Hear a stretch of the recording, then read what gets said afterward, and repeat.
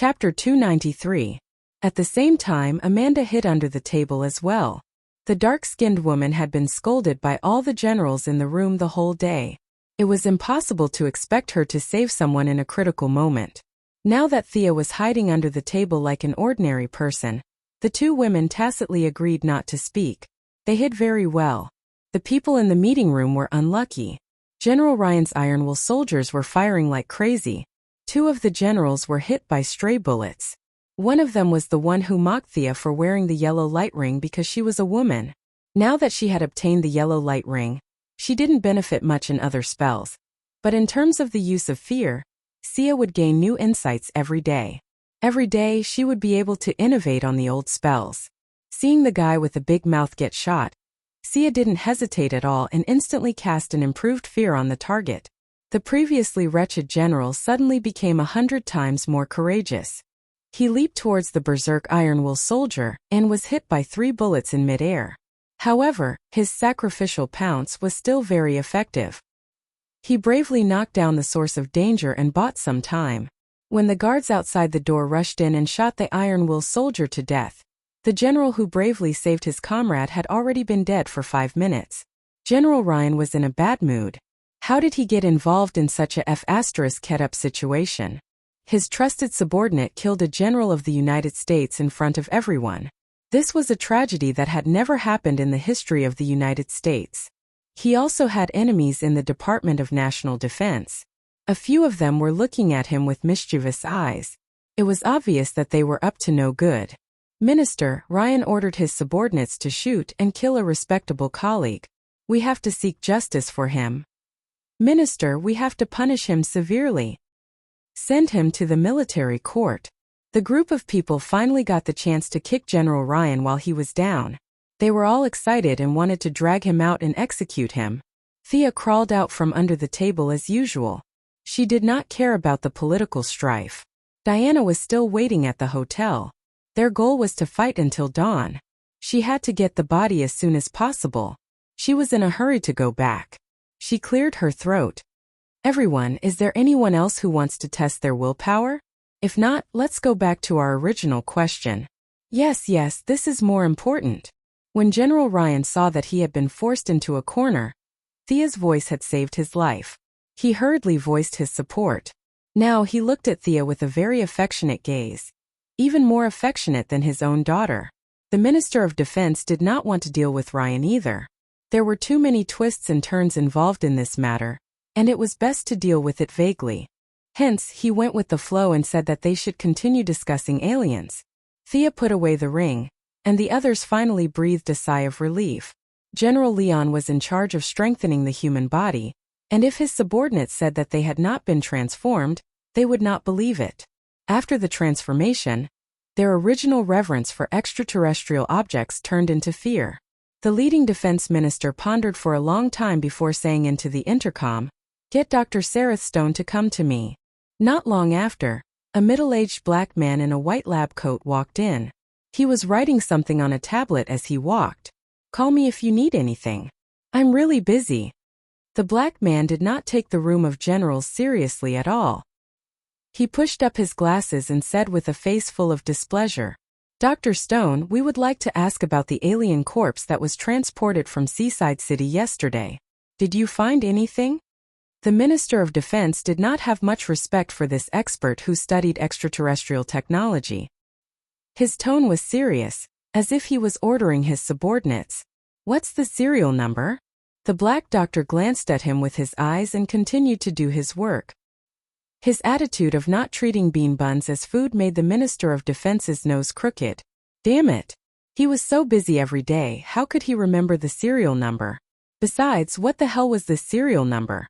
This was what you called it in your laboratory. Serial number K35H97. Finally, someone resolved the Minister of Defense's awkwardness. A certain major general with good eyesight quickly checked and reported the serial number that the black doctor needed. The black doctor checked a few times, and his thick nostrils made a muffled sound similar to a humph. This corpse has no value. It's an ordinary carbon-based life form. Its physique is stronger than that of an earthling, but its strength is limited. Judging from the cell division, it has a lifespan of about 40 years on Earth. Several generals immediately withered. If it was only a little stronger than ordinary people, then there was indeed no need to study it. The Minister of Defense also knew that the military had a lot of extraterrestrial items that were plundered from all over the world. Since it had no value, he might as well do Thea a favor and let her take it away. Miss Quinn, in that case, you can take the body. The Minister of Defense was so frightened by the gunfire that his legs were a little weak until now. He was ready to dismiss the meeting and go back to rest. But when he wanted to leave, the Black Doctor did not agree. When he entered the door, he looked at Thea for the first time and found that he did not know her. Why do you want to take it away? This is my experimental field. He thought that Thea was in the same field.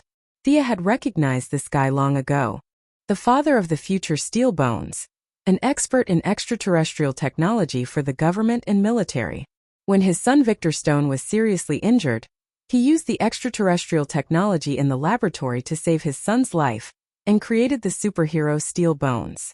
His technology laboratory, codenamed Red House, gathered all the extraterrestrial technology that could be found on Earth. It was normal that he did not like Abinsu's body now. But should she tell him about the extraterrestrial war and the story of Abinsu's brother-in-law and sister-in-law? Thea looked at the Minister of Defense hesitantly. Dr. Stone, Miss Quinn's body is to be transported back for burial. Her affairs have nothing to do with you. For such a person who was dedicated to science and technology, it was useless no matter how much power he had. The Minister of Defense covered his forehead and explained, "Burial? Where are you going to be buried?"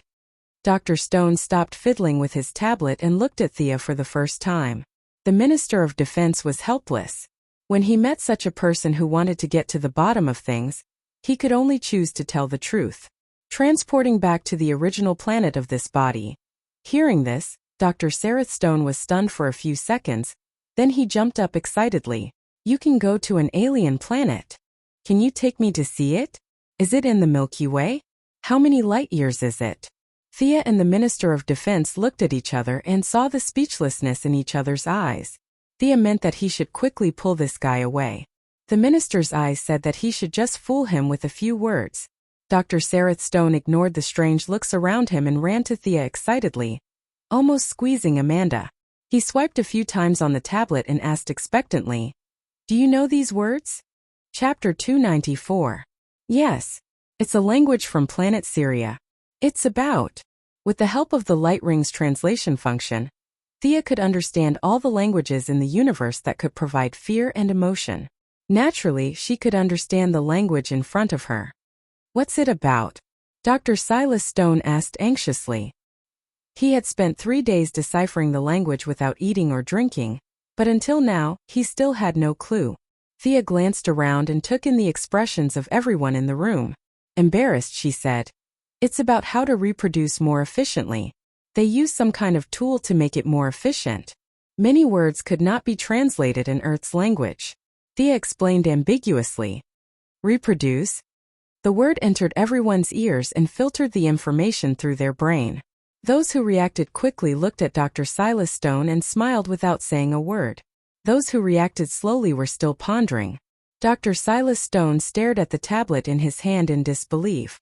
Then, he thought of the cylinder that he had been studying for 3 days. His son was already in his teens. It was easy for him to understand. Damn it! What happened to the high-tech aliens? The originally sci-fi scene suddenly turned into an indescribable object. The huge psychological difference made him almost run away. He calmed himself down. This was the only good thing about being black. He coughed lightly and said, "Then can you help me take a look at these words?" Thea patiently chatted with him for a while. She had to admit that the country was really powerful. Many of the languages were lost in the universe.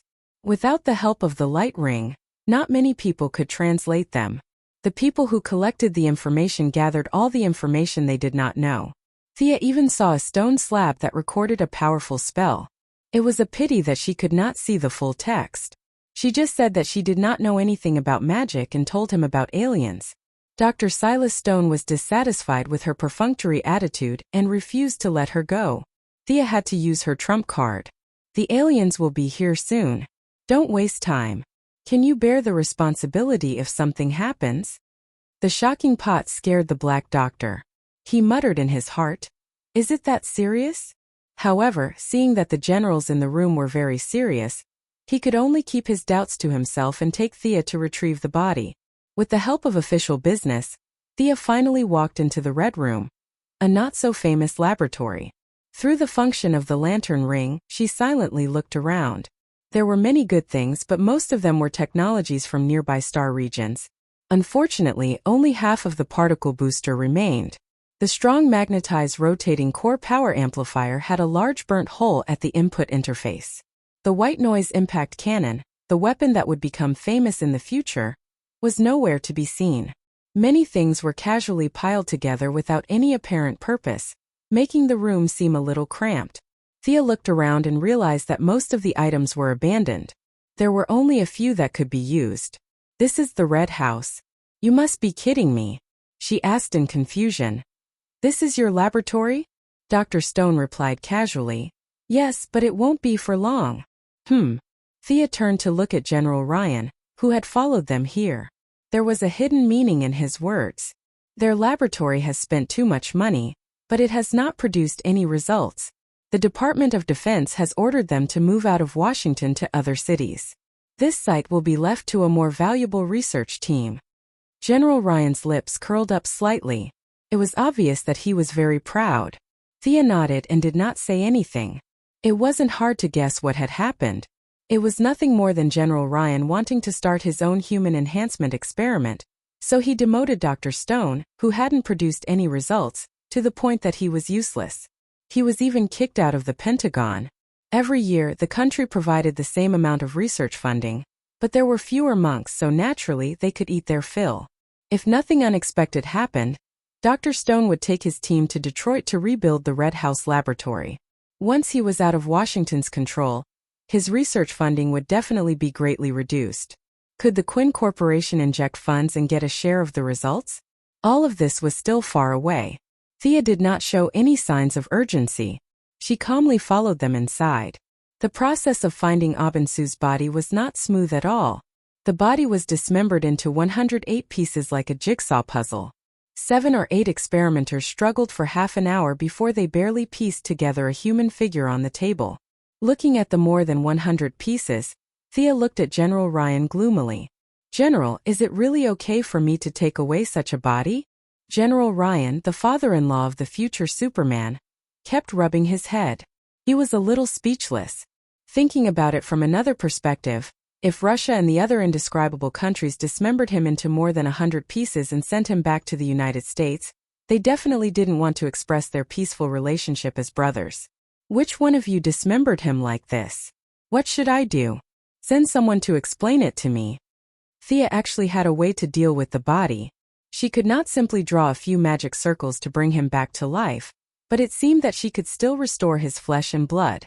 However, she was not going to leave so easily. At least she wanted some benefits. General Ryan was silent as if he did not hear anything. Several experimenters whispered to each other. "Explain? Explain to whom? Explain to whom?" Dr. Stone explained the situation to a few people in a low voice. Needless to say, the people hired in his laboratory were all very scientific. When they heard that they could go to outer space, their eyes lit up. However, soon, the harsh reality poured cold water on their heads. The few of them looked at Abinsu, who had been dissected into 10 by 10 pieces of meat. Was this a problem that could be solved by explaining? Dragging such a body to outer space? "Are you sure you are not declaring war but returning the body of a brave warrior?" They waved their hands desperately. One said that he was going back to his hometown to get married next month, while the other said that his father had just died and he could not leave. To be honest, Sarah Stone was very tempted. However, he was stopped by his loyal students. "You'd better stay on Earth." After haggling with them for a while, she received a lot of military orders and a promise to organize the science and practical department of the Quinn Group to visit the Red House laboratory. Then Sia took a big bag and put the body away. Leaving the Pentagon alone, she flew into the sky under the cover of the night. When she returned to the hotel, Diana was waiting for her. Thea threw the body into the dimensional ring and told the moose not to eat it. Thea started a new round of competition with Diana. Thea jumped up and used the KGB fighting skill to clamp Diana's neck with her legs. Diana did not show any weakness. She used the Sambo self-defense skill, clamped Thea's head with her legs, and fell to the ground. "I won't lose." Thea's voice came from between her legs. It was a bit distorted. "My body's endurance is much better than yours. You're going to lose." Diana announced her victory in advance. Chapter 295. Both of them tested each other's strength. Diana's stamina was unparalleled. With her warrior's physique, it shouldn't be too difficult for her to defeat Thea, who was an archer and a sorcerer. However, Thea had been baptized by the yellow light ring, and her spirit had become much stronger. She gritted her teeth and persevered until Diana couldn't hold on any longer. Both of them reached a new height amidst the intense trembling of their souls. "Wake up, wake up." Diana shook Thea, who was sleeping like a little pig. After a full 10 minutes, Thea, who had overdrawn her spirit, finally recovered. She slowly sat up on the bed.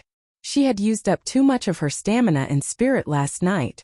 She had used up a bar of HP and a bar of MP to kill the big boss Diana, who had a huge amount of HP. She was too weak compared to Diana. When she got back, she had to ask Damien if he managed to steal the sword. Thea put on a few clothes and went to the roof of the hotel to get some sun to replenish her stamina. After half an hour, she was surprised to find that her spirit had increased slightly. It was amazing. This was something that had never been mentioned in any spellbook. Doing that kind of indescribable thing could increase one's spirit. It was very good. For the safety of mankind and the peace of the universe, she had to do it more often in the future. She had to treat it as a social responsibility and maintain the quality and quantity of it in the long run. After regaining her energy, Thea called room service and ordered breakfast. The two of them ate like crazy. "We'll go to Ura later. Treat it as a honeymoon." Thea announced the itinerary for the next few days in a domineering manner. Ordinary people wouldn't be able to handle such a shocking itinerary. Fortunately, Diana was not an ordinary person. She nodded. "I've never been to another planet before. Is the universe really that big? Earth is only one planet in Sector 2814. Thea patted her chest. "Don't worry. There are not many people in the universe who can beat you." Diana didn't know that Thea was speaking from the bottom of her heart. She thought that Thea was praising her. She couldn't help but raise her eyebrows and smile happily. When the two of them were about to leave, they discovered an awkward fact. The water content in the room was a little higher than normal.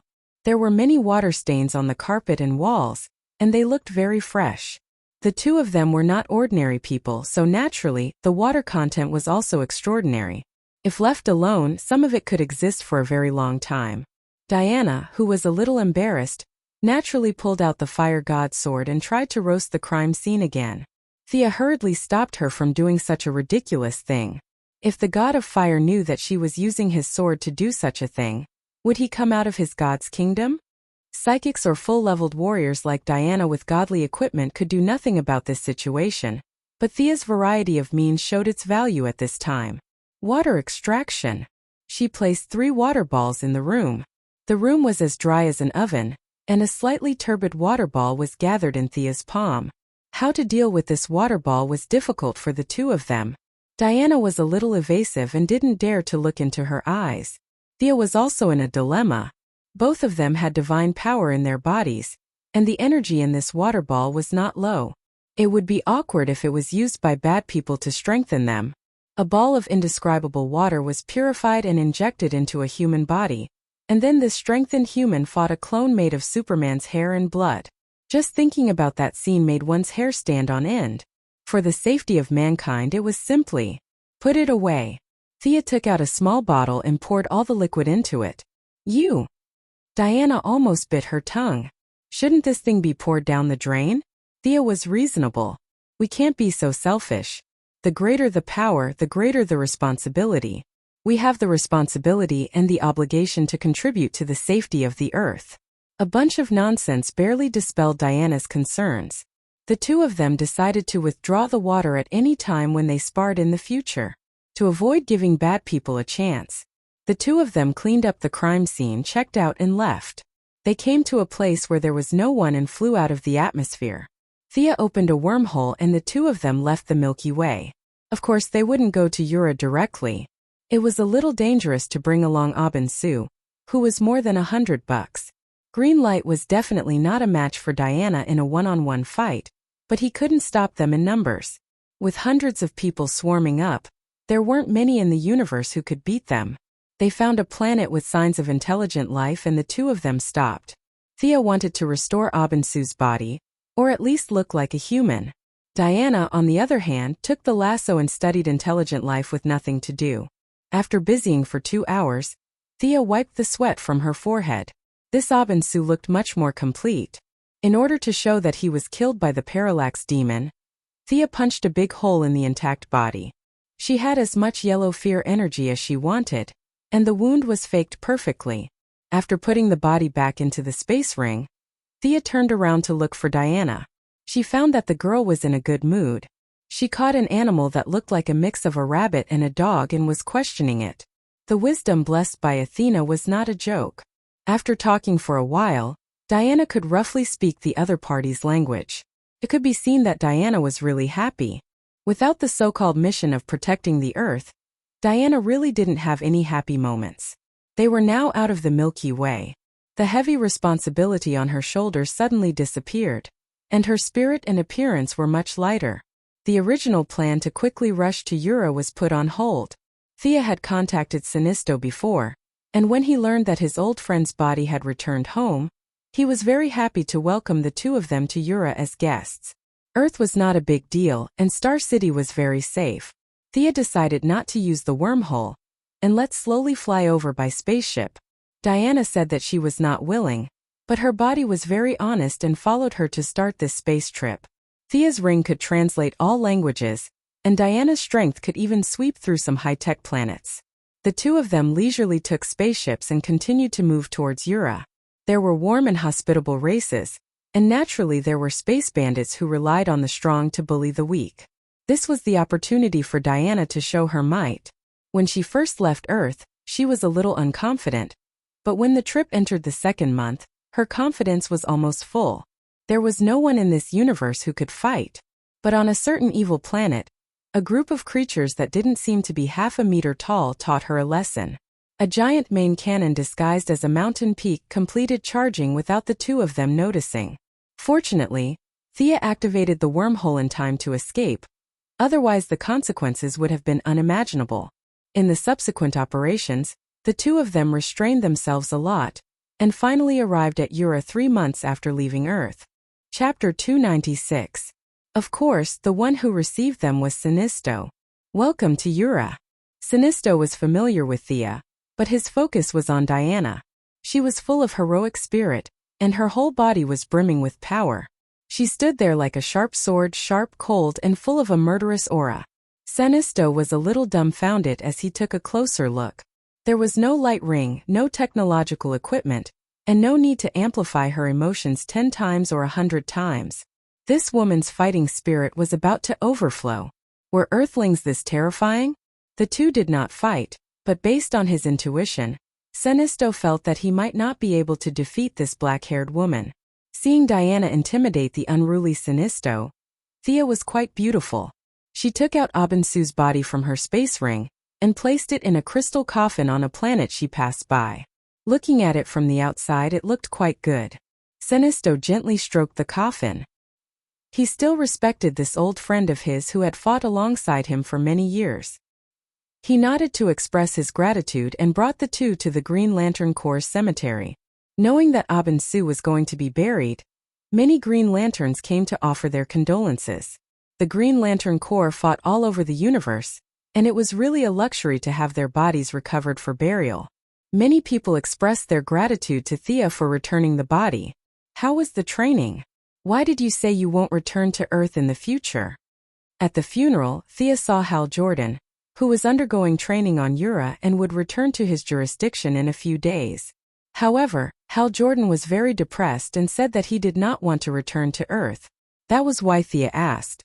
In the original spacetime, Hal Jordan returned to Earth with the mentality that he was a superhero. But with Thea's participation, a few superheroes emerged. His little tricks were nothing. In his mind, Earth was very safe and he did not want to cause trouble. After explaining a few words to Thea and preparing to leave, Senisto came back with a sad look in his eyes. Although his relationship with Thea was not considered friendly now, it was no longer as stiff as before. You're definitely not just returning the body, right? Is there anything else? Senisto already had some understanding of this Earthling woman. Unlike Hal Jordan, who had been trained by him, this husky was an innocent child without any ulterior motives. Thea, on the other hand, was completely different. She would never do anything that did not benefit her. It had to be said that Senisto had pretty much guessed Thea's mentality. She originally only wanted to befriend the Green Lantern Corps, but after meeting Boston Brand a few days ago, she changed her mind slightly. It's like this. I found a very interesting person a few days ago. I think he's very suitable for the Yellow Lantern Corps. Could it be the woman beside you? Senisto looked at Diana from the corner of his eyes. She was so strong even without a light ring. He definitely could not let her enter the army. Otherwise, who would be the leader? He quickly thought of an excuse to reject her. How could Thea let Diana wear the yellow light? She immediately rejected. No, she's my lover. She has nothing to do with the army. Hearing that it was not Diana, Senisto heaved a sigh of relief. His expression softened considerably. Is he an Earthling? Thea thought for a moment before answering. He was an Earthling when he was alive. I'm not sure where he's from now. An Earthling when he was alive? Senisto's head was full of question marks. He looked at the Light Ring's language translator to make sure it was not wrong. What did this mean? Where is he? Can I see him? Thea scratched her head. Actually, he's already here. You just can't see him. I can't see him? Senisto had fought for the Green Lantern Corps for many years, and had actually seen many enemies who could turn invisible. However, no matter how he looked, he could not see anyone nearby. However, his powerful spiritual power did sense a cold and gloomy energy to his right. Is it here? Senisto pointed at the place he sensed and received an affirmative answer from Thea. This surprised him. With such a strong invisibility ability, the destructive power it could cause was enormous. Half a month ago, Thea returned to Earth to buy food because Diana was not used to the extraterrestrial tastes. She also took care of a few matters in Star City. Before she left, she received an email from Deadman. After careful examination, Thea found that there was a fragment of her spiritual power in the depths of his soul. If she was not wrong, it should have been caused by the fear spell. This situation was a bit like the recognition of a master in novels. A single thought from her could completely obliterate him. Thus, the idea of taking him in as a fighter emerged. For him to find the meaning of his existence, Thea's suggestion was to become a superhero. If you want to have a physical body that can be seen by outsiders, what do you think of my yellow light ring? As long as you wear it, you can materialize your body. One ring only costs 998. After some persuasion, she gave Boston Brand the codename Deadman, and stored him in the space ring before bringing him to Ura. Senisto had no divinity or magic, but he could rely on his powerful spiritual power to sense the existence of Deadman. Thea was impressed. How is it? He's very powerful, right? Let him work for the Yellow Lantern Corps, Thea said frankly. Senisto was a little hesitant. To be honest, Deadman's ability was definitely powerful. If he had not been introduced by Thea, Senisto would have agreed immediately. However, he really did not have a good reason to refuse. It would be a pity to give away such a powerful ability. Senisto's ambitious mentality quickly gained the upper hand. Okay, I agree. Come back with me to my residence. I've also taken in a subordinate these few days. Let me introduce him to you. Senisto did not know about the soul fragment. He felt that he could rely on his great talents to subdue Deadman. The few of them flew to his residence. There's a person here? Hal Jordan, who was about to leave, also followed, but he did not see any person around. He felt a chill in his heart and asked Thea with the intention of watching a show. Yes, his name is Boston Brand. He died a few months ago when he was performing a trapeze. He's now in a state of being between life and death. Hal Jordan looked at Thea with his mouth agape. His original doubts had not been dispelled. Instead, they increased. Is there such a magical thing on Earth? This was almost beyond the limits of his imagination. In just a few months he had gone from a pilot to a universe warrior. His worldview had been shattered a few times, but he realized that it was not shattered enough. He had to continue shattering it. The talkative Hal Jordan fell into a daze. Without him livening up the atmosphere, the rest of them were silent. Thea soon met Sinisto's new subordinate. My understanding of fear is second to none. I'm Lisa Draka. A blue-skinned woman with only a few pieces of cloth on her body introduced herself. Chapter 297. This blue-skinned female alien, who claimed to have an incomparable understanding of fear, respected Sinisto very much. Her eyes exuded worship and adoration, almost unconcealed, as if Sinisto was a god. Her gaze was constantly wandering around him. Thea did not know much about Lisa Draka. She only remembered that she was a general of the Yellow Lantern Corps in the original spacetime, responsible for training recruits. She was extremely loyal to Sinisto. The Parallax Book was controlled by her in the original spacetime, and she claimed to have the powerful combat power to deal with 3 Green Lantern warriors at the same time. Unfortunately, she died before she could achieve anything. She encountered Hal Jordan and the others who had cheated. In short, she was a person with some strength and broad vision, but she underestimated her own strength. Lisa Draka was born from fear, from the blue Taroko star cluster. She has the ability to sense the fear of others. I think highly of her ability, Sinisto said straightforwardly. Thea nodded in agreement. Although this woman was a little arrogant, her strength was not bad. If she was not compared to those cheats, she would be a small boss. She understood Sinisto's intention and summoned the Parallax Book. The appearance of the giant golden book in front of them caused different reactions. Thea and Sinisto could each control fear, so the power of the giant book had no effect on them. Diana was slightly uncomfortable, but she quickly resisted it. The mental state of the dead was different from that of ordinary people. He had a piece of Thea's mental fragment, so he was immune to the power of the Parallax Book. Lisa Draka's claim to have an incomparable understanding of fear was not an exaggeration. Her face was extremely ugly, and she bit her lip hard, but she held on and did not embarrass her boss Sinisto. Hal Jordan, who came as a spectator, was in big trouble. Countless scenes of fear echoed in his mind.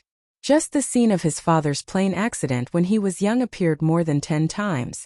The intense fear was eroding his central nervous system. If he could not hold on, he would turn into a fool in front of everyone. Thea was shocked. They were from the same hometown on Earth, so she could not just watch him die without knowing why. If the members of the Ring of Lights could only watch, they would be pulled away if they could hold on. In the past, her spells would be at a loss in such a situation. But now that she had mastered the emotion of fear, she cast an improved version of the anti-fear spell on him. Hal Jordan finally regained consciousness. He gasped for air and lay on the ground, unable to get up. She deliberately observed Lisa Draka's expression. This woman, who used to be the boss of the world in Sinisto's number 2, didn't dare to ignore Thea, who held the Parallax Book. She lowered her head slightly to show her respect. Not bad. I agreed to let her join the Yellow Lantern Corps. This was a tacit understanding between her and Sinisto. Both of them were very cautious when recruiting new members. Without Sinisto, there would be no new Yellow Lantern Ring, and without Thea, there would be no official member. However, both of them had plans for the future of the Yellow Lantern Corps. This conclusion could be drawn from the fact that they recruited new members almost simultaneously. Is there a new function in your book? Sinisto extracted the yellow energy. This energy was much larger than when they first met. The fear of the Parallax Demon was absorbed into this energy. Ah yes. Any intelligent creature that touches or looks at the Parallax Book will be intimidated by fear. Even if they manage to overcome the fear, their speed will be greatly reduced. Conquering fear will increase one's speed, and being affected by fear will slow one down. Thea explained the ability of the Parallax Book to Sinisto. This guy was the first person to recognize the Yellow Lantern Ring, so the book had no effect on him at all. This book had a lot of restrictions, but if used cleverly, it could result in great results. Thea initially thought of the few weak-willed speedsters. They ran all over the mountains like wild donkeys every day, so this book was the most suitable to deal with them. After understanding the effects of the parallax book, Sinisto lowered his head to create the lantern ring and said, "Why don't you let your new subordinate fight with mine?" This guy was indeed very competitive. He never forgot to compete. Thea did not mind. She also wanted to see how strong the dead man was. She immediately nodded. "Sure, as you wish." When Lisa Dracker heard that she was going to fight, she was not afraid at all. She stood alone in the middle of the field and waited for nearly half a minute. She was completely dumbfounded. Didn't he say he wanted to fight? Where is he? Who wants to fight with me? Is he here? In fact, the dead man had already entered the field. He just did not make the first move because he saw that she was not moving. Sinisto's speed of creating the lantern ring slowed down significantly. He was also concentrating on sensing the dead man's location. He also felt that this kind of invisible enemy was too troublesome. Even if they had earth-shattering power, it was useless if they could not hit the opponent. In the face of an unknown enemy, an invisible enemy, no matter who it was, they would feel fear. Sinisto could not help but glance at Thea. The guy she had chosen really fit the Yellow Lantern Ring's motto. Only the dead man could instill fear in the enemy. "I'm fighting an invisible person?" Lisa Dracker saw her boss Sinisto's serious face and knew that he was not joking. The enemy had already entered the field. It was just that she could not see him. However, no matter how she sensed, she did not feel anything unusual around her. She looked left and right to guard against the enemy's attack. Her expression was no longer as calm as before. Although she had not put on the Yellow Lantern Ring, she had caught Sinisto's eye not because she was brave but because she had some skills. Lisa Dracker's expression became extremely ferocious. The veins on her forehead bulged and her eyes rolled back. She panted heavily and looked around. Suddenly, she wrapped her fist with mental strength and punched to the side. Under Thea and Diana's gaze, the dead man was sent flying more than 2 meters away by her punch. He rubbed his chin and floated in the air, seemingly in disbelief. Sinisto's expression was very smug. Thea also asked, "What's your subordinate's ability? I feel that her eyes are very strange." Thea relied on her eyes to make a living, so she was very sensitive to such abilities. Lisa Dracker has some ability to foresee the future. Unfortunately, it's limited. She can only foresee things related to herself in a small area for a short period of time. Since Sinisto had asked her to use it, he did not intend to hide it. To a certain extent, Thea's relationship with him was closer than his relationship with the Green Lantern Corps. There was no need to hide such obvious abilities. Thea nodded. She scoffed at Sinisto's ability to foresee the future. Lisa Dracker's ability was at most a prediction, but it was far from being able to foresee the future. Chapter 298. Not only was there a difference in their abilities, but even such a low-level prediction was a huge burden on a mortal's body.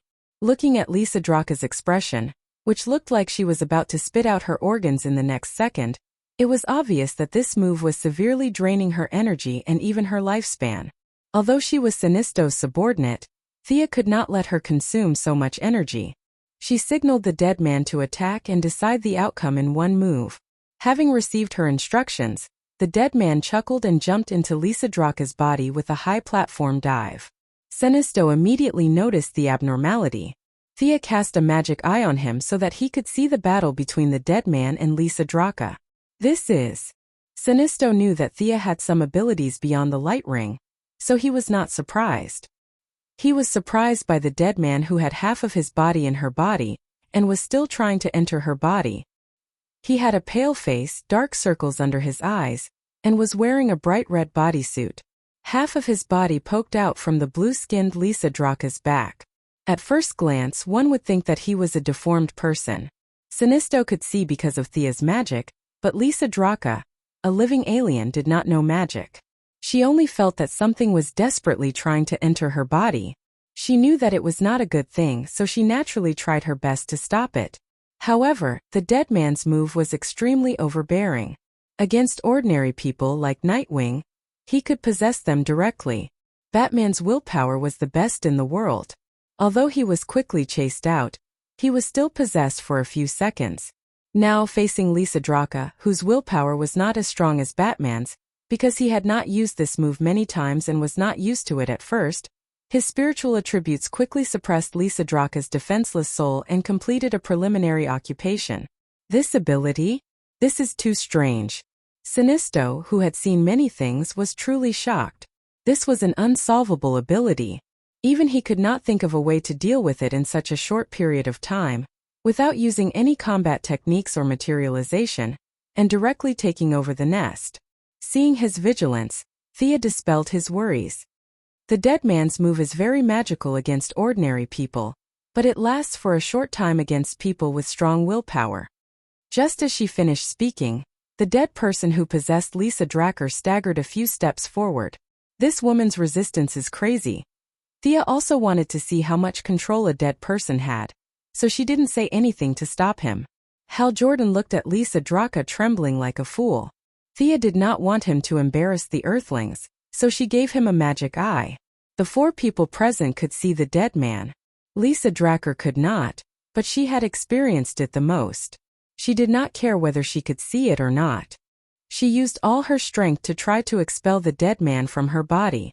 The two entered a long tug of war.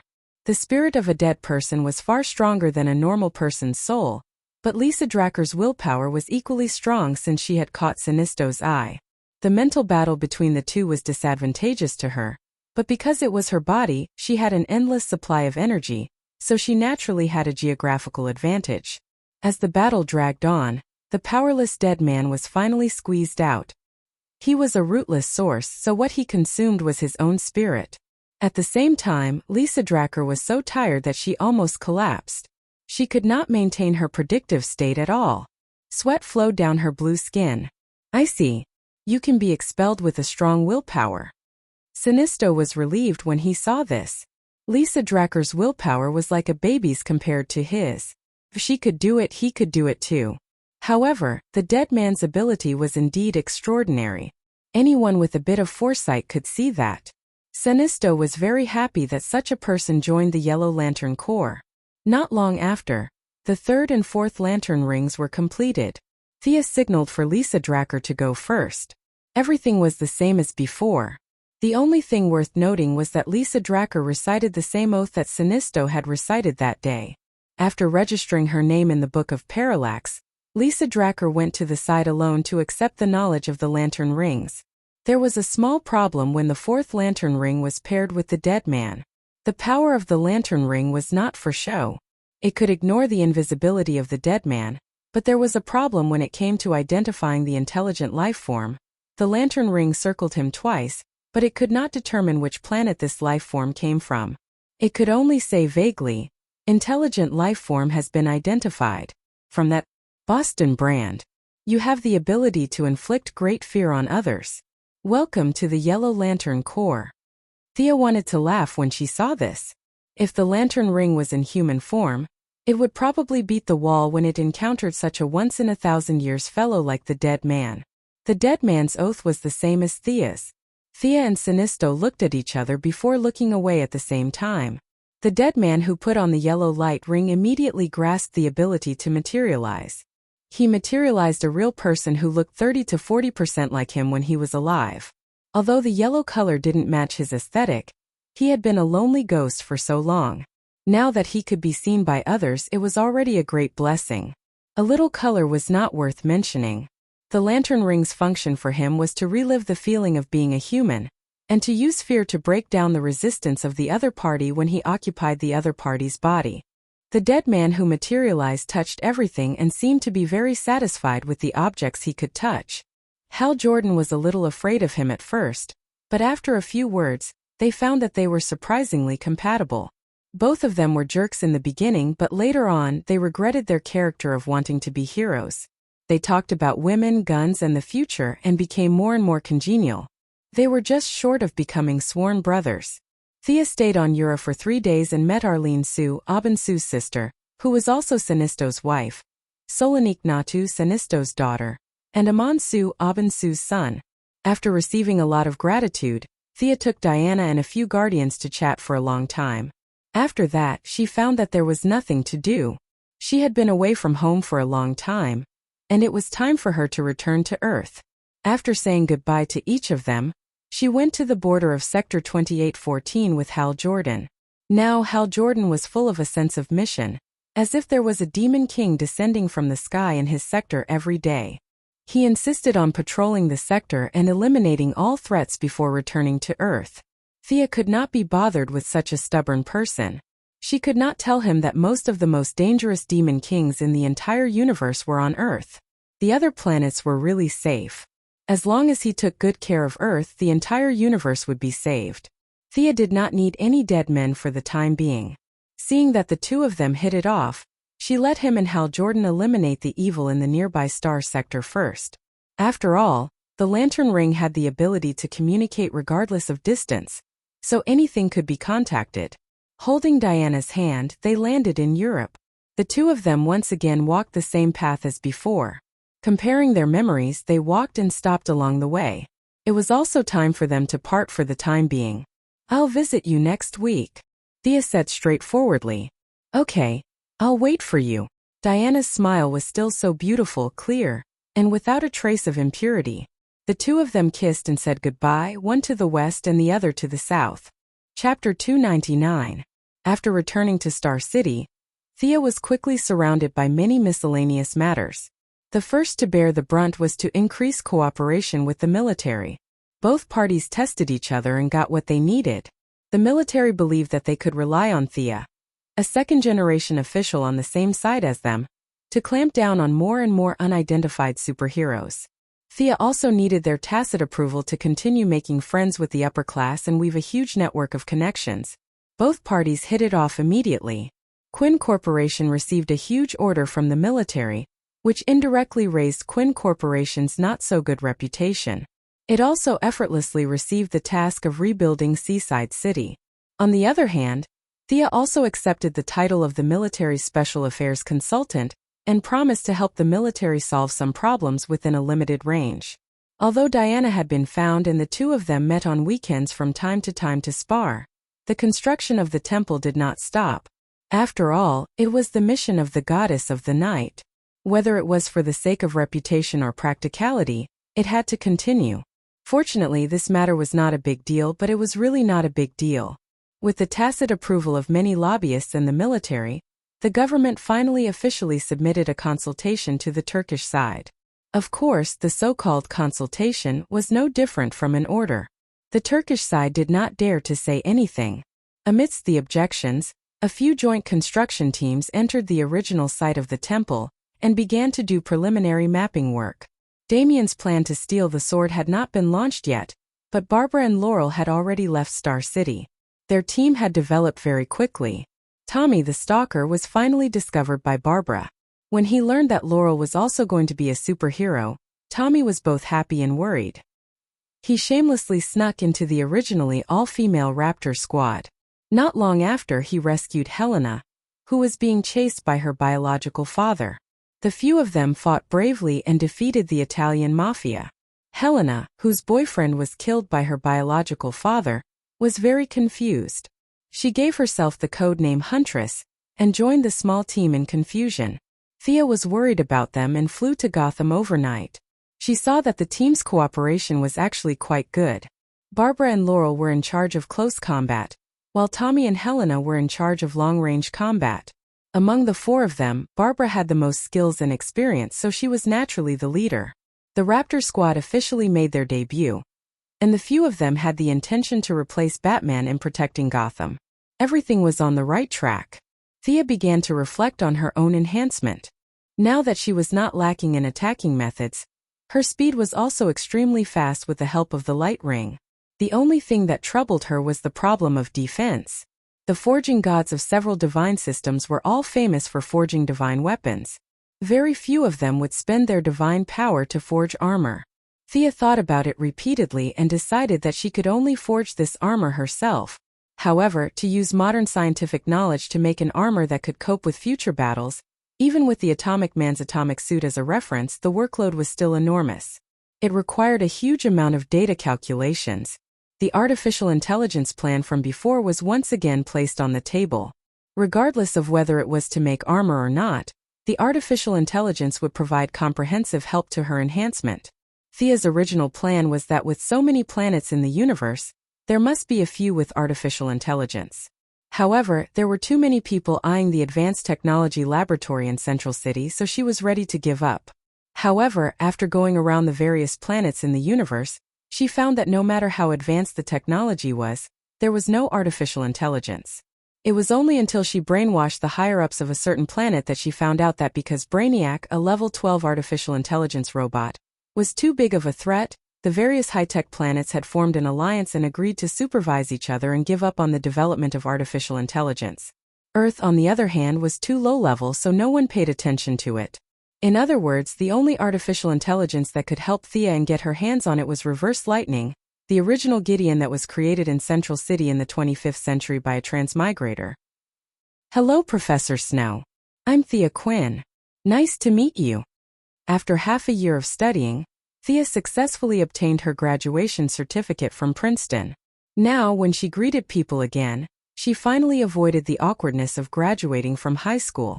After all, it was an Ivy League university, so she could get a good job if she went out to apply for a job. Caitlin Snow's postgraduate studies did not take much effort. Caitlin was just 28 years old this year. Although she was qualified to teach postgraduate students, she was too inexperienced. Those who graduated from famous schools looked down on her, and she also looked down on those who came from ordinary schools. In the past few years, she had not seriously taught any students. Caitlin Snow's mother ran a large-scale pharmaceutical company. She also knew Moira. With their relationship going around in circles plus Thea's good grades and being a girl, she had no reason to refuse. The two of them met briefly in the coffee shop. Caitlin Snow did not have any aura at all. She looked like a yes-man and was easy to bully.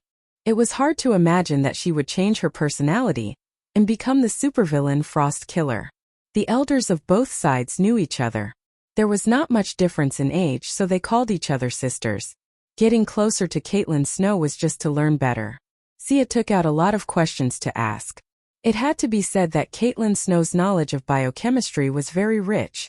She was chosen by Reverse Lightning to join the cutting-edge technology laboratory. She was truly talented. Although it was just a general conversation, it still solved many of Thea's doubts about the atomic suit. Thea thought that it was not a waste of time. And Caitlin was also very fond of her enthusiasm for learning despite being a billionaire. It could be said that both sides were very satisfied with their first contact. After learning from Caitlin Snow for less than a month, the cutting-edge technology laboratory that Thea had been looking forward to finally opened its door to her. Unlike the laboratory of the future where there would only be 2 or 3 big cats, now there was a crowd here. Everyone was busy. From time to time, there were doctors in white coats and thick bottle-bottomed lenses discussing loudly. Many big names in the research field ignored Caitlin Snow, a newcomer. As for Thea behind her, they ignored her even more. They only cared about academic results. Thea's beauty made them despise her. She was so beautiful, she was definitely not here to do research. Only a few young interns secretly glanced at Thea, but they did not dare to look at her too much. Welcome, Dr. Snow. Welcome to study, Miss Quinn. Reverse Lightning, disguised as Professor Harrison Wells, was the person in charge of the laboratory and received the two of them. With a graceful demeanor and a pair of glasses, he looked like a well-educated middle-aged man. Reverse Lightning grasped this role very well. There were no flaws in his facial expressions, language, movements, gestures, and so on. All the people who talked to him did not know that the original Professor Harrison Wells had died and was replaced by a time traveler from 500 years in the future. Chapter 300. Thea didn't hide her identity. It was easy to arouse suspicion if she did. She was frank and open. Those who knew her identity would naturally know, and those who shouldn't know would never know. The Quinn Group also donated funds to the cutting-edge technology laboratory. She acted neither servile nor overbearing and spoke very politely. Dr. Wells, your place has really opened my eyes. I'm very honored to be able to study here. Her tone was mixed with a hint of arrogance, which was also what she meant. Young tycoons in Europe and America like Adam Nightpalmer were talented and devoted to learning, but most of them were ignorant and looked down on others. Oliver and Tommy were typical examples. The elegant Harrison Wells did not care about her arrogance at all. He smiled like a spring breeze and said, I hope you didn't come in vain. Our laboratory is very good.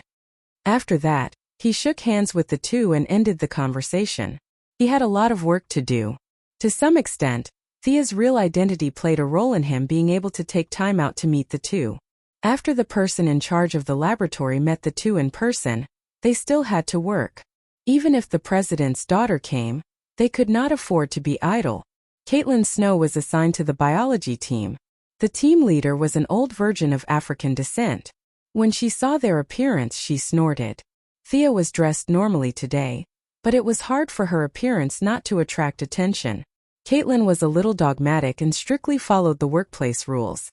When she arrived at the laboratory, she was still wearing a tight skirt and thin high heels. Plus, she looked very easy to bully. It was impossible for the old virgin to hit it off with her at first sight. From today onwards, you'll be in charge of this place. The old virgin, who looked like Pixie's second aunt, led the two to the northwest corner of the laboratory. She pointed to a row of bungalows and then walked away with her huge hips swaying. The two looked at each other. Caitlin was not a fool. If she did not feel anything when being targeted, there must be something wrong. However, she really did not know how she offended the old virgin. For a moment, she was a little confused and bit her lip. Thea did not care. In this society, people judged people by their appearance. Superficial people were everywhere. She could not be angry. Let's go in and take a look. Thea was not afraid at all. Even if it was an alien teleportation portal, she could still fly back. She pulled Caitlin along and walked in. Those who did not know would think that she was a teacher and Caitlin was a student. As soon as they entered the room, the pungent smell almost made the two of them fall over. Damn it! Thea gritted her teeth and looked at the hundreds of cages in the room, and the orangutans in the cages. The aura of anger and fear leaked out a little.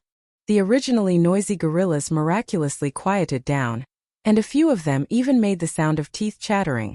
Let this old lady raise gorillas. Thea tried her best to calm her emotions. She was afraid that a red light ring would fly out from the depths of the universe. That would be interesting. In his heart, he tried his best to tell himself not to be angry. Being angry would hurt his liver and a bunch of other messy things. The last person who angered her to this extent was Senator Hammond from Seaside City. However, he was still a person in power. This old African virgin was nothing. Their original plan was to get the AI and run away. However, the first step had gone wrong. Their appearance had attracted hostility, and they were sent to a place that was so far away from the laboratory. Although this experience helped Caitlin gain a lot of sympathy from the male researchers, it did not help Thea at all. Seeing Caitlin's blank expression, Thea was used to giving orders. She did not wait for Caitlin to come back to her senses and shouted, "Is anyone here? Who's in charge here?" It was impossible for the two women to take care of hundreds of gorillas. There must be a professional keeper here. The two women's main job was to do biochemistry research, which was Caitlin's specialty. One in the east, two in the west. Soon 7 people stood in front of Thea. "Just the few of you? My name is Thea Quinn. This is Dr. Caitlin Snow, who has just taken over this place. You can come to us if you need anything in the future. If there's nothing else, you can go about your business." Thea introduced herself casually. Let alone 7 people, even if there were 70,000 people, she wouldn't have any stage fright. Among the 7 people, there were 3 women and 4 men. They looked young and childish. The young man in the lead wanted to say that these gorillas were very irritable and should apply for some tranquilizers from the laboratory. However, when he was about to say it, he found that the place was quiet today. He hurriedly turned his head and found that all the gorillas were obediently waiting. Some of them were even lying face down on the ground. What the hell was this? It was so quiet. Did they need to apply for tranquilizers? He looked back at Thea, who was as beautiful as a peach. In order not to be treated as a fool, he swallowed his words. He put on what he thought was his most charming smile and introduced the current situation of the management here to the 2 women. Thea had heard of it. She had always been thinking about the AI. It was none of her business whether these gorillas died or not. If she was annoyed, she would even lock reverse lightning up with the gorillas. Caitlin listened attentively. She asked questions from time to time and made special notes. The 2 women followed the young man inside. Thea took a banana from the table and threw it into the cage when she saw a gorilla that she liked. Although she had not specifically practiced darts, the basic skills were there for all to see. The banana drew a beautiful arc as it passed through the gaps of the iron cage. The young man watched as a banana hit the gorilla's head with a bang. In the past, the gorillas would have been furious, but today, they were all well behaved. Some of them even looked at Thea with a fawning expression after being hit. F***ck. The young man felt that this scene was a little different from his past experience of rearing gorillas. Were these gorillas all wretched? He had treated them so well that they would bare their fangs at him for no reason. Now, Thea was casually throwing bananas at the young gorillas, but none of them dared to fight back. The young man felt that he had found the trick to rearing gorillas. Thea did not know that her casual action had set a bad precedent for the young man who was determined to be the best breeder in the world. She casually walked past a row of young gorillas. With her powerful visual memory, she remembered the names of the gorillas even though she was not paying attention. Henry, Gertrude, Cohen. She took 2 steps forward and suddenly realized what she was looking at. She stopped in her tracks and walked back to the nameplate marked with Gertrude. She looked at the skinny and listless gorilla and sighed. Gertrude. Thea could not believe it. Gertrude was the nemesis of the Flash. A highly intelligent gorilla with telepathy and mind control. This guy's future achievements would surpass 90% of the Earth's villains. But was this really the gorilla she knew? Chapter 301. In the future, Jared was 5 meters tall and weighed several tons. It was impossible to say that he was weak. Thea only remembered that Jared gained the ability to control minds after he was secretly experimented on by the military and Reverse Lightning. Even Reverse Lightning used him as a trump card. Jared was cruel to all of his enemies. He was only slightly nicer to Caitlin. Was it because Caitlin was arranged to be here in the original time and space that they met? Thea probed with her psychic power and was a little disappointed. She could not find anything unusual about the little ape in front of her. Was it caused by anger? Thea threw another banana at the ape's face. The little ape rubbed its face and lay on the ground weakly, not daring to resist. Did she remember wrongly? Or was it a mutation caused by the experiment? Or was it someone with the same name? There were too many possible reasons. Thea made a mental note of her doubts and planned to verify them in the future. When it was almost time to get off work, more than 10 researchers, both male and female, asked the 2 girls to have a meal. Thea was not interested at first, but Caitlin did not want to refuse such a welcome dinner. She almost begged Thea to go with Caitlin. Along the way, several male researchers with excessive hormone secretion tried to show off their talents, trying to attract their attention. Thea looked at a Latino man who did not speak much. His name was Cisco Ramon, a superhero codenamed Shockwave in the later stage.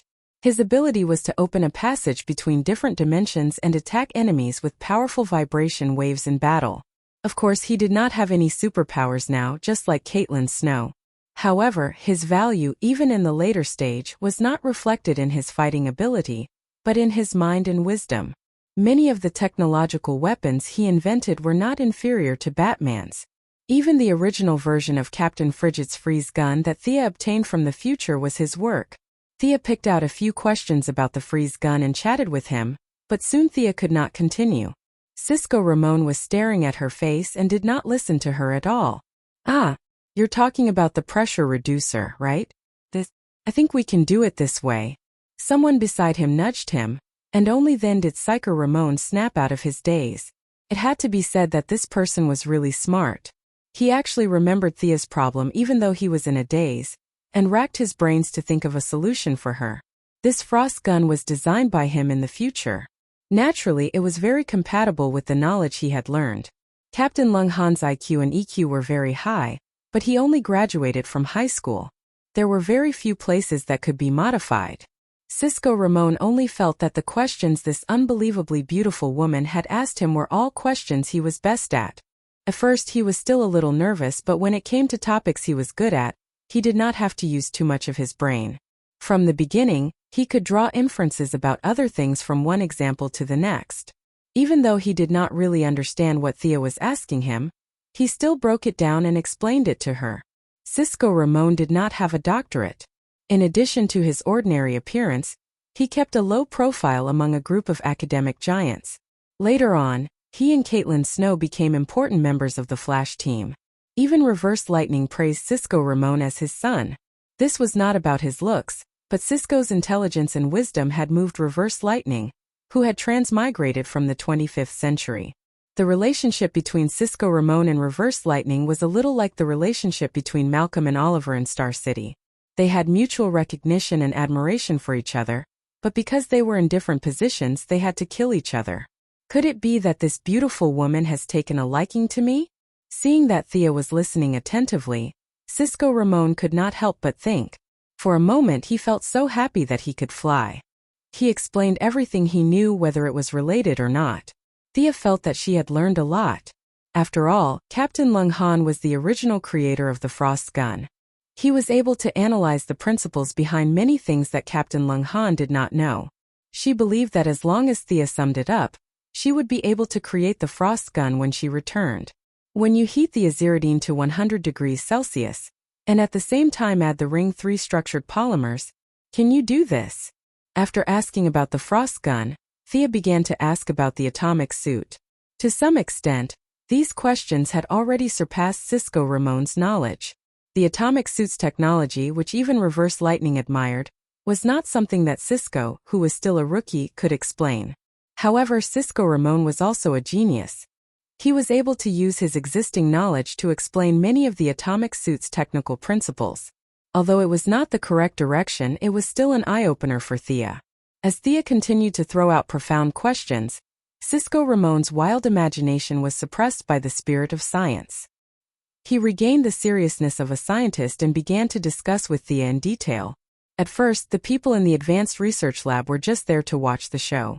However, as the content of the discussion became deeper and deeper, the few people who thought that they were scientists also joined in. This made Ronnie Raymond, who had been preparing for dinner all afternoon, feel a little depressed. Shouldn't they be talking about fashionable men and women? You guys are here to cause trouble by discussing all kinds of chemical reactions in the bar. More importantly, he had seen Thea's picture before. When he saw the people around Thea fawning over her, he could not help but sneer. These idiots don't know anything. The chairman of the Quinn Corporation is worth billions. Why would she be interested in ordinary people like you? Ronnie Raymond's family background could barely be considered top-notch. He had access to a lot of rumors, both true and false. The most popular rumor in the small circle was that this Thea had bewitched Bruce Wayne of the Wayne Corporation. The two of them were working together to build some kind of temple. Many people overinterpreted the rumor and thought that the temple was fake. Why would they need to test the reaction of the higher-ups? It was an obvious thing. The Wayne Corporation and the Quinn Corporation were going to form a marriage alliance. The alliance of the two giant corporations would attract the interests of all parties. Therefore, they made up a story about building a temple to test the reaction of the higher-ups. Competing with the playboy Bruce Wayne? Ronnie Raymond had never thought that it would be so challenging. Thea was not on his list of targets. His target was Caitlin Snow. The two of them had similar family backgrounds and were about the same age. Most importantly, Caitlin Snow looked weak and easy to bully. She was the most suitable candidate for him. Thea went on dates with Diana on weekends. In her free time, she studied magic and the new armor. She did not care about the gossip at all. Batman thought that this kind of thing was not worth mentioning and did not take it seriously at all. Therefore, the rumor had been spreading in a small circle and did not cause a big stir at all. Some people even thought that they had inside information and wantonly stocked up on the stocks of the two companies. Of course, this was a story for later. Chapter 302. Sisko Ramon didn't know the secrets of the so-called upper class. He only knew that a beautiful girl was listening to him attentively. Although he was born a commoner and looked ordinary, his heart was about to jump out of his chest. He didn't think too much about Thea's ridiculous questions. He only hated himself for not reading more books and learning more knowledge. Thea nodded silently.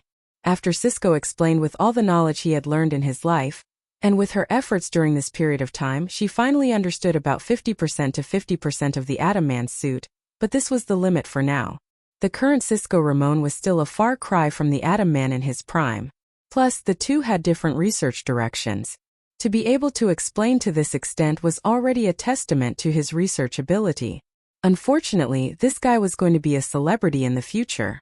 Knowing his achievements, Reverse Lightning would never let him go. Otherwise, he would definitely be a good helper in the Quinn group. The gathering didn't last long and soon dispersed. After all, there was a lot of work in the laboratory, and it was enough for them to get to know each other. Cisco Ramon didn't call for a cab. His left and right legs were trembling as he walked back to his apartment. He rubbed his face hard. He couldn't remember what he had said the entire night. All he remembered was that he had discussed applied science with a beautiful woman for half a day. Hating his lack of knowledge, he took out 2 books and prepared to read more. Unfortunately, after 10 minutes of reading, he didn't understand a single word. He took out his computer and prepared to search for Thea's information in case he needed it. He could become good friends with Felicity in the future, and his computer skills were also good, but the information he found still made his heart sink. His mother was the mayor, and he was the chairman of a listed company. He could find a recent photo of Thea and the new mayor of Seaside City at a press conference at the site of the city reconstruction. In the photo, Thea was dressed more maturely than she was tonight, but there was no mistaking her appearance. It was the same person. Sigh. Cisco Ramon threw himself on the sofa.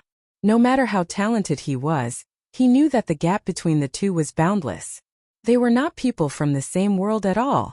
His budding good feelings were splashed with sulfuric acid by the cruel reality.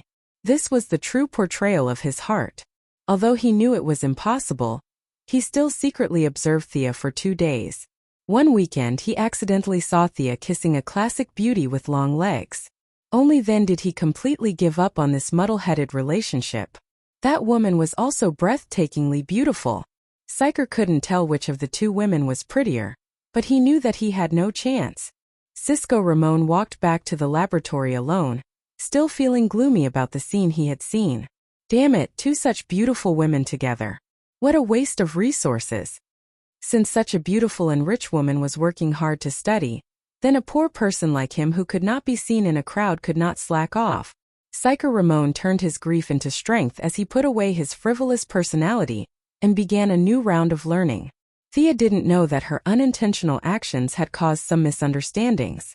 In fact, even if she knew, she wouldn't care. Every weekend she would go out to play with Diana and travel all over the Earth and the Milky Way.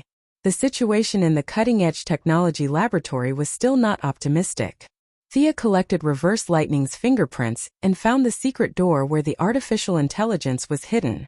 However, there were too many people in the laboratory.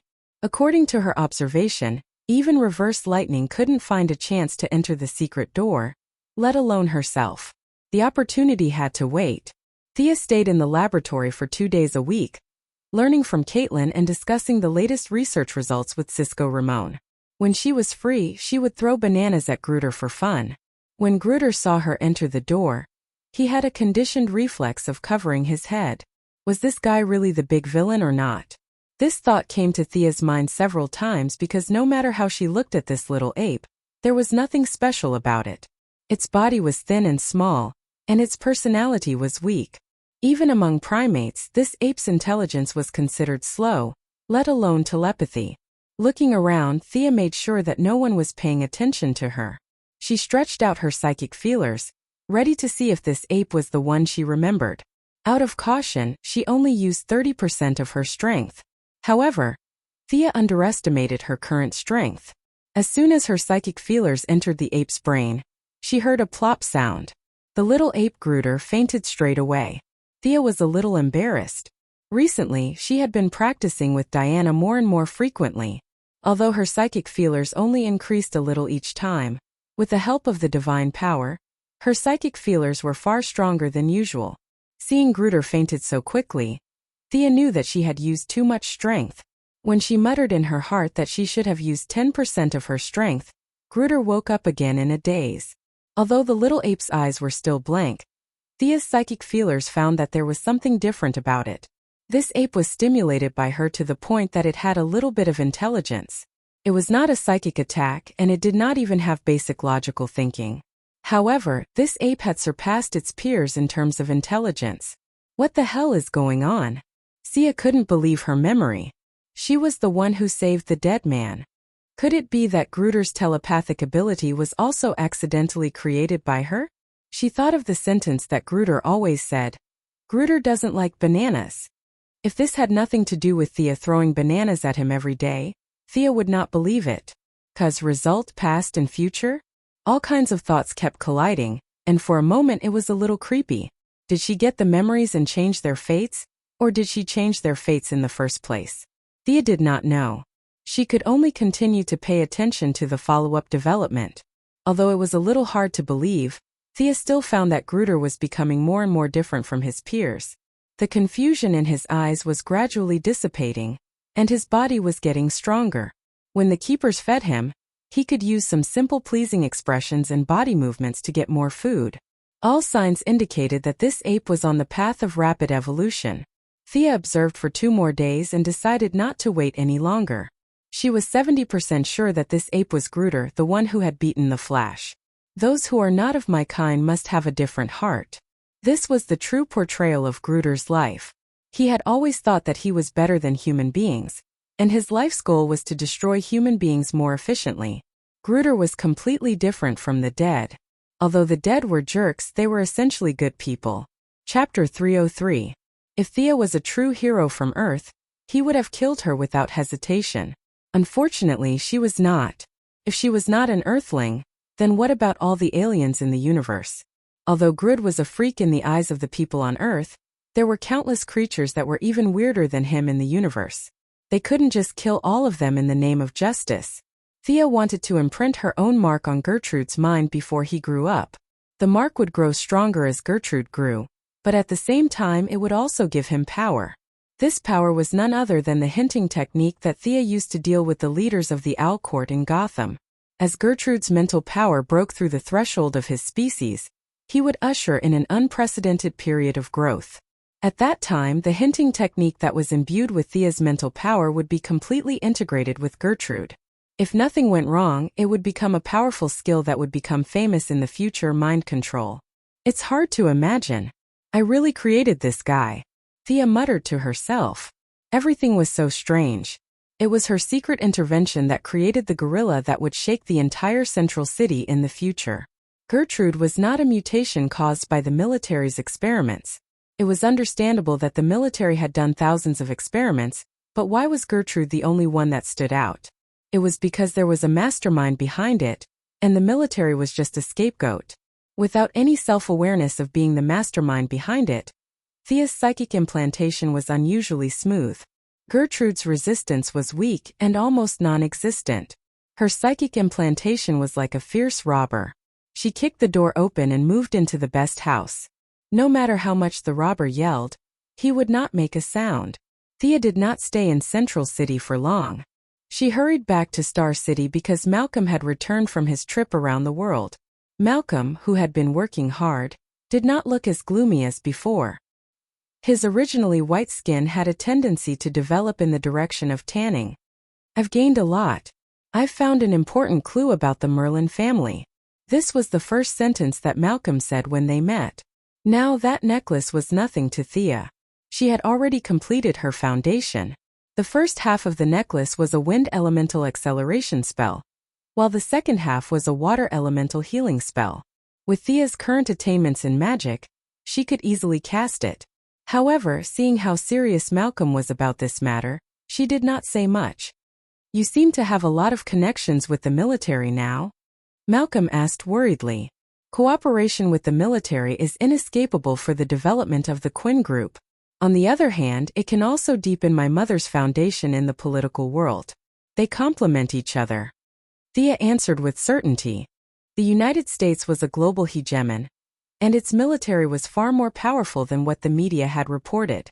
Although she knew that there would be a lot of trouble, this was the price to pay for climbing to the top. Malcolm stared into her eyes for a long time before nodding. All right, I trust your judgment.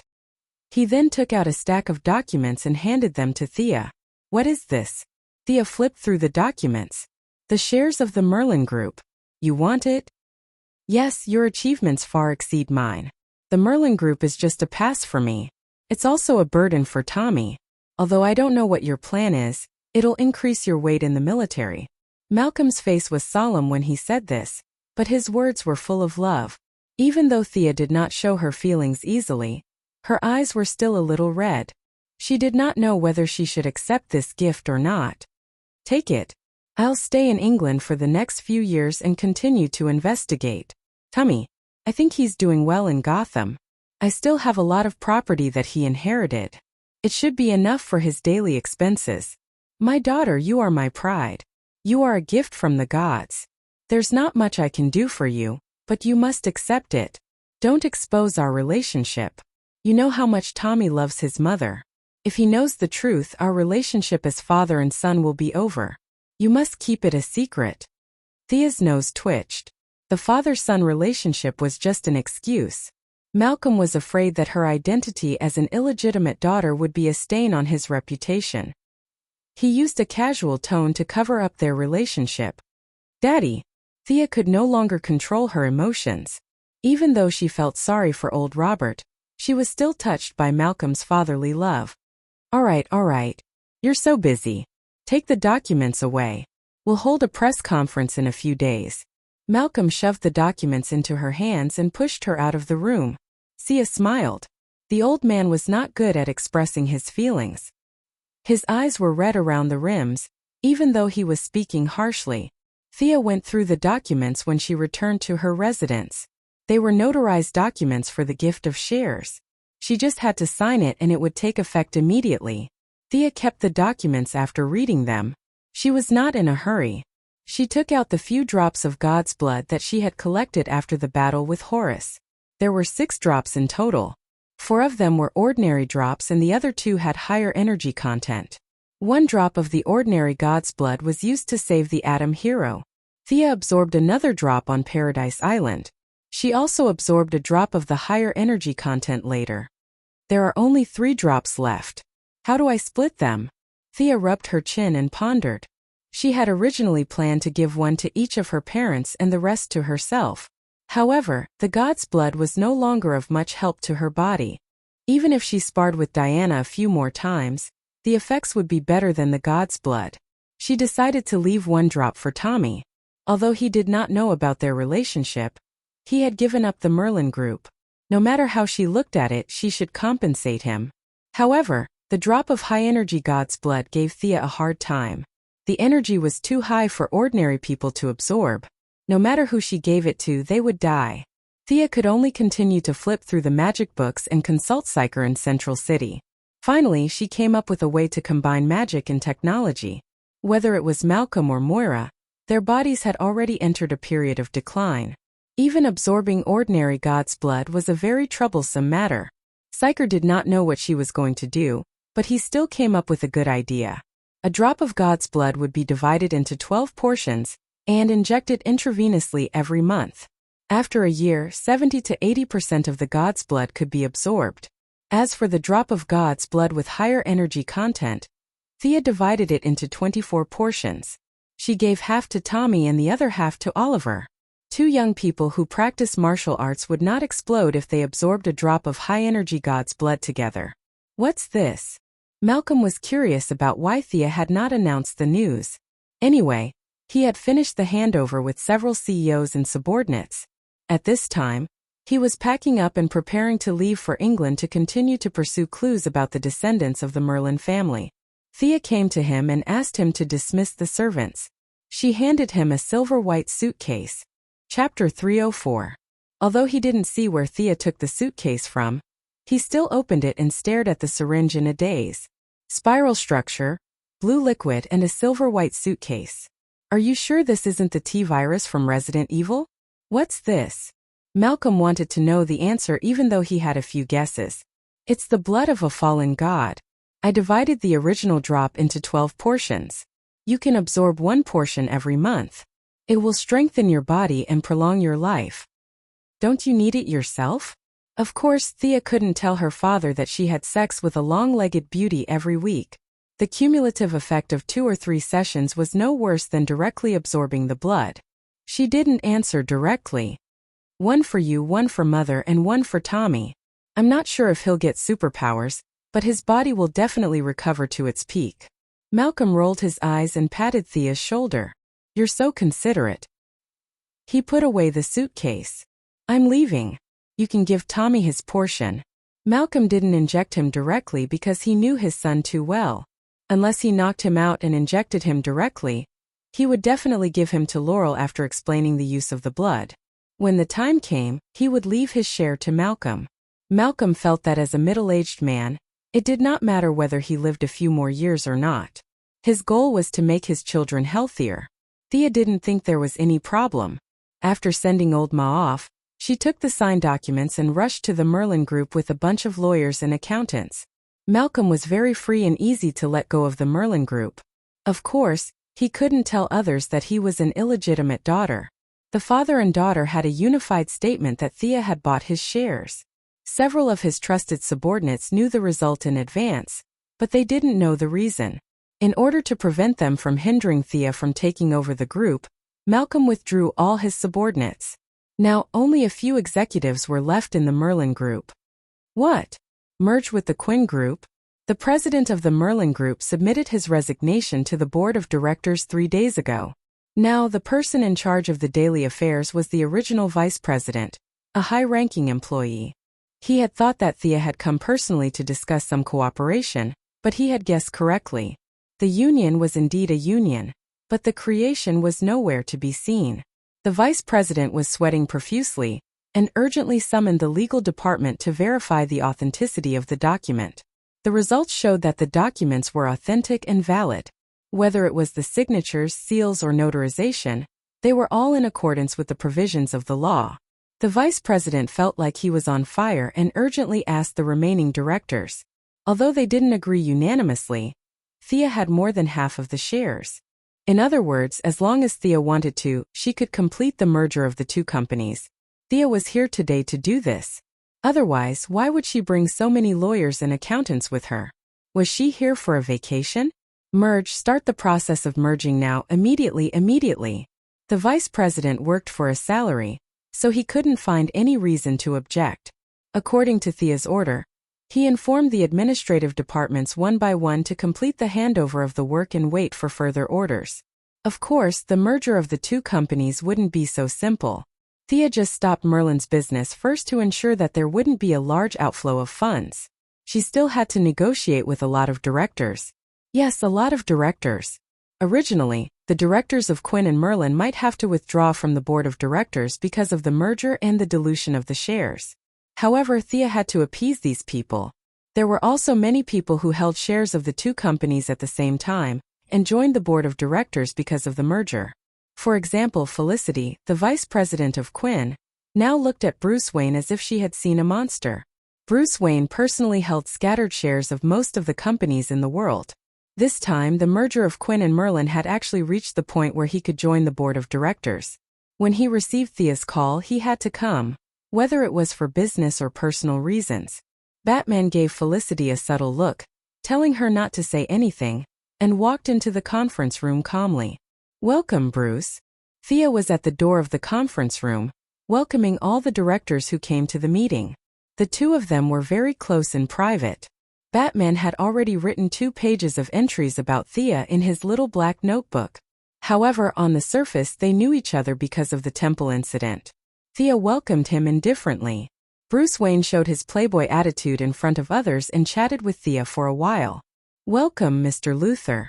Not long after Bruce entered, a young man with long hair came to the door. The man's eyes were very bright, showing extraordinary wisdom. Thea glanced at the top of his head without batting an eyelid.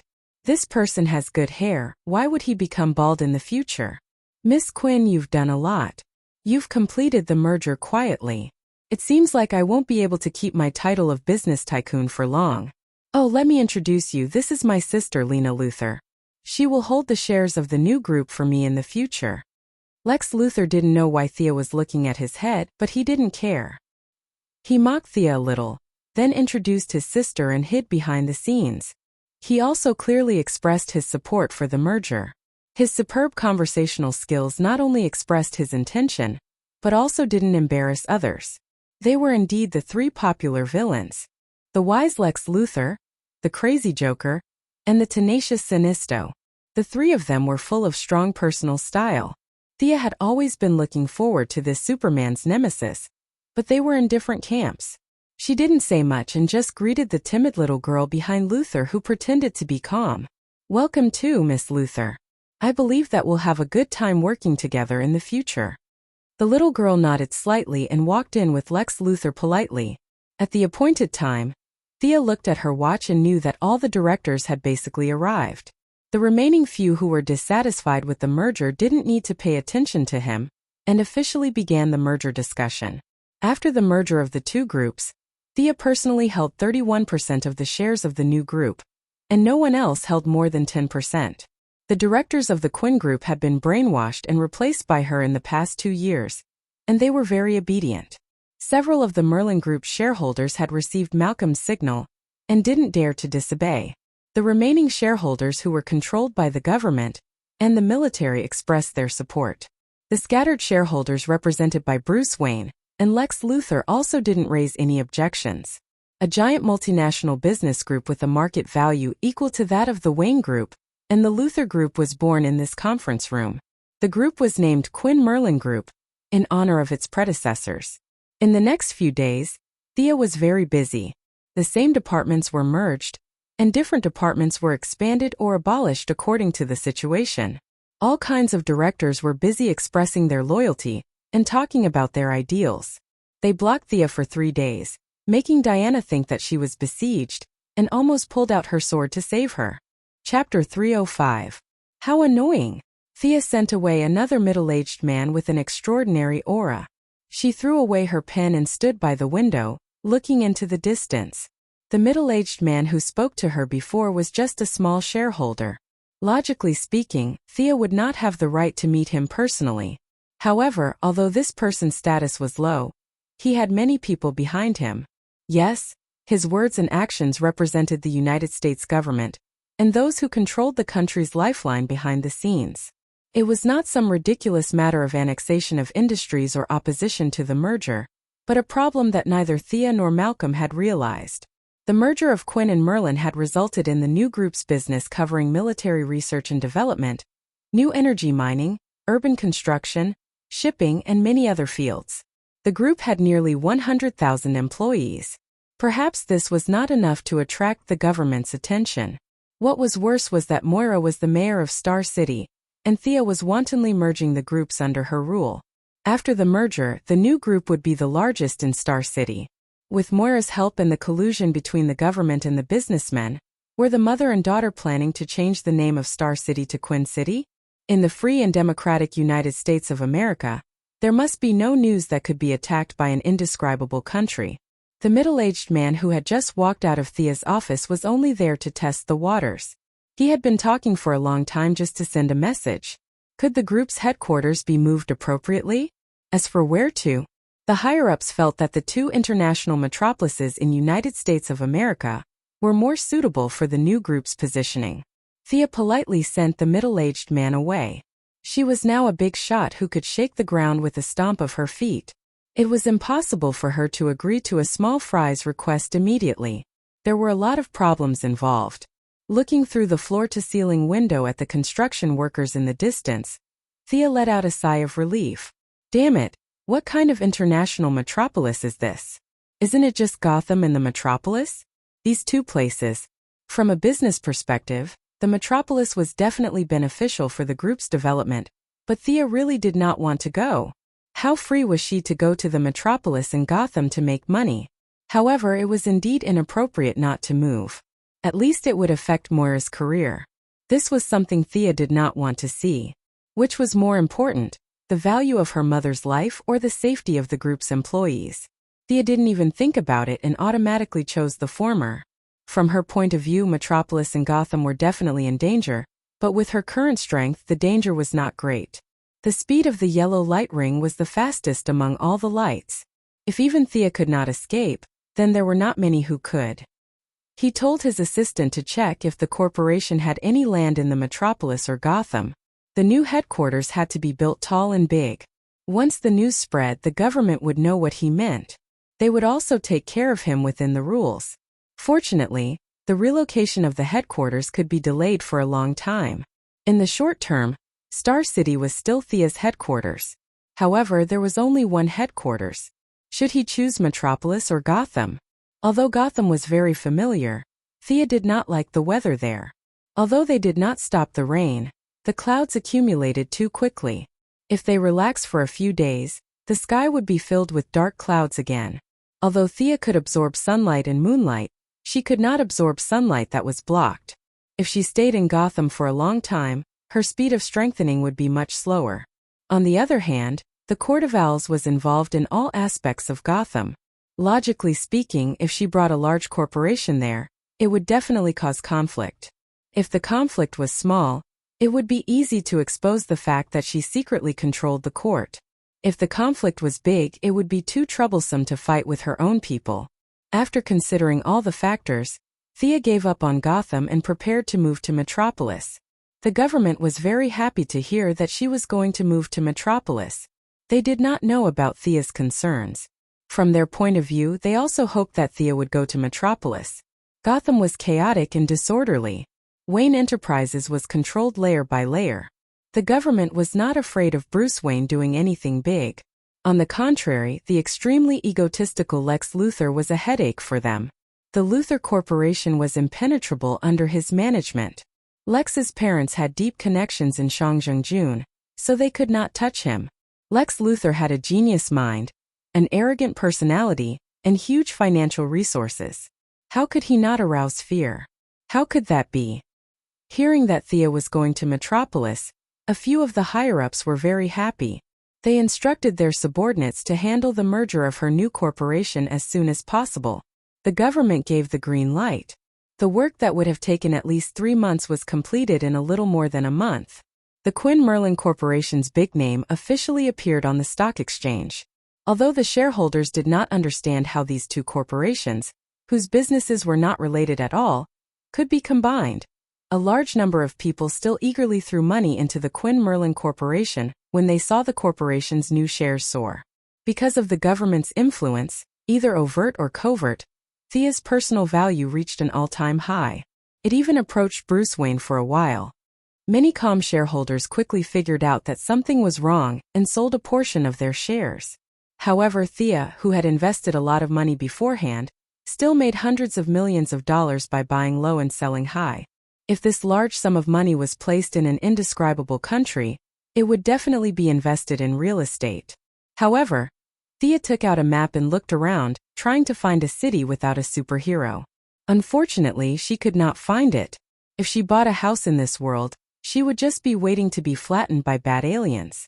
After pocketing the money, just as Thea thought that her days would continue like this, Amanda Waller of the Heaven's Eye Society personally came to visit. After getting in touch with the military, Thea was no longer as anxious about the Heaven's Eye Society as before. She knew that she was up to no good, but she could not kick her out. "Sister Amanda, you're looking for me? You see, I'm very busy now." Thea pointed at the documents on her desk. The new corporation had more than 10 presidents and vice presidents, but in the early stages of the merger, there were many things that she needed to make decisions on. These people could not help her. She did not even have time to go on a date with Diana last week. Instead, she called Diana to her office and closed the door to read the documents for the whole day. "There is something that I need your help with." Amanda lowered her attitude. She was no longer the kind of person who would come and go as she pleased. Thea was not someone who did not know what was good for her. Since she had received respect, she put down her pen and waited for her to continue. "I have a doctor named Joan Munn in archaeology. She's very capable. A month ago, she accidentally fell into an ancient cave while she was on an expedition in Peru. After we rescued her, several medical experts couldn't do anything about her condition. Her consciousness seems to be a little confused. I heard that you have some healing abilities. Can you help me take a look?" Chapter 306. Thea thought for a while. She had never heard of this name before. It was most likely a mental patient, so she did not pay much attention to it. She nodded and told them to contact her whenever they had time. 3 nights later, Thea arrived at the meeting place on time. Laura Michaels was the one who greeted her. Thea thought that Amanda had gone to Hong Kong to train Olivier again. "I haven't thanked you for saving me last time." The mature girl, Laura, greeted her with a smile. The 2 agents who had entered the base with them in Seaside City had died on the spot. The only reason Laura was still alive was because Thea had helped her out for the sake of an acquaintance. Thea immediately said that it was not worth mentioning. After all, it was a piece of cake for her. If she was stronger, the other two agents would not have left her in the lurch.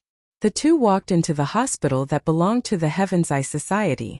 Patients of all shapes and sizes walked past them from time to time. Some thought that they could fly, some thought that they were rocks and wanted to bang their heads against the wall. It was as if they had returned to Arkham.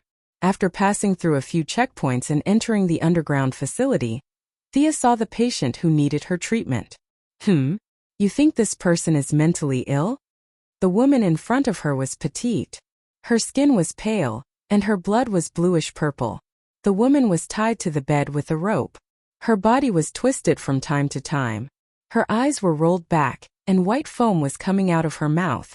She looked like she was mentally ill. However, looking at her pale face and the sharp nails on her hands, she seemed to be cursed. Sister Laura, why does this patient have such long nails? Don't you cut them for her? Thea asked as she pointed at the woman's fingers that looked like chicken feet.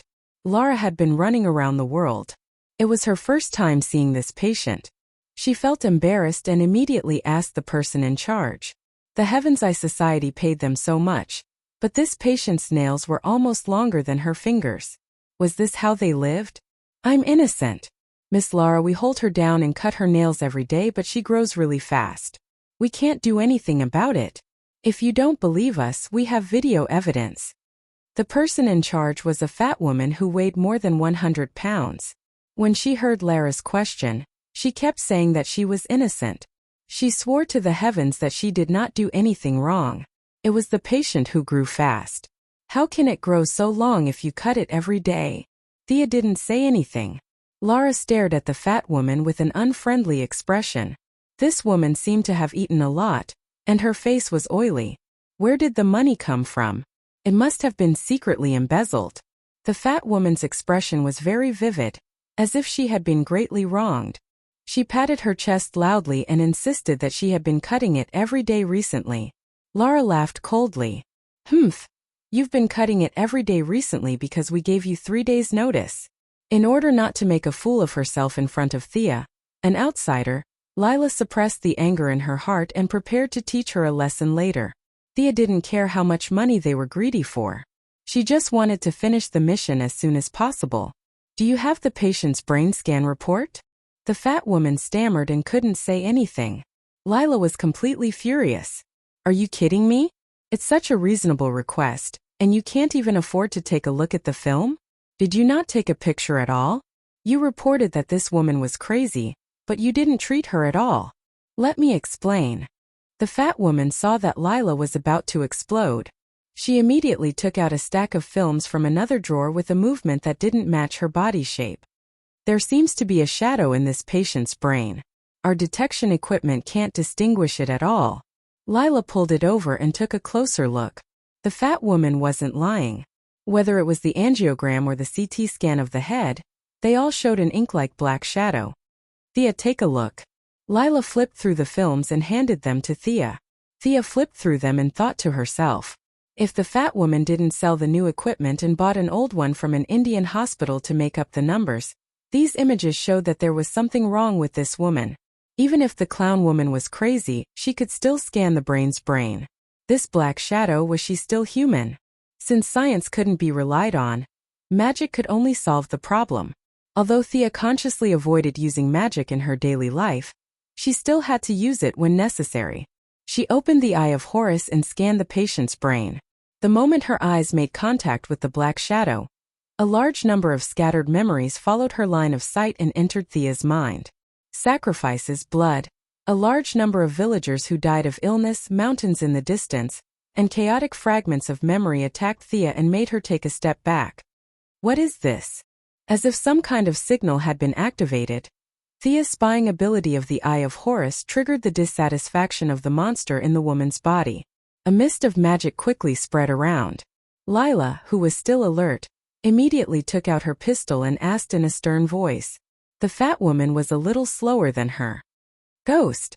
The fat woman screamed and hid under the bed in fear. Unfortunately, she usually ate too well, so her whole body was short and round.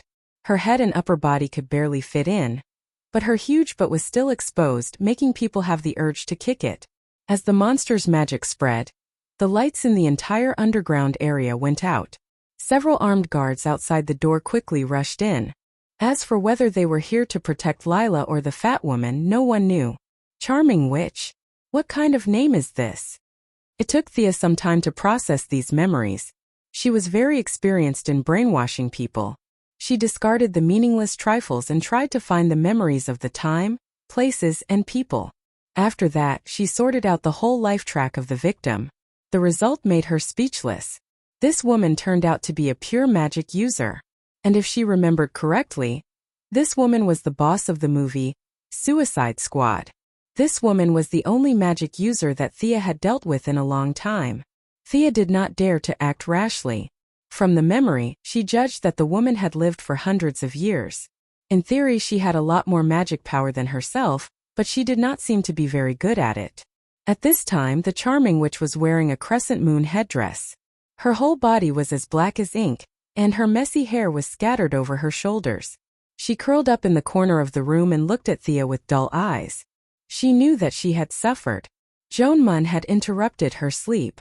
Joan Munn was just an ordinary person, and she did not have any magic power at all. Both of them were in pain when she possessed her. Now that she was stimulated by Thea's Eye of Horus, she was not prepared at all and appeared in front of others. The plan had not yet begun, but it seemed that there was a possibility that it would go wrong. Thea was afraid of her strong magic power, and the charming witch's body was stiff, so her magic power was not working well. The two of them were in a stalemate, and neither of them dared to make the first move. Chapter 307. What is this? Lara's hands trembled uncontrollably as she held the gun. Although the room was dimly lit, she could still see the charm witch's green eyes.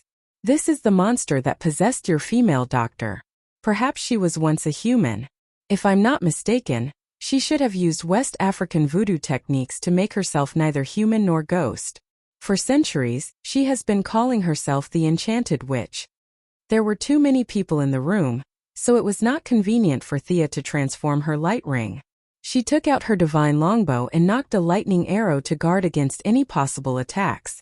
Lara gestured to the few guards behind her, asking them to leave first. The house was too small, and the group of people who rushed in seemed to be very loyal, but they were all fat and strong, blocking the door tightly. Lara did not need their loyalty now, she just wanted to get out quickly. She whispered to Thea, "Can you deal with this black thing? More or less. You should leave first." Thea observed for a while and found the problem with Lara's body. She was definitely stronger than Thea in terms of magic power, but her body was stiff, and she did not know how much power she could use. If Lara was invincible, why would she be so cautious in the corner? Lara did not need her to tell her. She wanted to go out long ago. However, she could not go out with a few idiots blocking the door. She gestured for a long time before she remembered that it was pitch black, and these people could not see at all. She was also afraid that she would expose her position and attract the attention of the thing. She was very annoyed. Lara did not go out, but raised her gun to guard. Thea was fully focused on the charm witch and did not know the truth behind it.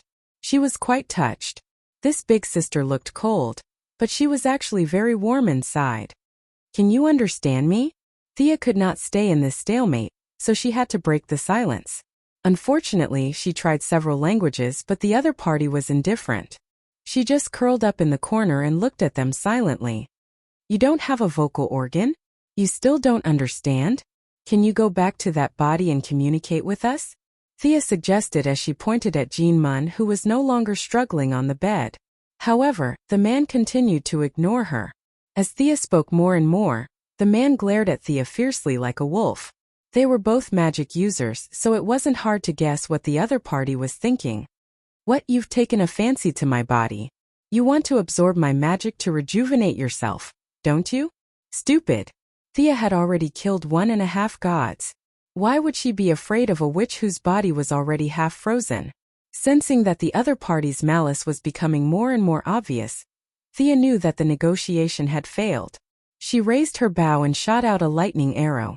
Originally, a female revenge arrow was the best choice to deal with her, but he didn't know if this girl had never done anything bad or never had a boyfriend. The vengeance arrow had no effect on her, so Thea could only switch to the lightning arrow as the first attack. The regular lightning arrow didn't have the ability to travel through time and space, but as a divine arrow personally made by Zeus for Thea, its power was far beyond ordinary magic. It was currently Thea's strongest single-target attack. The arrow seemed slow, but it was actually very fast. A large number of electric arcs were constantly generated along the arrow's path. When it hit the charm witch, it even hit a huge ball of lightning. The light of the lightning temporarily dispelled the dark magic in the room. They squinted their eyes and finally saw the face of the witch. Hiss! The sound of people sucking in cold air echoed in the room. The fat woman magically hid in a group of guards and looked at the witch's dead eyes. Her heart trembled. This is a monster. I won't work in this hospital anymore. Thea didn't have time to pay attention to their thoughts. She only knew that her arrow couldn't kill the witch. Instead, the witch's zombie body resisted most of the damage. She didn't stop. She continued to draw her bow and arrows. Fire arrows rained down on the witch's head. Depressing. Thea was a little unhappy. She was also good at dark magic and mind control magic.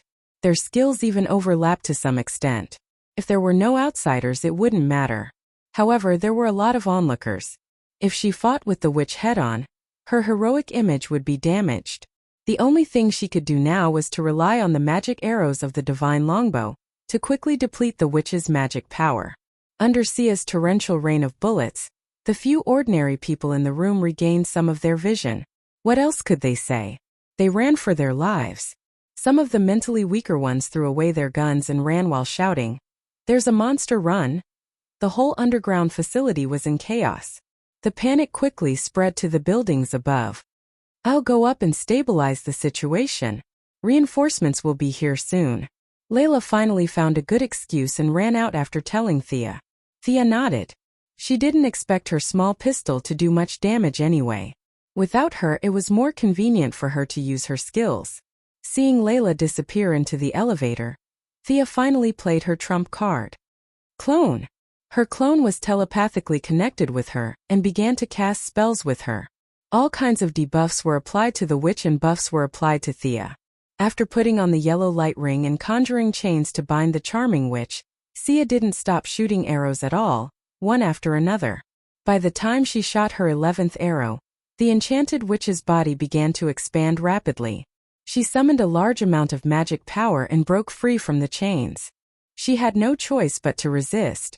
Although she had a strong body and 100 points of fire damage could only deal 30 points of damage to her, there were too many of them. Especially when Thea's clone was so agile. It was 2 against 1. You're too shameless. She suppressed the greed in her heart and began to fight back. The witch had an extremely rare teleportation ability. She instantly appeared behind Thea and clawed at her heart. That's all you got. Thea's fighting ability was one of the best in the world, and she had been guarding against the witch's attacks. Facing the witch's black claws, she pulled out the Godslayer and infused it with fire magic to block the claws. She then turned around and slashed at the witch's neck. Whoosh! The sword missed and there was a violent vibration in the air. The witch appeared on the other side of Thea and clawed at her face. Thea could only take 2 steps back to increase the distance between them. What a strange ability! The witch's fighting ability was not worth mentioning. But this teleportation ability made Thea suffer. She constantly used her agility to dodge, and it was inevitable that she would be careless after a long time. When the witch teleported for the 4th time, Thea finally discovered the principle of this ability. She could appear in any corner where her magic was. In other words, as long as the magic in the air was dispelled, her teleportation ability would naturally be broken. Chapter 308. The traditional way was to use a large amount of light magic to neutralize it, or use fire magic to burn it. Of course, it was also possible to change the battlefield and fight somewhere else. Thea could do all these methods, but she was purely helping out today. There were still a lot of things to deal with in the group, and she really did not want to waste time fighting a war of attrition. The doppelganger waved her hand and forced the charm witch to retreat with 3 light beams. She took out a dark sci-fi weapon from the space ring. This was a combination of the technology of Captain Frigid and Mr. Freeze. It was the latest development of the Freeze gun. If Cisco Ramon's design 3 years later was one, 0 and Captain Frigid's modification was 2. 0. Then the gun in Thea's hand was 3.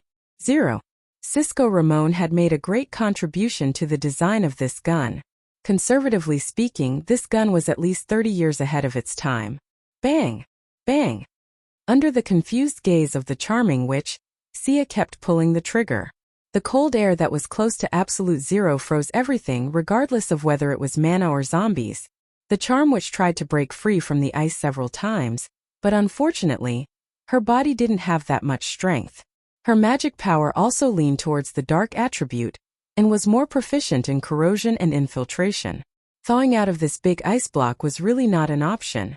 In addition, her mind was a little slow, so Thea did not want to talk nonsense with her. She sprayed 3 layers of ice on the inside and the outside. She put away the doppelganger and the light ring and observed the results of her battle. The effect was really good. This was the power of a technological weapon. Captain Frigid, an ordinary person, had repeatedly tricked the Flash.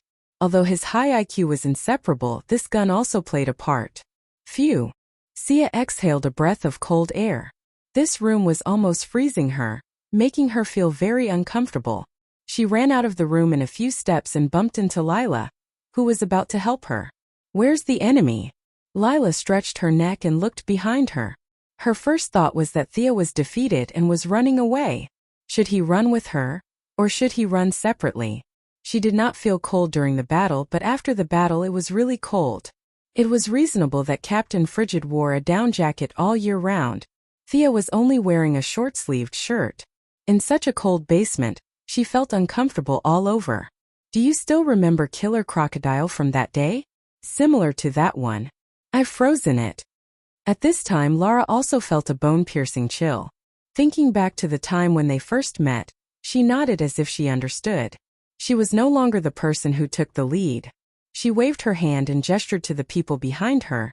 "You guys go and take a look. The temperature inside is very low. Don't touch it with your skin." Thea felt extremely cold in such a short time. She told Guyen to stay away from her and ran to the elevator alone. Halfway through the run, Thea suddenly realized something. Where was the female doctor who was thought to be mentally ill? He seemed to still be tied to the hospital bed. Did he catch a cold too? They didn't know each other, so she could only blame herself for being unlucky. Hopefully the heavens would help her.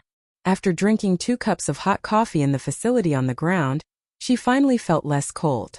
The design of Cisco Ramon's gun was very good, but it had high requirements for the user. Thea shivered even with her strong physique. It was hard to imagine how much pain Captain Frigid, an ordinary person, had to endure. This person's original intention was to toy with the Flash. After enduring so much, his genetic chain was damaged. She had to admit that he was a strong person. Just as she was wondering whether she should fly back or let them send her back, Lara, who was out of breath from running, pulled her back. "What's that thing you've frozen? Help me explain it in detail. Otherwise, I won't be able to explain it to Amanda." Okay. I saw a part of that person's memory. She was born in a small village in West Africa about 600 years ago. She received the secret inheritance of voodoo, which was very popular at that time. The locals called her the Enchanted Witch. After that, there was a large gap in her memory. When she regained consciousness, she was already on the other side of the Atlantic Ocean in Peru. It's unknown if the early colonists transported her. The last memory she had was that careless doctor of yours who destroyed her place of hibernation. That's about the situation. Thea looked at Lara's dizzy eyes. She was also quite depressed. She thought that it was just a small favor, but who knew that it would cause so much trouble? In the original plot, Amanda could think of using the heart to control the Enchanted Witch, but now the female doctor's host had frozen to death. Thea was afraid of trouble, so she didn't ask. She didn't know and didn't care whether the plot would follow the same direction as the plot. She reached out to greet Lara, leaving her to ponder on how to write the report. Thea didn't wait for them to pick her up and directly flew back to Star City. She thought that Amanda would come the next day, but the dark-skinned woman didn't come. Instead, a little kid came. Damian Wayne, who looked childish but had a serious expression, handed Thea a long bag. "The sword you wanted." Thea opened the bag. The hilt and scabbard were 1.5 meters long and 25 centimeters wide. The whole thing was very heavy. The scabbard was engraved with magic patterns, which was a language that Thea couldn't understand. Thea didn't reach out to touch the hilt. She needed to observe it carefully. The hilt was golden, and the head of the sword was a ferocious demon's head. The arms of the demon formed the crisscrossing patterns on the hilt, and then the demon's hands interlocked to form the handguard. Thea used several methods to detect the sword, but she didn't find any traps on the sword. Then she summoned a light ball and circled around the sword a few times, but she didn't find any abnormalities. "You're too careful." Damian Wayne couldn't help but mock her. He knew what she was doing no matter how stupid he was. Thea didn't want to talk nonsense with the little kid. Under his horrified gaze, she created a clone and instructed her to get the sword. Clang! With a crisp sound, the whole sword was pulled out. The clone and the real body exchanged information. After confirming that it was safe, Thea took the sword and looked at it carefully. What a good sword! After removing the hilt, the blade was more than 1 meter long and 12 centimeters wide. It was unknown what material it was made of, but the blade was pale white. Anyone with a normal mind would associate it with the color of bones at first glance. They could vaguely hear the wails of the dead on the sword. In the middle of the blade, there was a dark red blood groove that couldn't be seen by ordinary people, but Thea could see it with the eye of Horus. But before she could take a closer look, she felt a mysterious suction force in the blood groove, and a small part of her gaze was sucked in. Thea quickly turned her head. She waved it a few times. "It seems a little light?" As soon as Thea had a similar feeling, she saw that the sword seemed to sense her strength and gradually increased its weight until it matched her strength. There was no doubt that this was a divine artifact, or a demonic artifact. Thea's own Godslayer and Diana's Vulcan sword were both divine artifacts. The three swords were similar in nature, but their auras were completely different. Chapter 309. Not to mention its ability to absorb energy, the sword itself contained a huge amount of power. As a magic weapon, its attributes were very good. Thea tried to infuse dark magic into the sword, and found that the emotions transmitted from the hilt were desire, greed, and more importantly, excitement. That's right, the sword was transmitting a signal of excitement to Thea. God knew how many years it had waited, and finally it was nourished by magic again. The blade was faintly vibrating. Thea swung the sword and withdrew the magic, and directly sheathed the sword. The sword was a little too pleased with itself. It had actually tempted Thea to go on a so-called killing spree. It would be a joke if Thea, who brainwashed others every day, was brainwashed and controlled by a sword. Thea did not directly put the sword into the ring. Instead, she looked at Damian and said, "I'm very satisfied. You can learn magic from me." Damian's little face was tense, and he was obviously relieved. As for the time and place, it was the small forest where Malcolm taught Thea. It was quiet and remote, and no one would disturb them. The original owner of the land was Old Ma, and now it was under Tommy's name. Anyway, he was still in Gotham with Laurel, so there was usually no one there. She told Damian to find a place to rest and wait for her in the forest at night. Thea continued to busy herself with the various matters of the company. It was not until sunset that she slowly walked towards the forest that had given her hope. It was the cycle of nature, and now it was her turn to give others hope. Thea recalled as she walked, but suddenly she stopped and looked not far behind her. An extremely tall and thin old man walked out from the shadows and was looking at her not far away. He was wearing a black robe with a high collar. His face was cold, and his eyes were filled with wisdom and vicissitudes. "Ninja Master?" Thea was a little surprised. This old man actually came out on his own. Needless to say, he must have followed Damian all the way here. Thea did not know if Damian had been honest with him, or if there was something else going on. "You know me? Child, can you really teach Damian those mystical knowledge?" Ninja Master stared at Thea with his hands behind his back. "I'm a man of my word, but his completion of the mission seems to be a little different from what I expected." Thea could tolerate failure, but she did not like betrayal. Failure was a matter of ability, while betrayal was a matter of morality. Ninja Master didn't answer her question directly. He lowered his head and organized his words. "Without my acquiescence, it's impossible for him and Talia to get the magic sword from me." Thea was dubious about this. Since it had already happened, she could say whatever he wanted. Are you going to take back your sword? This time, Ninja Master answered without hesitation. I want to see if you are qualified to hold that sword. Thea smiled. If it was 3 years ago, a Ninja Master would be the highest peak she could see. But now, he was just an old man with great martial arts skills. How do you want to see it? I want to experience your magic through martial arts. Ninja Master said as he pulled out a sword from his waist. Thea glanced at it and saw that it was just an ordinary steel sword. As you wish. Thea could feel that Ninja Master didn't have any intention to kill her. This old man was very open, or rather, he didn't need to hide his actions with lies anymore.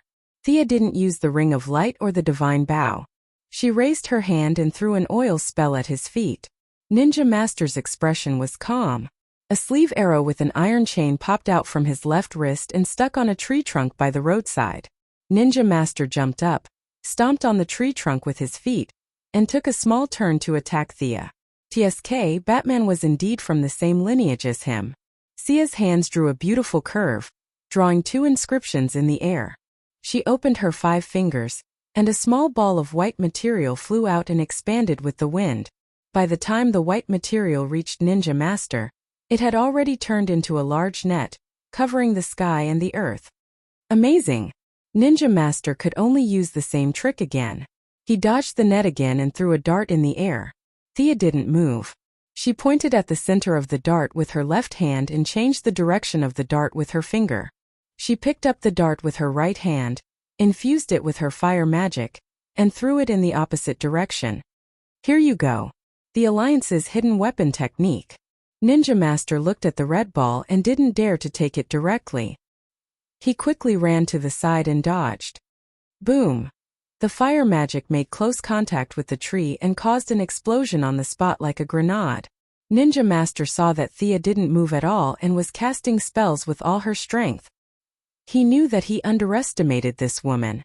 He took out something from the cloth bag at his waist and threw it to the ground. Thea looked at him surrounded by smoke and was a little speechless. This old man was an enhanced version of Batman without high-tech weapons. Originally, he could only slightly change the magic circuit of a half-cast spell and turn it into another spell. Old man, you have to be careful. Watch out for my shadow leopard. She summoned a creature from the shadow realm. The leopard's green eyes looked back and forth in the smoke. Soon it turned into a gust of wind and silently ran into the smoke. But in less than 10 seconds the shadow leopard was directly hit. Although its body was light in the air, the fierce light in its eyes dissipated a lot. Young woman, you underestimated me. Just as Thea was thinking about what spell to use, Ninja Master came out from behind her diagonally. The two were less than 5 meters apart. Thea drew the Godslayer and blocked the opponent's slash. At the same time she threw a punch. You underestimated me too. Ninja Master finally found this golden opportunity. How could he be willing to open up the distance between them again? The blade changed from a vertical slash to a horizontal one. At the same time his left hand and Thea's fist collided. With a muffled bang, the two of them took half a step back at the same time. They were a little surprised. Although Thea was far inferior to Diana, the transformation of the divine power was all around. She used almost 70% of her strength in this punch, but she did not expect that the opponent's physical fitness was not bad. The punch was actually a draw. Demonized body? The only thing comparable to the transformation of the divine power was to demonize oneself. Considering Ninja Master's life experience, this was the most reasonable explanation. Thea did not use her full strength. In fact, Ninja Master was cautious all year round and also did not use his full strength.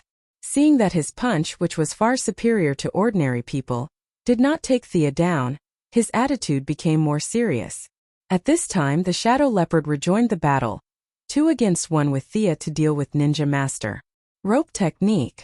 Thea waved her sword in her right hand to resist the opponent's attacks. Her left hand completed a spell. As if it had a life of its own, the magic rope wrapped around Ninja Master's feet. At the same time the Shadow Leopard attacked the middle. Thea's long sword swept towards his head. The Ninja Master's martial arts skills were really impressive. He flicked the magic rope with his sword, jumped up with his legs, and kicked the Shadow Leopard away. He didn't care about closing the distance anymore. He grabbed Thea's wrist that was holding the sword and threw her out. Chapter 310. However, what made the ninja master speechless was that although Thea was thrown out by him, she could still fly without the help of the light ring. Thea made a 360-degree turn in the air, and the long sword in her hand slashed diagonally at his wrist. Clang! The ninja master blocked the sword with a steel wrist guard, and at the same time the mechanism on the wrist guard was activated. His two fine teeth bit the edge of the sword, and his right hand clenched into a fist and punched Thea's face. Thea suddenly turned in the air again, and her left foot met the ninja master's fist. With the force of this blow, she pulled the long sword out of the mechanism, and her body was suspended in the air. The ninja master made a sound similar to a humph from his nose. His opponent's actions did not conform to the rules of physics, which made him unable to use many of his exquisite moves. Especially when he was in the air, how could he fight? But he had nothing to complain about. Before, he had vowed that he would use martial arts to learn magic. Now he had seen magic, but the process was a bit sullen. Thea paused for a few seconds in the air, and found that the ninja master did not make any further moves. The ninja master was almost half demonized, but he did not seem to be able to fly. Was he hiding his strength, or did the demon only strengthen his body and did not give him any strength at all?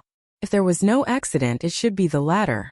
If he dared to make a deal with the demon, he should have the awareness now.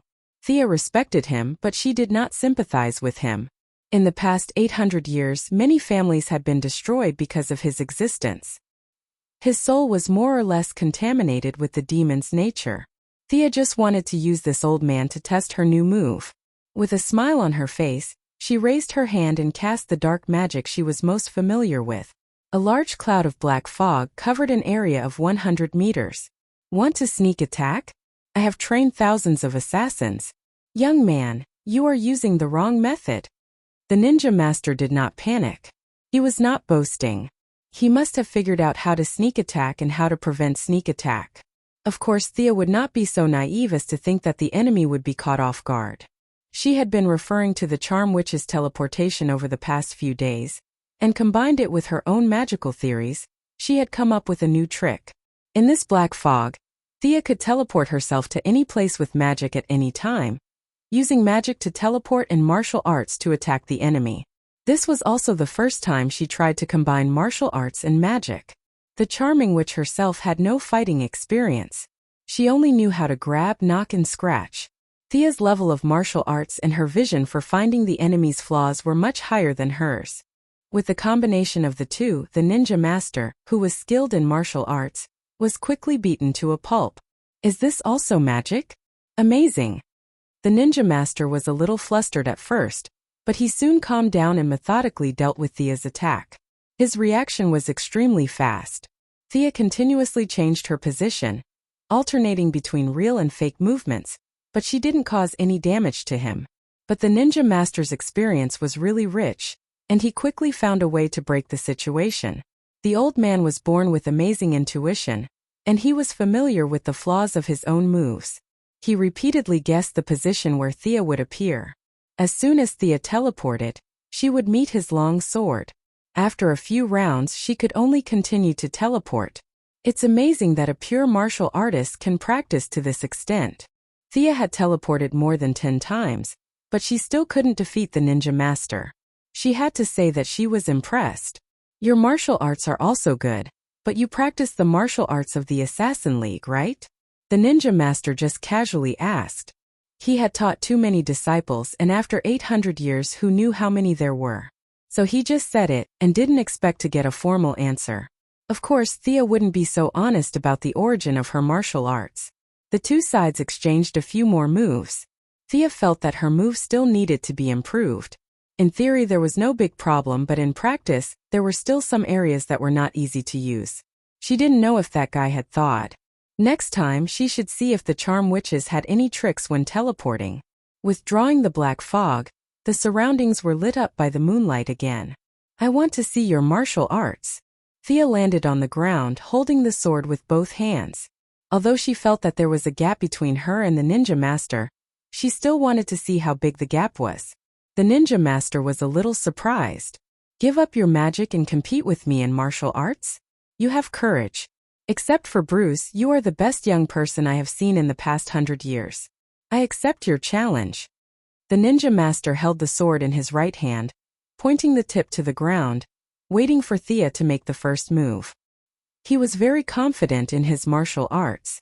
After 800 years of hard practice, he had practiced all kinds of skills in the world to the peak. As long as he didn't use those mysterious means, he was not afraid of anyone. Thea's martial arts must be outstanding in the eyes of ordinary people, but in his eyes it was just not bad. Thea suppressed the excitement in her heart. It was a rare opportunity to compare notes with a martial arts master. She was eager to know the level of her martial arts that she had practiced for several years. She didn't want to win. After all, she had only practiced for a few years. She just wanted to know her shortcomings. Do you mind if I use a bow? Thea put away the Godslayer and took out the divine longbow. She felt that it was unfair to win, so she changed to a normal bow and prepared to use her archery skills. Sure. Ninja Master didn't see where she got the weapon from, but he was still very calm. Although he didn't use a bow now, all the people who had been trained by him without exception had powerful archery skills. It wasn't strange that Thea knew how to shoot an arrow. It was normal. The divine power of the goddess of the hunt had greatly enhanced her archery skills. Now, even if she didn't use a divine longbow, her normal arrows could still cause great damage. Bang bang bang. 3 arrows were shot in an instant, and the 3 arrows almost locked the ninja master in any way. Since the ninja master could predict where she would teleport, Thea could also predict where he would most likely dodge. In a battle, it was not only a competition of experience, but also a competition of wits. Good. The ninja master only had time to shout, and the 3 arrows were already in front of him. He didn't panic, and he used the sword in his right hand to cut off one of the arrows. At the same time, he used his wrist guard to block another arrow. The last arrow was firmly caught by his left hand. He threw away the arrow and took out 2 throwing knives from his bag. One was fast and the other was slow. However, the ninja master made his first mistake since the start of the battle. He misjudged Thea's agility. Even without the help of magic, Thea's agility was far beyond the limits of an ordinary person. She reacted quickly, exerting force on her legs and leaping. In between the 3 actions of leaping, reaching a high point, and landing on the ground, she shot 5 arrows in one breath. Each arrow was faster than the last. The ninja master could only deal with it, and didn't have time to retaliate. Thea's attack didn't stop at all. She moved quickly through the forest, and from time to time, a large number of arrows would be shot from the gaps between the trees. Chapter 311. If the ninja master did not want to take the arrows head-on, he could only continue to retreat, and the distance between the two would only increase. Many years ago, Thea used the same tactic to deal with Malcolm as she did today. However, the ninja master was not Malcolm. He chose to go against the flow. His tall and thin figure weaved through the rain of arrows. Using his superb eyesight and skillful footwork, he dodged every arrow by a hair's breadth. If he could not dodge the arrows, he would hit them with his long sword. The distance between the two was visibly closing. Amazing! Thea felt that her archery skills had exceeded her usual level. Even Green Arrow might not be able to reach this level in the future. She focused her mind, and her eyes wandered back and forth between the ninja master's steps. Her brain was rapidly calculating where the ninja master's next step would land. She pulled the bowstring and shot the arrow without aiming.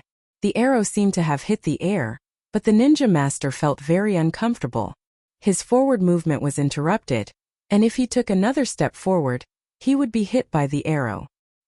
He hurriedly withdrew his foot halfway. Although it didn't cause any damage, his tiger-like momentum was directly cut in half. Momentum was something that could not be seen or touched, but it could not be ignored, unless the gap between the two was very large.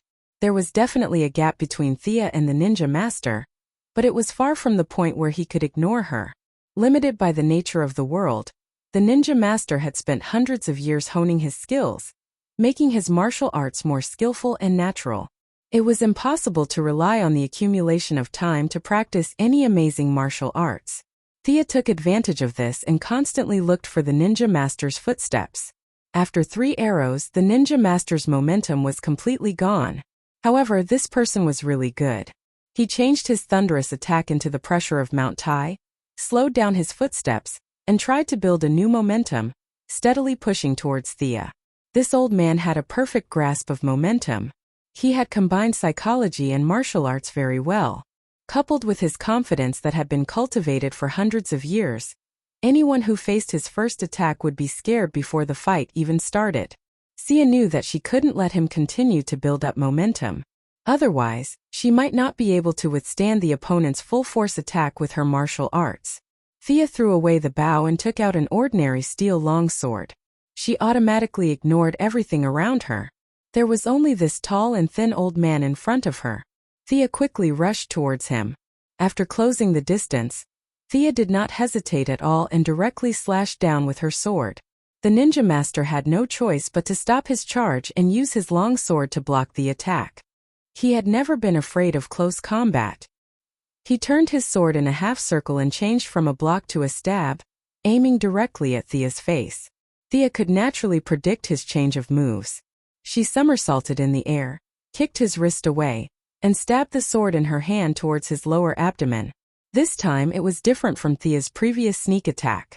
The two of them were fighting with real martial arts and their moves were very fast. Thea consecutively switched between 3 different sword styles, while Ninja Master's sword style was probably self-created. It was heavy, steady, and had a taste of the battlefield. "Young man, your swordsmanship is not bad, but it still can't compare to mine." The Ninja Master's right hand made a feint, and suddenly the sword moved to his left hand. Thea was caught off guard, and the long sword cut a hole in her clothes on the shoulder. Although the two of them did not mention the fight, they both knew that it was more of an exchange of pointers. It was impossible for this kind of ordinary steel sword to hurt Thea, but the fact that her clothes were cut still indicated a lot of things. If it was not for the transformation of divine power, she would have been injured by this sword. Left-handed sword? Thea was a little surprised when she saw it, but that was all. Modern society was not like ancient times where warriors fought every day. There were too many ways to attack. Would it be okay to hold a pistol in the left hand? For Thea herself, casting spells with her left hand was more important. She had never practiced using a sword with her left hand, so it was not very useful. But in order to continue the exchange of pointers with this old man, Thea had to be careful of his unpredictable swordsmanship. If she was hit 17 or 18 times, she would not be injured, but it would be embarrassing. She took out a small round shield from the space ring and held it in her left hand. That's right. This was a 100% modern replica of Diana's shield. When the two of them were together, they didn't do it every day. Occasionally, they would exchange martial arts skills. This sword and shield combination was Diana's best martial arts skill. A shield. The ninja master's eyes lit up instantly. He was active in the late period of cold weapons, and in the early period of matchlock guns. Antiques like shields had long been retired from the list of weapons. Now that he saw Thea take out such a simple round shield, his curiosity instantly emerged. He calmly slowed down his attack, wanting to see what was so ingenious about her combination of sword and shield. Thea was influenced by Diana. At first, she just casually learned a few moves for fun, but her fighting skills were there for all to see. In addition, when the ninja master deliberately stepped back, she still danced vigorously. At first, the ninja master thought that Thea was only using it to defend against his left hand, but he soon realized that her sword and shield were very well coordinated. There was a classical beauty in the way she attacked and defended. This was definitely not a move that she came up with on a whim. This woman had a very strong foundation. Not bad. In all my years, I have never seen anyone who uses a shield so well. The ninja master only defended and did not attack in order to see all of her moves. He was at a disadvantage. When Thea showed him all of her moves, he still had a lingering aftertaste. But as he began to exert his strength, the battle between the two was about to be evened out. Thea struggled to hold on. To be honest, Diana's martial arts were not much better than the contemporary grandmasters of combat on Earth. She used her high attributes to crush her enemies. The combination of sword and shield that Thea learned from her was a little messy, but the divinity that she inherited from Ares, the god of war, displayed its unyielding nature. Thea slowly took a step deeper into the foundation of Diana's sword and shield. Huh, did you come up with these moves at the last minute? As her opponent, the ninja master had the deepest understanding of Thea's moves. He had seen many of her moves before, but as the battle dragged on, the moves in her hand started to change slightly. Originally it was a sword attack and shield defense, but with a slight change in the moves it became a shield attack and sword defense. When the ninja master changed his moves, she changed her moves accordingly. This made the ninja master feel a little uncomfortable. A mystic sorcerer was able to fight him. A martial artist who had practiced martial arts for hundreds of years, to this extent. Could it be that the overall quality of mages was so high? He did not know that this was all due to the divinity of the god of war. He thought that Thea could change her moves during the battle. This was a little unacceptable to him, especially when he thought about how Thea gave up her strong points and used her weak points to fight with him for so long. He felt a little uneasy. I'm not fighting anymore. After forcing Thea back with 2 moves, the ninja master sheathed his sword and stood still. The old man was a man of his words. If he said that he would not fight, then he would not fight. Chapter 3:12. He did not want to fight, and Thea could not force him to. She shook her head and put away her weapon. Neither of them mentioned the demon sword. To Ninja Master, the sword was more troublesome than beneficial. It was not a bad thing to be able to get rid of it this way. About Damien? Ninja Master asked uneasily. Logically speaking, if Damien was discovered, it meant that the mission was not completed. According to the habits of the Assassin League, this was definitely a mission failure. The result was either death or a new mission. That was why he asked. Thea thought carefully. I will teach Damien, but the favor I owe the League will be written off. Thea did not know how much Ninja Master knew about Malcolm, but it was not difficult to find out the relationship between the two. Moreover, Thea felt that the martial arts of the Assassin League had given her the capital to rise in this chaotic world. This favor could be traced back to Ninja Master. Okay, that's it. I'll leave Damien to you. Ninja Master did not hesitate. His tall and thin figure walked into the forest alone. Thea stayed where she was. After 3 minutes, a thin figure walked out from the other side of the forest. It was Damien Wayne. At this moment the brat was a little embarrassed. I didn't know he would follow me. Thea looked at him coldly. I expected too much of you. The one thing Damien could not stand in his life was being told that he was not good enough. When he heard Thea's words he wanted to refute, but in the end he lowered his head. Little brat, quite stubborn. Thea observed his reaction from the corner of her eyes. To deal with this kind of brat you have to treat him badly. You have to make him tremble when he thinks of you. Talking about life and ideals like Batman is purely nonsense. Forget it. I'll let you pass this time. Your grandfather is still quite good to you. Thea sighed a little. The Ninja Master's preference for boys over girls was especially obvious in this aspect. If Damien was a girl, he probably wouldn't even look at him. Grandfather's health? Damien wanted to say something, but he didn't know what to say. Thea slapped him on the forehead. It felt good. Your grandfather is in good health. If you don't learn magic, he'll still be alive after you die. Damien didn't understand the problem involved. Didn't the Ninja Master know that he was asking a tiger for its skin? Thea felt that even if he didn't know at first, he should have known after so many years. However, it was easy for him to get on the boat but difficult for him to get off the boat. The demonization was eroding his body and soul. The two of them were not relatives, so Thea didn't want to stand up for him. The power of the 3-Palace demon was not something that anyone could easily touch. He led Damien into the forest and instructed him to sit cross-legged. Ninja Master must have plundered a lot of magic books over the years, but no matter which one of you read them, you won't be able to learn anything, right? Thea also sat on the ground and looked at the nervous Damien. Yes, grandfather spent a lot of effort on this. We call this initial process the bloodline awakening. First of all, you don't have the method. Second, there is no one with magic power to preside over it. Last but not least, you don't have much magic power bloodline. Speaking of this, Thea was a little sad.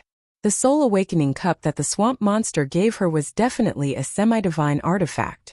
That tattered picture scroll had also replaced the source of magic transformation to a certain extent.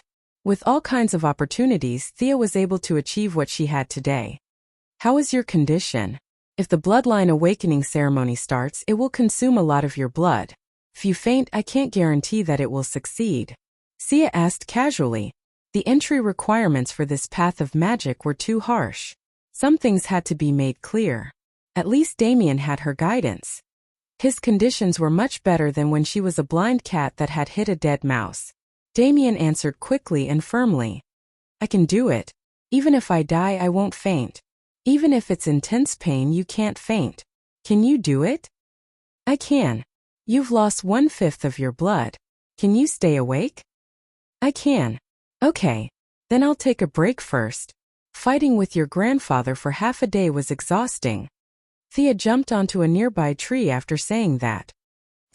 Damien was still boiling with excitement. He suddenly felt a little dizzy after being hit by her. In his panic, he wanted to say something, but he almost bit his tongue. Thea naturally wouldn't be so bored as to play with a child. She was indeed a little tired. Drawing a magic formation required a lot of mental and physical effort. She decided to leave it to her clone. A pure black shadow walked out of her body. Soon, the shadow's appearance and body became the same as hers. The clone glanced at her in annoyance, then lowered its head and started drawing this extraordinarily complicated magic formation. Damien looked up at Thea on the tree, then turned to look at the clone drawing the magic formation. Previously, he had only seen Thea's clone ability in a hurry once in her office. It was far from being in such close proximity. The naughty child's mouth was wide open. He had forgotten what he wanted to say just now. The magic formation for the Spirit Awakening bloodline was troublesome and complicated. It only had one purpose. Perhaps there were some simplified versions. However, Thea only knew this magic formation recorded in the Constantine family's magic book. The clone drew for more than an hour before it was finally finished.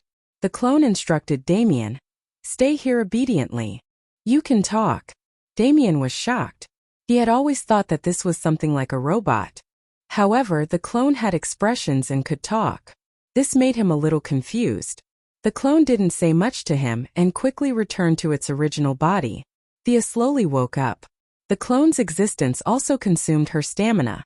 However, in the night, her recovery speed was greatly increased. With the addition and subtraction, her stamina recovered quite a bit. She walked around the magic formation and checked it again. Then, she took out the magic book and compared it with it. There were no mistakes.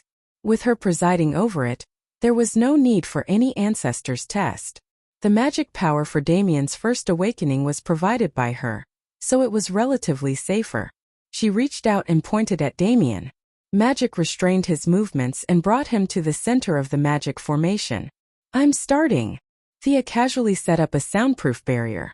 If someone passed by and heard him shouting and thought that she was abusing a child, that would be ridiculous.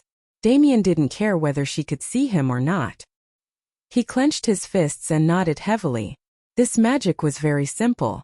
Many of the syllables could only be uttered by curling the tongue. Thea's expression was unusually serious. She chanted the incantation with her hand gestures. Her voice constantly spread through the air in the forest. Before the old echoes disappeared, new sounds rang out again. Under the rise and fall, some kind of resonance was formed. The forest was filled with an indescribable rhythm. Fortunately, this was not a battle. If one spirit was tired, they could rest for a while. Thea rested for a total of 3 times before she finally completed the magic. She pointed her finger at a certain spot in the magic formation. The whole magic formation seemed to have activated some kind of mechanism and gradually lit up. Chapter 313.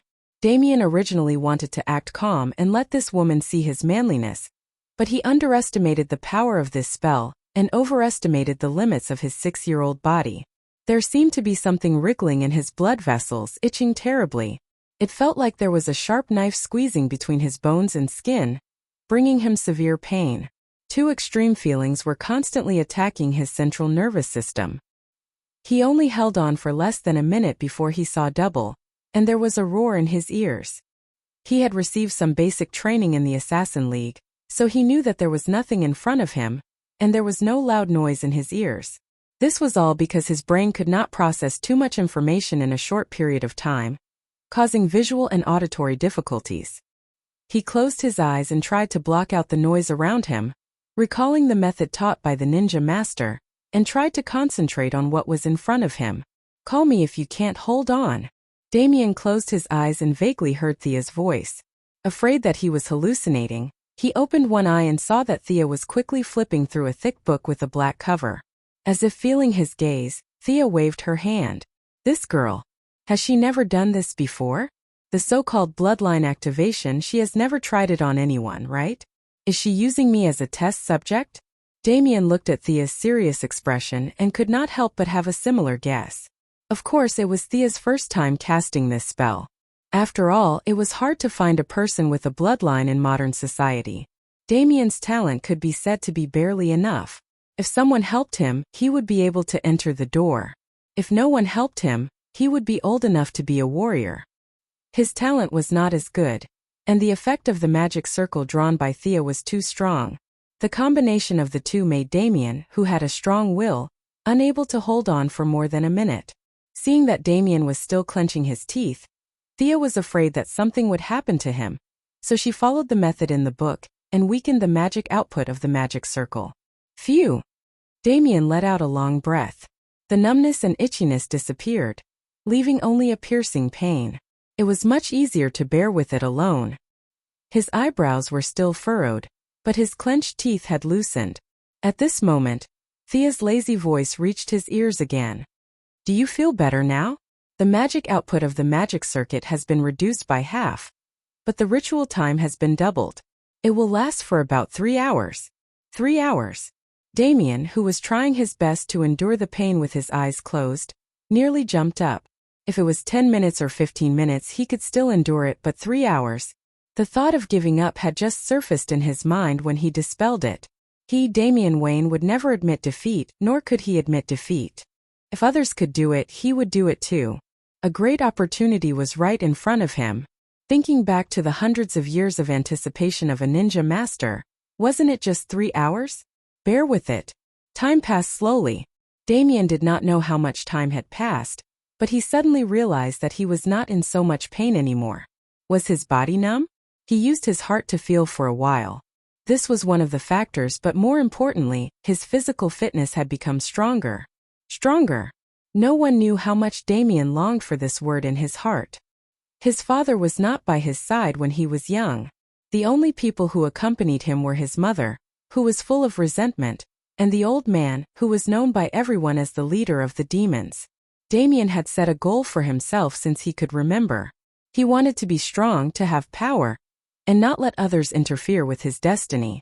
Although the change was slow, he could feel from his heart that was beating more and more vigorously, and his bones that were getting tougher and tougher. His physical fitness was rising rapidly. In the past, he would have to put in 10 times or even 100 times more effort in exchange for this little bit of improvement. Today he could gain strength just by sitting here. This was the mysterious magic. He could not help but steal a glance at Thea again.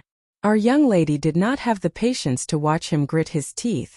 At this time, she was resting her chin with her hand and resting with her eyes closed. Damien swallowed the words that were about to come out of his mouth. This girl probably did not care about his gratitude, but she could fight with his grandfather for so long with only martial arts. He could not tell that she was quite powerful. Thea was not asleep. She had been secretly observing Damien in the magic circle. After all, he was Batman's son. The purpose of pretending to be asleep was that she was afraid of trouble. What was the use of receiving the gratitude of a 6-year-old child? The pain finally ended, and what followed was numbness and itchiness. Damien, whose physical fitness had improved a lot, had already expected this. He did not panic and endured it. It was as if there were thousands of insects crawling in his blood vessels. That kind of soreness was not something that ordinary people could endure. Damien hoped that the pain just now could come back to replace the numbness and itchiness. Unfortunately, he also knew that this was a necessary process. In order to become stronger, he had to continue to endure it. After some time he finally heard Thea say, "Rest for a while and prepare for the next stage." Her voice was like the sound of nature. Damien's body was as if he had been fished out of water. His short black hair was stuck to his forehead, and a trace of stubbornness could be seen in his blue eyes. However, his hands could not help but tremble. Thea used Magician's hand to pull him out of the magic circle. The body strengthening stage is over. The next stage is the official bloodline condensation. You will suffer a lot of blood loss. In order to prevent you from becoming a cripple in the future, go to the side and move around. Adjust your body's condition. Damien panted heavily, trying to calm his breathing. Not long after, he felt that his body was different from before. First of all, the most obvious difference was that he had grown taller. Secondly, his vision was farther, and his hearing was sharper. He did a few punches and kicks. The most obvious feeling was that his strength and speed had increased by a lot. The 3 hours of suffering were not in vain. After moving around for a while, he gradually grasped the new strength and did a few somersaults. He was agile and his movements were light. Although he could do it before, it was not as easy as now. You've recovered enough. Let's continue. After getting his consent, Thea put him back into the magic circle again and began the second stage, which was also the most critical stage of bloodline purification. The magic circle was light black before, but now it was light red. At first, Damien did not feel anything different, but soon a wave of weakness came over him. As someone who understood the structure of the human body, he knew that this was Thea's so-called bloodline purification period. A large amount of blood was artificially consumed, and the magic circle could help him extract the most essential part of the blood. This was the beginning of the path of mystery. Unlike the previous stage where he had to grit his teeth and endure, Damien now had to deal with endless weakness. His face was getting paler and paler, and his blood was flowing out rapidly. He had to try his best to stay awake and not pass out because of excessive blood loss. Chapter 3:14. What can I do to help? Seeing Damien's pale little face, Batman, who didn't want to show his face, came out from behind the tree. Impossible. This is the most critical step for him. The bloodline can't be faked. If you give him a blood transfusion now, it will definitely alleviate his symptoms, but I can't guarantee what will happen after the bloodline is purified. Thea had felt him spying on her when she first fought with the ninja master. These 3 generations were quite interesting. On the surface, they seemed indifferent to each other, but in fact only they knew the bond between them. Batman wasn't in the mood to chat with her. He waited anxiously. Don't worry, this magic circle is very safe. Damien is still young. In theory, the younger the bloodline is purified, the higher his future achievements will be. I'm also watching over him. To be honest, this kid's luck is much better than mine. I didn't have anyone to watch over him back then. He had to rely on himself for everything. Your son is already very lucky, Thea said, half comforting and half reminding. Sure enough, Batman's face looked a lot better when he heard that Damien's future achievements would be higher. Although he was against supernatural forces, he neither supported nor opposed his son's path. As for Thea's so-called relying on oneself for everything, he could understand. Batman didn't know how much Thea had suffered in order to gain power, but it must have been very difficult and dangerous. Now that Damien had reached this step with almost no effort, it could be said that his identity had played a very important role. He really couldn't blame anyone for not seizing the opportunity in front of him. Batman stood silently to the side and watched the results. He looked like a parent waiting for his child to take an exam. The purification process was very fast. It was over in less than 10 minutes. The light of the magic circle dimmed. Damien looked at Thea with lifeless eyes. He didn't have the strength to speak, but the meaning in his eyes was very clear. Was it done? Thea scanned Damien's body with her psychic power. Damien's body was so weak that a gust of wind could blow him away, but he had taken the most important step in his life. He already had a faint trace of magic. Congratulations, the effect is good. Phew. Damien exhaled a mouthful of turbid air. Unable to hold on any longer, he fell to the ground and fainted. Seeing Batman's eager expression, Thea knew that she had nothing else to do. Take him home and have him rest. 3 days later, let him come here to find me to officially start learning. After returning to her residence, Thea took out the demon's sword. She ignored the malice coming from the sword and examined it carefully. It had to be said that the demon's smithing skills were slightly better than the gods'. Perhaps it was because the original purpose of this sword was different. This sword was filled with madness, bloodthirst, savagery, and other emotions. Those with weak willpower would not be able to use this demonic sword. The divine sword, which had lower attributes than the demonic sword, could be used without restriction. From this point of view, it was not easy to judge which one was better. Thea didn't care about exploring the depths of human nature with her magic sword and divine sword. In a way, she was very similar to Damien. She only wanted to obtain power. She took out the Isis talisman that the dark-skinned woman gave her that day, aimed at the damaged part of the talisman, and stabbed it with the sword. A large amount of pure magic power was transmitted into her body through the sword. Thea didn't absorb it directly, but transferred most of it into the unicorn tattoo. During the 2 trips back and forth, the sudden increase and decrease in magic power caused great damage to the unicorn tattoo. In order not to affect Thea's combat power, Arthas suffered the backlash of the huge drop in magic power alone. She hadn't recovered in the past 2 years. It wasn't until Thea had transmitted nearly 50% of her magic power that Arthas' voice came out intermittently. Her voice was no longer that of a young and beautiful girl, but more like a cute baby's voice. That's enough. You can absorb the rest. Thea began to use the magic power to improve herself. After several transformations by divine power, her body had already exceeded the range of bloodline purification.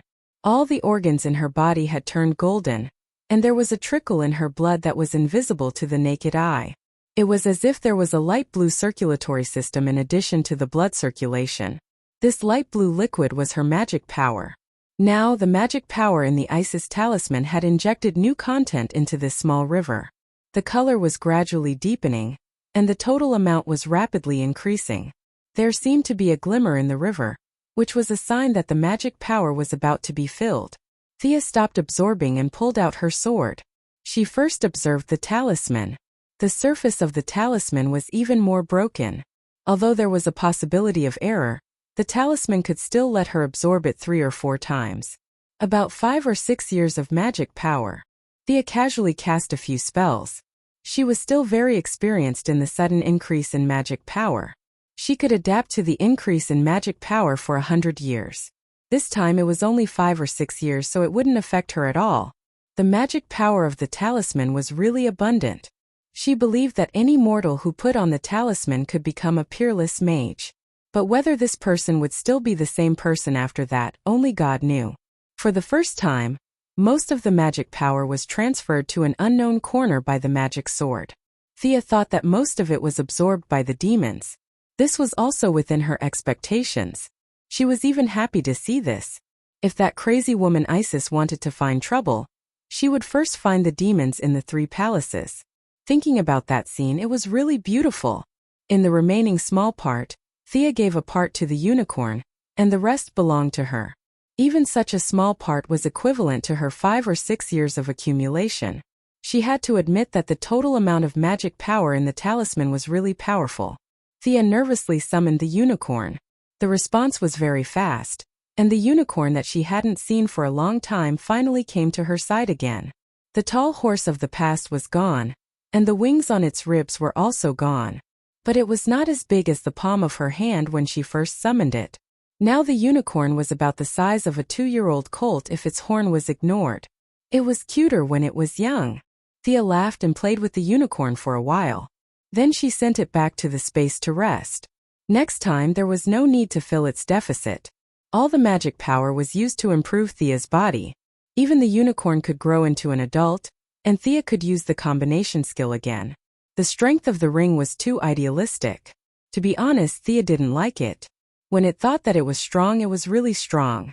When its confidence was damaged, it would immediately wither.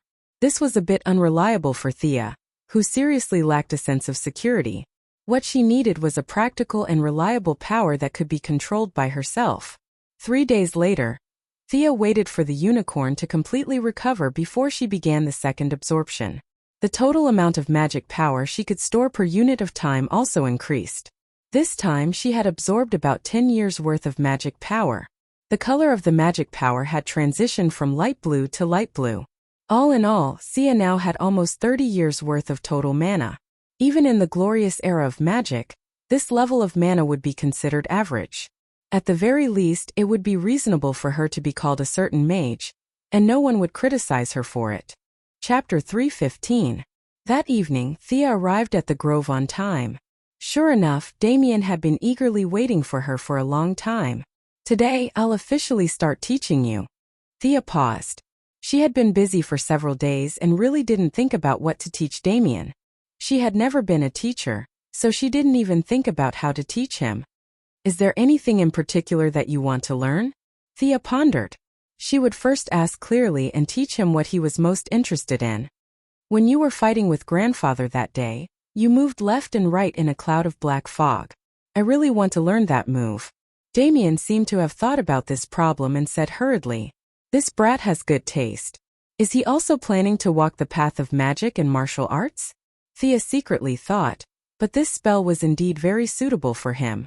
It didn't have high magic requirements, but it had a much higher requirement for speed and reflexes.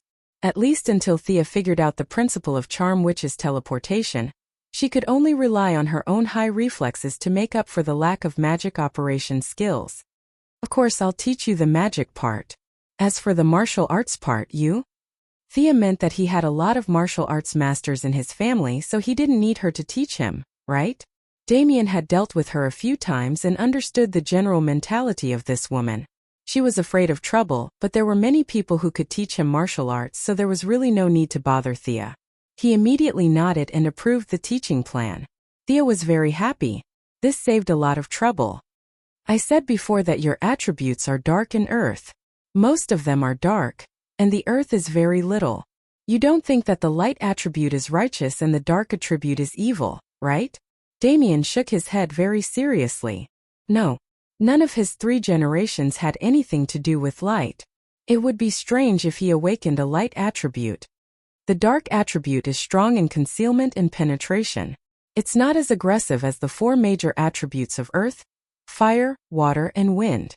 But in modern society, before your magic accumulation reaches a certain level, technological weapons are better than elemental magic. Damien nodded as if he understood. Thea continued. You're really lucky. Your attributes are very suitable for the current social environment. Stealth and unpredictable. That's your fighting style from now on. Hearing this, Damien was even happier. He had never intended to be a knight. Being able to secretly kill his opponent with a sword was in line with his character and family tradition. Thea taught him how to release his own magic. Damien's dark element was slightly different from Thea's. Damien's element was more aggressive, while Thea's was more flexible. There was no need to talk about which was better or worse. As long as it was used well, it could deal double the damage to the enemy. After a week of continuous teaching, Damien's basic magic power was not as good as Thea's. After all, he was still young. After puberty, the magic power in his body would usher in a period of eruption. This was also why many children of magic families would awaken their bloodlines at a very young age. They did not have the opportunity like Thea to obtain talismans or magic swords to artificially increase their magic power. What they did was to awaken their bloodlines at a young age and wait for the explosion of magic power during puberty. Although there was a certain risk compared to the growth of magic power in adulthood, this risk was bearable. By now, Damien could already cast dark magic. Of course, in terms of the range and the density of the smoke, it was far from Thea's. But the naughty kid was still so happy that he couldn't tell north from south. Take it, Thea said as she threw him a pitch-black longsword. This was the sword of Osriel that was seized in Gotham. It had been used for a period of time. As the sword did not have a magic circle carved on it, it could only be considered a semi-finished product. Considering that this was Thea's first disciple, and it was of great significance, Thea worked with Diana over the weekend to draw the magic circle of the original Black Mist dagger onto this longsword. Diana could participate in the production of Batman's Hellbat armor in the future. According to the game, her secondary profession was enchantment forger. In this era, materials were scarce and could not be created. However, it was not a problem to create a longsword according to the drawings. Little Damien took the sword and found that it was a little long for him to use. However, it would be just right when he reached adulthood. He was not stupid and asked in disbelief. It's for you. The sword is very sharp. Don't cut yourself when you swing it. A dark spell circle is carved on the sword. You need to use your own magic power to guide it. It can be cast once a day. Thea said casually, as if what she was giving away was not a magical weapon, but a wooden sword and saber that could be bought on the street for $50. Damien's nose twitched a little. He turned his little face to the side and said in a low voice, "Thank you." Thea pretended not to hear. Both of them were not very good at expressing their feelings. Just like that, they began their exclusive lessons. There was a theory lesson every 3 days and a combat lesson every 5 days. However, in less than half a month, Thea could not take it anymore. She dragged Damien to Batman, who was beating up criminals in Gotham. Seeing them coming out of the dark, Batman was a little confused. He grabbed the neck of the criminal in his hand and slammed it on the ground. A severely concussed patient was born. "What's the matter?" Batman, who was fearless in the face of Darkseid, was in a mess. Especially when he saw Thea's unfriendly face and Damien's ashamed face. He imagined the scene of a naughty child being brought to his parents by a teacher. "This child of yours." Thea spoke in the tone of a young female teacher who was annoyed by a naughty child. "His foundation is too weak. A sorcerer is a profession that requires a lot of comprehensive knowledge. It's not like your friend in blue shirt and red cape who can do it with just a little bit of strength. Have you taught Damien any conventional knowledge?" Thea fired a barrage of words at Batman. She thought that teaching would be easy, but after a week of theory lessons, she found a big problem. Damien's basic knowledge was a mess, but he was very stubborn and pretended to know everything. However, when it came to practical application, Thea immediately knew that she had wasted a few nights to come to Gotham tonight. Batman wiped the non-existent sweat off his forehead. As a top student, he really did not know what his son had learned. He thought that the Ninja Master had taught him everything, but the Ninja Master also thought that he should teach him, his biological father. The two knowledgeable experts had an illiterate child right under their noses. This made Batman feel a little embarrassed. "I will work hard to learn." Oh. Damien felt that he was losing confidence as he spoke. He secretly glanced at Thea and Batman before lowering his head. "This book. Let him know all the words. Bruce, I'm not asking for much, right?" Thea handed a thin book to Batman. Chapter 316. Batman did not even look at what was in his hand. When he heard that it was just basic literacy, he did not have the courage to refute. He was extremely ashamed and quickly nodded. No problem, leave it to me. I don't expect Damien to have high overall qualities, but he still needs to master basic mathematics, common sense science, and Latin. My standards have been lowered again and again. I really don't want to make things difficult for you." Thea was still talking nonstop when Batman quickly interrupted her. "Don't worry, I'll work hard to teach him these few days. I'll definitely teach him. I promise." Only when Thea flew away did Batman breathe a sigh of relief. He took off his hood and his face was as black as the bottom of a pot. After hesitating for 3 seconds, he decided to let the criminals of Gotham have a few more days of fun. He needed to go back and get a feel for his son's knowledge structure. After casually testing a few questions, he realized that it was no wonder Thea was angry. This child's foundation was not bad. He had no foundation at all. This was too much. Although Damien was not even 7 years old, Batman had already self-taught a lot of knowledge at this age. Damien looked very serious and smart, but he was actually completely illiterate. The knowledgeable Batman could not stand it. He ordered his butler, Fu, to prepare supper. He would not sleep tonight. He had to let this child master the basics first. Thea's request to master the basics of reading and writing, as well as knowing addition, subtraction, multiplication, and division. How could the son of the great Bruce Wayne know addition and subtraction within 10? He could not afford to embarrass himself. He rummaged through the cabinets and found a textbook that was similar to a junior high school level. He instructed Damien that he had to understand it tonight or he could not sleep. Damien also inherited his desire to excel. Without hesitation, he picked up the book and started reading. Thea threw the task of eliminating illiteracy to Batman and returned to Star City alone.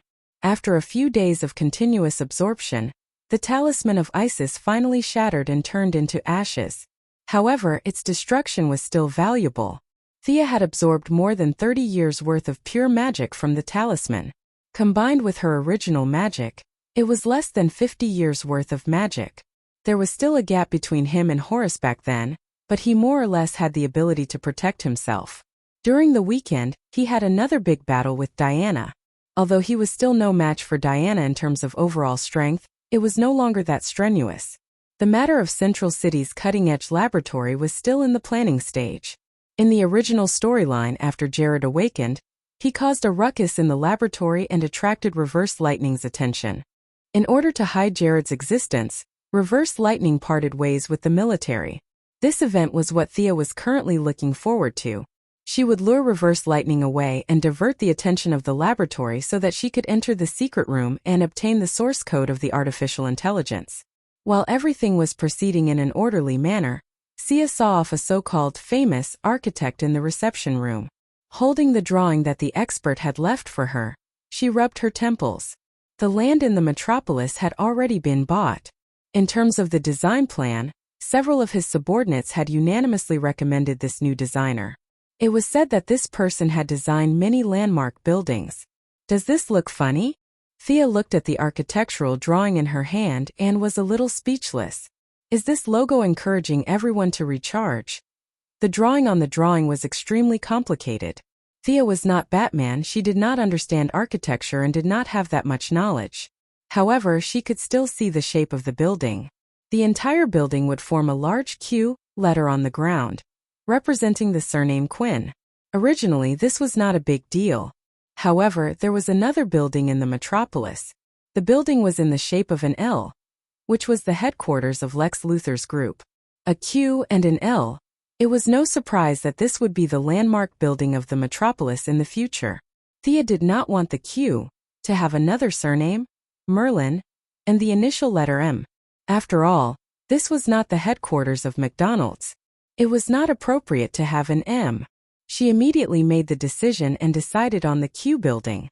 Just as Thea finished sorting out the various situations of the group and was preparing to rest for 2 days, trouble came to her.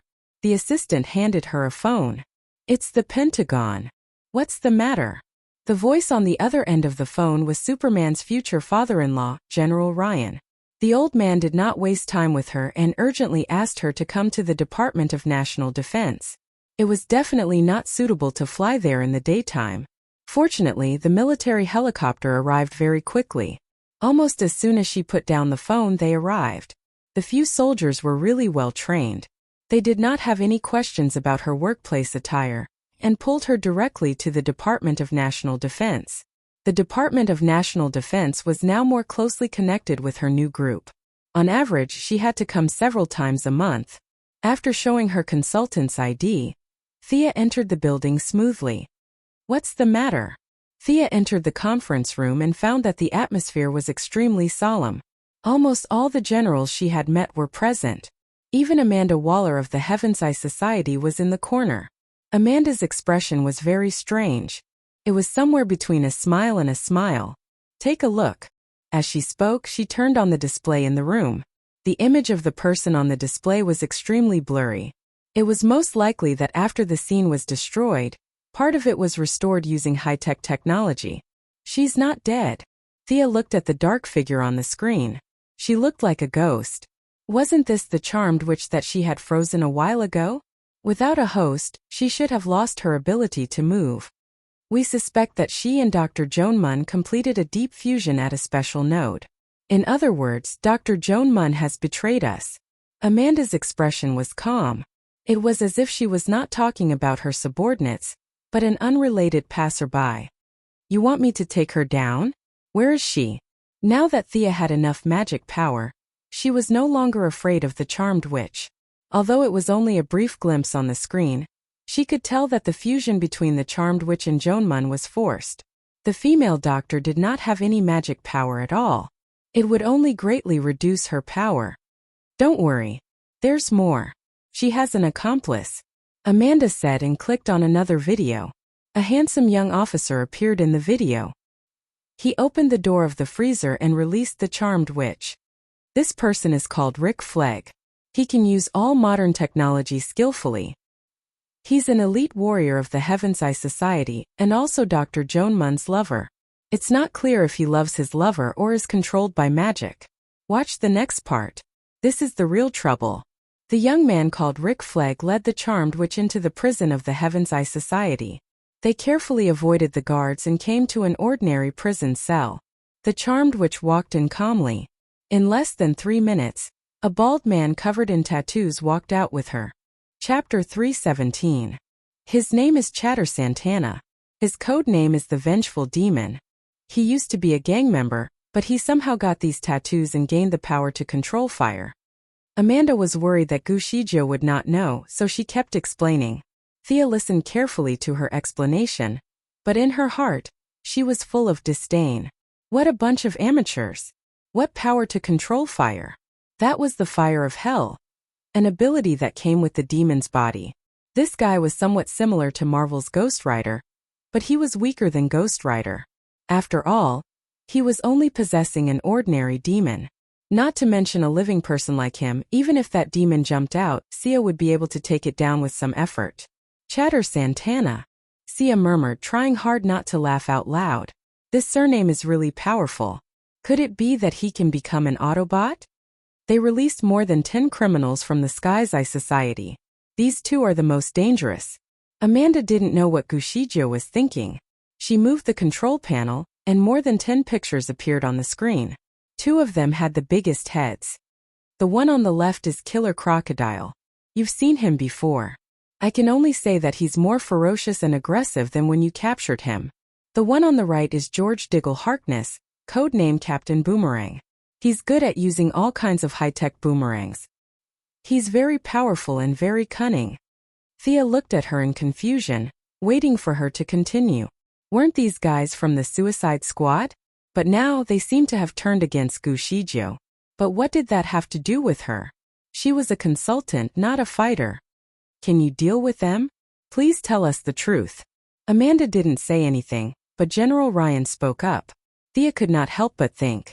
The charm witch was supposed to be the strongest, but she had completely merged with the female professor, so her strength should have dropped a lot. The demon of vengeance known as Santana was about as powerful as the charm witch, who had been weakened by a significant amount. Dealing with these two at the same time would only take a little more effort, even if he had to expose his trump cards. The rest of the ordinary people were no trouble to her, so Thea ignored them. However, being able to do it was one thing, and talking to this group of people was another. Did she have nothing better to do? Was she going to work for them? Pretending to be hesitant, he asked, "What do you need me to do? Why did you call me here in such a hurry?" General Ryan hesitated for a moment before deciding to tell the truth. They kidnapped Mr. Minister and threatened him with his life to kidnap the leader of the Heaven's Eye Society, Steve Trevor. Unlucky Steve Trevor. Sia looked at the dark-skinned avatar thoughtfully. No wonder this woman was still smiling even after such a big thing happened. If it weren't for the fact that the situation wasn't right, she would have gathered her subordinates to celebrate. Mr. Minister knows a lot of secrets.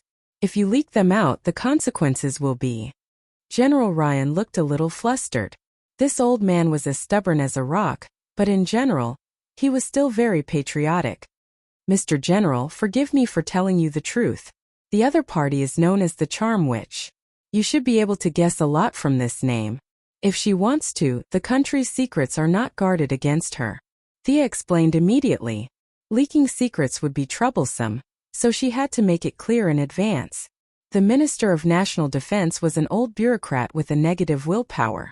It was impossible to expect him to resist the Charm Witch's magic. General Ryan knew this too. He swallowed his words and said, "We beg you, please save Mr. Minister." Just save him? Thea felt that General Ryan wanted to kill the Minister of National Defense, but it was too shocking. No matter how brave he was, he wouldn't dare to say it out loud. Yes, save him. Save the minister first. Avatar emphasized. It was okay if Thea couldn't save Steve Trevor. Where are they? Did the satellite detect them? Thea asked. Sir, the satellite shows that they are approaching Midway City. They are less than 30 miles away from the city in the northeast corner. A sergeant controlling the satellite didn't see Thea's military rank, but he knew that she was not an ordinary person by looking at her power. He vaguely called her Sir. Wait for me, Thea said to the people in the room. Without waiting for their response, she went outside, avoided the satellite's detection orbit, and directly rose into the air. She used the Eye of Horus to look into the distance. Midway City was also one of the largest cities in the United States in this world. The size of the city was similar to Star City and Central City. In her impression, it was the territory of Eagle Man and Eagle Girl. However, at this time, Thea didn't find any trace of these two silly birds.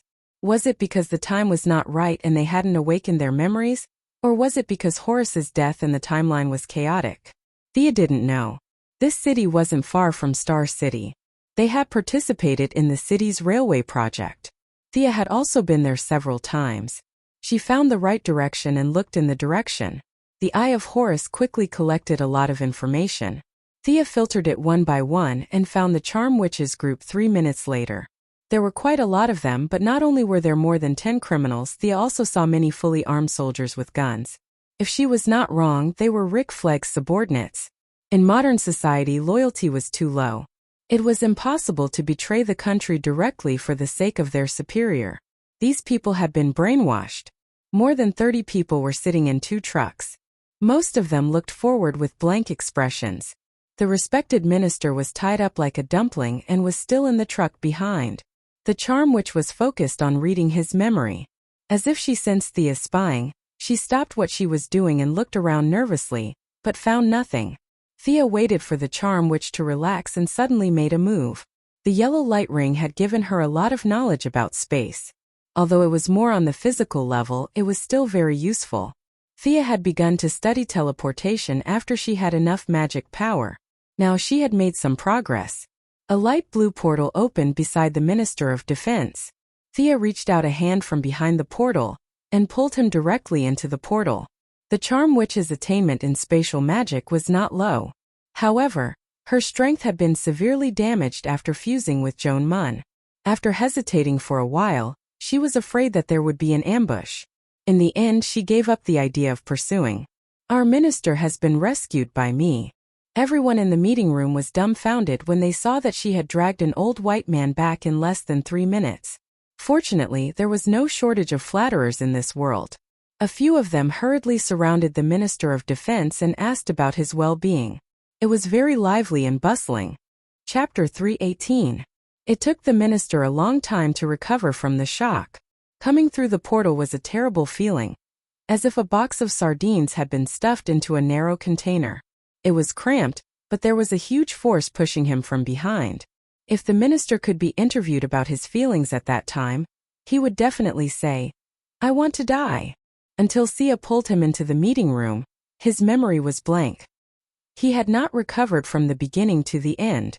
Now that he saw a few of his former lackeys nagging in his ears, he finally recovered from his dazed state. Looking at the familiar environment in front of him, he almost burst into tears. This old man have actually come back for no reason. General Ryan pushed a few flatterers to the side. With his status, he was not afraid of the Minister of National Defense. He instructed his subordinates to check if the minister was the real person. A large number of people were busy checking his pupils and blood, and a large number of password inquiries. Amanda pretended to be very serious at this time. She stood straight with a dark face, but in fact, she was laughing in her heart. If those criminals killed Steve Trevor in a rage, it would be a great thing. Although these people ruined her ex-team's plan, compared to Steve's life, it was nothing. There were criminals all over the streets. When the time came, there would be an exchange of benefits and moral ties. They could always use superheroes to capture a few more. However, there was only one Steve. As a national hero and the founder of the Heavenly Eye Society, his personal prestige was unparalleled. After fighting with him for so many years, Amanda knew very well that as long as Steve did not betray the country would not do anything to him. The more she thought about it, the happier she felt. Although she knew that this was not the right place, she could not help but ask Thea softly, "Where is Steve?" "I don't know. I didn't see him." Thea really did not see him. There were only 2 cars and he was most likely detained in the car in front. She saved him and left. In her mind, she did not even see Steve as a person. Amanda was very satisfied with this answer. She looked down at her feet, afraid that her joy would be seen by Thea or anyone else. A lot of people were asking the Minister of National Defense if he had leaked any secrets. Thea felt that he had leaked a lot, but it was none of her business. She got up and was about to leave. "Miss Quinn, don't go. Please stay a little longer." General Ryan saw that she was about to leave and hurriedly stopped her. I still have things to do. No matter what it is, we will help you solve it. Thea stared at the old general with a faint smile. At 2 o'clock in the afternoon, a reporter named Louise Ryan from the Daily Planet wants to interview me. What do you think? Old General Lionheart almost choked on his anger. He was also helpless against his daughter, who was 100 times more courageous. However, he had already said it. Whether it was public or private, he was the only one who could do it. I'll call her and explain. Old General Mu bitterly ran to the side to make a call. In fact, Thea didn't really want to leave either. Regardless of how long it would take, she was the one who saved him. He was such a high-ranking official, so she should at least get some benefits before he could leave. Compared to the Parallax demons and Ares, the charm witches were nothing. Even though General Lane had already walked to the side, Louise Lane's voice could still be heard through the phone. Thea could hear the voice of this famous female reporter from afar. Clark Kent had commented on his wife's article, saying that she had the spirit to compete with a fierce tiger. Reading it made one shudder. According to Thea's understanding, this meant that Louise Lane was a very fierce person. Now, this fierce woman was scolding her own father because General Lane had disrupted her interview steps. General Lane laid out the facts and reason. After a long round of words, he finally put down the phone and nodded at Thea. At this time, a staff member whispered a few words in his ear. General Lane's eyebrows furrowed. After thinking for a while, he asked Thea, "Miss Quinn, the minister's memory after he was kidnapped is blank. Do you have a way to restore it?" "I'm just a little faster. I don't have any profound skills." Thea flatly refused. Mind control and mind reading were the most taboo abilities for politicians. In fact, 2 small spells, mind control and mind backtracking, could solve the problem. However, Thea would never admit that she had this ability. General Lane's expression relaxed slightly, but soon he put on a sorrowful expression. He nodded and went to study the minister's memory. Immediately, Thea settled down in the Ministry of Defense. From time to time, she would call the corporation and read some books. She had to admit that these people had really come up with a solution.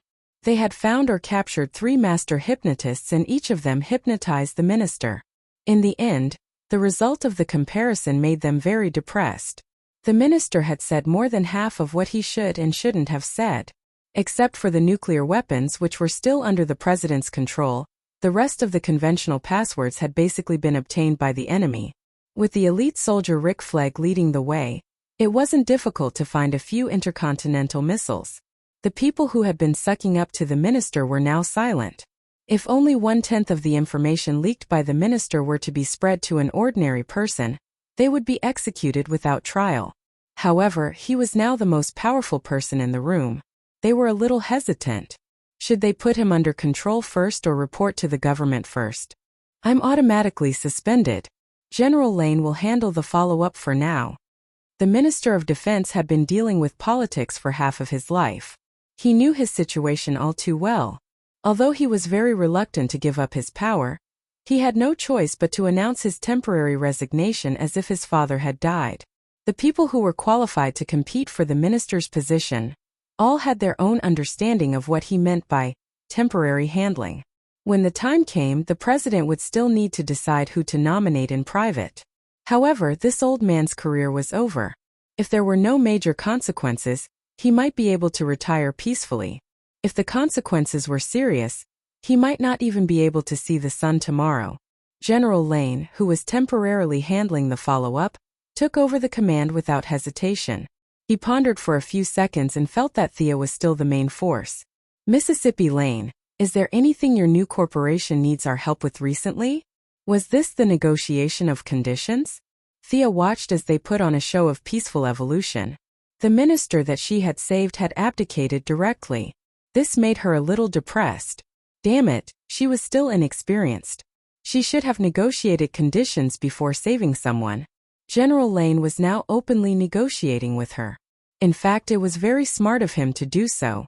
The new minister was still undecided. If the conditions were too high, he might not be able to take over the position. It was useless to just agree to them. If the conditions were too low, Thea would be at a disadvantage. Thea rejected several proposals one after another. After repeatedly weighing the pros and cons, she finally stated her conditions. The Lane Group is interested in the development of high-tech and new energy sources. We hope to invest in the Red House Laboratory. Chapter 319. The Red House Laboratory. It wasn't just General Ryan who was pondering. A few of the potential successors to the throne lowered their heads in thought.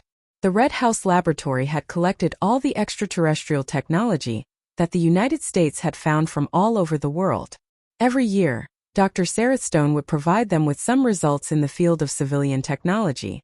However, the advanced weapons that they strongly requested had always been delayed. Both the Pentagon and the White House were dissatisfied with this. This time, clearing the Red House Laboratory out of Washington was not without warning.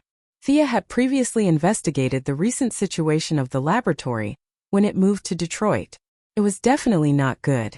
There was a huge shortage of funds, personnel, and space. Dr. Sarah Stone had been soliciting donations everywhere, but the results were minimal. The doctor had repeatedly hit a wall. He thought that it was a financial problem, but it was actually a very obvious political problem. Thea hoped to use this incident to plant a nail in the laboratory. Thea was also very particular with her choice of words. She said that the laboratory would not be in the lead, which was acceptable to the military. Leon and a few of the most experienced and promising people exchanged glances. This condition was neither too big nor too small, but it was just within the range of what they could accept. The few of them gradually nodded. No matter who the future minister was, this was a collective opinion. The Department of National Defense can accept the Quinn Corporation's intentions. We will definitely defeat all enemies together.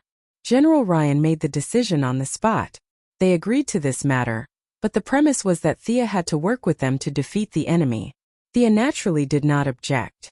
She put away her notebook and took off her lens. What do you want me to do?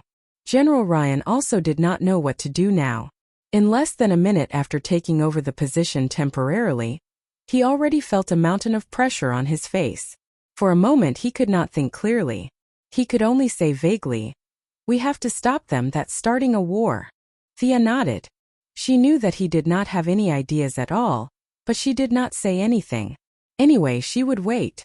She was not the one who was anxious. General Ryan was very satisfied with her attitude. He happened to see the black woman, Amanda, and immediately had an idea.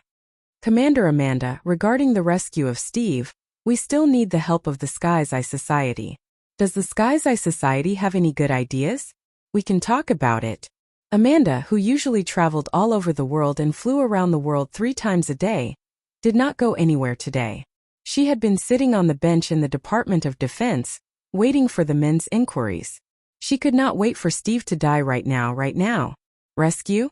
You're kidding. But she couldn't tell the truth. Besides, she didn't have a solution.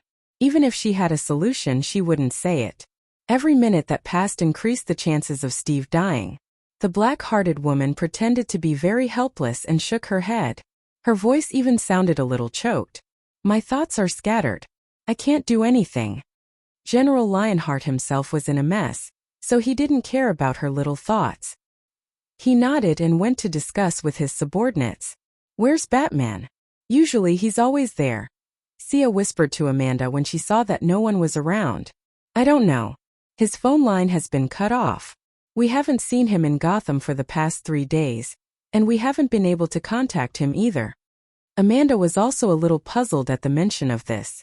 A few of the undercover agents in the Gotham Mafia family had said that no one had seen Batman before. There was something fishy about this whole thing. Thea laughed secretly. Most likely, Batty was in seclusion to teach Damian about culture and knowledge. For the sake of his son's bright future, he had even stopped fighting crime. It was not easy being a parent. She didn't lament for long. General Lionheart came back. "Organize an elite team to attack the enemy and eliminate them all. Can you do it?" Thea thought about it. She shouldn't be too involved in this matter. Who would take responsibility if Steve died? Who would take responsibility if the secret was leaked? She would only be a helper. She definitely wouldn't be leading the team. "I'm only in charge of the 2 supernatural guys. The rest of the ordinary people and the follow-up will be yours." Lionheart agreed without hesitation. This was similar to their plan. He looked at Amanda again. The Sky's Eye Society also needs to help. How many candidates are left in your previous Plan X? I've agreed to all the plans. Send all of them to plant bombs. This time it was not a discussion but an order. As a subordinate of the Department of Defense, Amanda had to agree. Her answer was simple. Understood, General. Since she was going to participate in the operation, she couldn't fight monsters in her office attire. Thea chose to transform into the yellow light ring. The yellow light ring did not conflict with magic. With a long cloak, she looked a little like a magician. The few parties moved quickly. Thea only waited for half an hour before she saw her teammates. She had to admit that the world was really small. There were 2 familiar faces, and the other 2 were people from her memory. The most eye-catching one was a tall man. He was 1.9 meters tall, and his body was as strong as a wall. Even standing there calmly, she could feel his murderous intent. This man was Slade Wilson, codenamed Death Knell, whom Thea had fought on Purgatory Island. He was her brother Oliver's friend and mentor. Seeing him in the Department of Defense with his eyes intact, Thea knew that without Shadow in the middle, his friendship with Oliver had not been broken. The other familiar face looked terrible. It was the clown girl who was captured by Thea in Gotham. She was controlled by the bomb planted in her body. General Lionheart gave her a brief introduction. He pointed to the 2 men on the left and introduced them. These 2 are internationally famous mercenaries. The tall one with 2 knives is Death Knell. The short one with dark skin is Death Knell. Death Knell? Thea looked at the guy who was adjusting his gun. This guy was not a criminal, but a mercenary. It was strange to think about it. The 2 women on the other side. You might have seen the clown girl before. The other one is an agent of the Heaven's Eye Society, codenamed Katana. Sia couldn't help but look at the Yamashiro couple who were wearing a white mask and a Japanese-style armor. They were also Oliver's good friends. Looking at the date, it should be around the time that her son passed away and her husband joined the Assassin Alliance. Amanda actually sent her, who had just lost her son, out? How cold-blooded. Shouldn't she at least let her rest for a few days? Child, what do you have to make us wait for you? The first to speak was Death Knell, Slade Wilson. Thea was not wearing her red clothes today, so he did not recognize her. Child? Child my ass.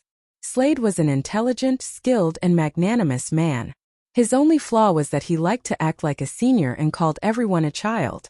Thea was a little annoyed. A ninja master was more than 800 years old. It was fine for him to call Thea a young person. Who the hell were you, Slade? Chapter 320. At first, she didn't want to bother with them. She just wanted to complete her mission when she arrived. However, as soon as Richard spoke, the others all looked at Thea suspiciously. Even General Leon was staring at her. Thea knew she had to show them what she was capable of. Since you want to see, I'll let you see to your heart's content. She took out the Parallax book from the void. The golden book immediately attracted everyone's attention. What is this? My body. Not many people could face the fear in their heart without batting an eyelid. People like Sinisto and Batman had gone through several rounds of psychological training. They knew what they were afraid of, and they had to go through a lot of mental processes to overcome their fear. It wasn't that Thea was looking down on these people, but they were still far from that level. Lisa Draka, the controller of the original Parallax book, had a very flamboyant saying which was quoted by Sia here. She put away the Parallax book and said loudly, "My understanding of fear is second to none." Although she only took out the book and shook it before putting it away, everyone was still in a bad state. Thea couldn't help but be attracted to the ugly girl. Of course, it wasn't because of her beauty, but because she was able to resist the attack of her fear. Although her legs were trembling, she was still able to stand. One had to know that the bear-like brawny man, Slade, was half kneeling on the ground with his teeth clenched and veins popping all over his body. Was it because of the madness? That was the only answer Thea could think of. If the ugly girl could resist it, did that mean the clown was immune to fear as well? Other than the ugly girl and Richard, everyone else was lying on the ground. Katana, who had just lost her son, was in the worst state. Her mask had fallen off, and her pretty face was covered in tears and snot. She was in so much pain that she wished she was dead. Thea, who was also a woman, sympathized with her. She knew that she had accidentally hurt her with her AoE attack. She felt bad. So she raised her hand and cast an enhanced version of fear resistance. The power of magic was just that unscientific. The few of them stood up one after another. The one who was in the best condition was actually Slade. He muttered in a low voice, "Psychic, it's psychic again. I hate this bunch of psychics." Ignoring his muttering, Thea's eyes were attracted to the ugly girl again. Her fear resistance didn't work on the girl. She was still the same as before. Is she that powerful? Her magic resistance is so high. She doesn't take debuffs or buffs. The world of mental patients is indeed full of unknowns. Idiot, I'm going to kill you. Katana, who had gotten up from the ground, didn't care about the mask anymore. She pulled out her sword and slashed at Thea. Thea felt guilty, but that didn't mean she was going to stand there and take the hit. The distance between them was visibly shortened. She waved her left hand in the air and compressed the air with her magic. They heard a muffled sound, and from 5 or 6 meters away, they saw Thea waving her left hand and slapping her opponent away. I didn't do it on purpose. I apologize. Sia lowered her attitude slightly. As for whether the other party forgave her or not, that was none of her business. Katana seemed to have been sent flying a few meters, but she didn't use much force. She quickly got up. She was still upset when she heard Thea's apology, but she couldn't beat her. She could only follow the tradition of her ancestors and put on her mask.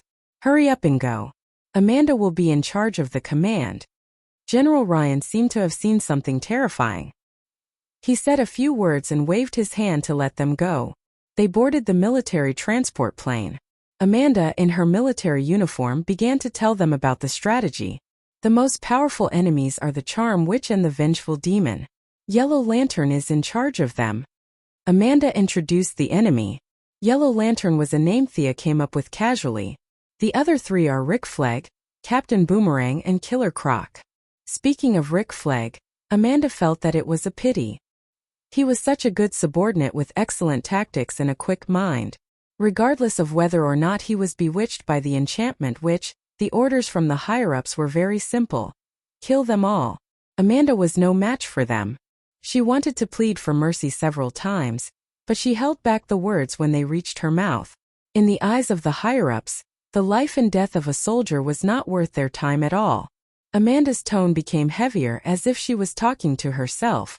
Kill all of them. Leave no one alive. Their abilities are like this. Thea was too lazy to listen to this nonsense. Those monsters were just a matter of magic to her. If she attracted their attention in advance, she could even take out the Parallax book to kill them all. She had to adjust her condition to deal with the Charm Witch who had regained her body. The military transport plane was very fast. Amanda answered a call and said to them anxiously, "The enemy has occupied the city square and is shooting high-power military electromagnetic pulses. The transport plane can't get through. The citizens are panicking. You have to start the operation immediately. Start the operation. Parachute down and fight." They took out their parachutes. There were more than 10 agents of the Heaven's Eye Society with them. They were all fully armed. Other than the clown girl who kept laughing, everyone else was a little nervous. "I'll go down and wait for you guys," Thea said calmly. She flew out of the cabin and landed on the ground like a meteor. Damned Esper. Slade, who was burly like a brown bear, was very unhappy. He didn't call the others and jumped down with his parachute. The enemy's electromagnetic pulse had disrupted Avatar's assault, forcing the team to scatter and enter the city. Needless to say, this was definitely the idea of Rick Flag, who was familiar with the Heavenly Eye Association's fighting style. Avatar didn't think that his proud subordinate could turn back now because of Dr. Joan Munn. Avatar didn't think that his subordinate could turn back. Being killed was probably his only choice. Ignoring Amanda, who was panicking outside the city, Sia landed alone at the edge of the city. Initially, she wanted to wait for a few of her teammates to come over before rushing in together. However, seeing that they were all jumping around with their parachutes, she could only give up on the idea and walk slowly into the city alone. "Child, you're really not in a hurry," a low voice sounded beside her ear. She saw Slade wearing his signature combat suit, a red and black mask, and carrying 2 swords on his back. He had a variety of weapons on him, including a dagger on his wrist and a pistol on his leg. The satchel at his waist was also bulging with grenades. Slade landed not far from Thea. He got himself a motorcycle in a corner of the city. He saw Thea from afar and chased after her. "If you call me child again, I'll kill you. Do you believe me?" Thea said with a grin. Chapter 321. Slade was wearing a mask so his expression couldn't be seen. He knew that she was joking, but she was also serious. He immediately nodded, threw away the motorcycle, and followed her slowly to the city center. His idea was simple and smart. Now that the team had split up and entered the city, if they were unlucky and were surrounded, it would be very troublesome even with his extraordinary skills. Therefore, following this unknown person in yellow was a very wise choice. Thea could guess his thoughts. If he wanted to follow her, then so be it. Now that she was stronger, Thea didn't care so much about the so-called memory. Slade was a person with high qualities in all aspects and was very charming. If she could recruit him, he would be a very strong helper. Bang! Bang! The sound of handguns and rifles rang out at the same time. Two gunmen jumped out from the front and left an open fire at the two of them. Just as Slade was about to dodge, he saw Thea casually conjure two yellow shields, which easily blocked the bullets. The two gunmen were a little stunned. They wanted to take a closer look at what it was, but they met Thea's gaze. Now that she was more proficient in using fear, Thea could use the Eye of Horus to easily inject fear into the minds of others. This was not a spell. From a certain point of view, it was more like an instinct. If one were to look deeper, her eyes could now be called Horus's eyes of fear. The two gunmen collapsed to the ground. Slade didn't hesitate. He jumped up and easily finished them off with a slash. "Your ability is really strange. You can affect people who see you?" Slade asked, not knowing what was going on in his mind. "They, including you, don't see me. They see the fear in their hearts." This was very pretentious, but Slade's worldview was very firm. He felt that this was too idealistic and mysterious. Is this an illusion? He was still trying to explain the mysterious thing about Thea with something he could understand. This is just the pure power of emotions. Illusions are relatively more powerful. This is not an illusion. As Thea spoke, she even demonstrated her high speed. The speed of the yellow light ring was the best among all the lights. Slade only saw a blur in front of his eyes. Thea had already gone back and forth several times. Between the two of them were 4 or 5 criminals in black and fully armed soldiers. Did this even take 2 seconds? Slade looked at them carefully. Yes, they were all enemies that the Sky's Eye Society wanted to eliminate. They were exactly the same as the 2 people he had just killed. "Looking at you, you've been strengthened, right? Was it a body modification?" Thea asked casually as she patted the dust off her hands. "It's a human enhancement injection." Slade answered. It wasn't hard, but he wasn't going to tell her the details. So this guy injected with Miraculu? Did he leave Purgatory Island? Thea felt that her guess was almost correct. He was very egotistical, unlike Oliver, who was a saint. He wouldn't save people just because he saw them suffer. His moral character wasn't that high, because his departure meant that Oliver couldn't escape the fate of falling into Amanda's hands. The Al Court spies in Hong Kong had also passed on some information. Their reports mentioned that 3 of the Sky's Eye Society's agents were fighting against American extremists in Hong Kong. The 3 of them were Thea's brother, Oliver, and the Yamashiro couple. It could be said that Slade and the Japanese woman named Katana met Oliver around the same time, but they didn't know each other. Fate was a strange thing. What are you laughing at? Do you think that my power is too weak? Slade thought that Thea was mocking him. No. You're too sensitive. I admire you. You have brains and courage. You know what you need. But you're a little narrow-minded. You only see this palm-sized place in front of you. You don't know how big the universe is or how many intelligent life forms there are. You only see Earth and the US dollars. Thea's words were blunt, but Slade ignored her sarcasm. He grasped the core of Thea's words. Outside Earth? Do aliens really exist? What do you think? Thea asked with a half-smile. The atmosphere between the two was a little dull. As Thea's power increased, she urgently needed to make her voice heard on the world level. She couldn't lose her identity as a hero on the surface, But she also needed some help in the dark to do things that were inconvenient for her. There were many internal conflicts in the Owl Court, and she could only control them remotely, so they were less and less helpful to Thea. She urgently needed some subordinates who could help her, but she also had to prevent these people from betraying her. The solution she thought of was the Yellow Lantern Corps. Thea wanted to recruit 10 subordinates, and 3 of them who were stronger would be directly accepted by the Yellow Lantern Corps. The current candidates were the Dead Man and Gertrude, and there was one more undecided. The remaining 7 people would be the guards and fighters on Earth.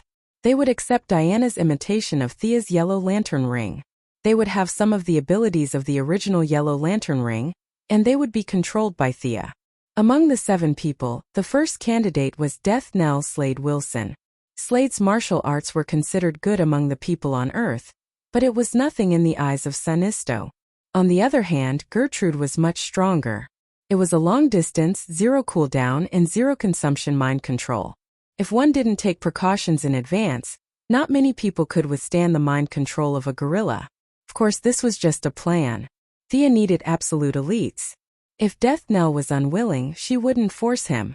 After all, there were too many candidates in this world, and in order to gain power, there were many people crying and begging for help. Slade didn't reject her invitation, but he didn't agree either. He needed to carefully weigh the pros and cons. Whoosh! Whoosh! A silver-white metal dart flew towards the 2 of them. Thea conjured a yellow shield to block the enemy's sneak attack. "It's Captain Boomerang. I'll deal with him," Slade said and chased after Captain Boomerang, who was preparing to escape after his sneak attack failed. This target was just right for him. He definitely couldn't beat 2 supernatural guys. Killer Crocodile was more than 3 meters tall and had immense strength, so he didn't want to waste his effort. Captain Boomerang was just an ordinary person who knew how to play darts. He just needed to bring his head back to report, and this mission would be considered completed. Slade left alone, and Thea continued to go deeper into the city center. Not long after, she heard continuous gunshots.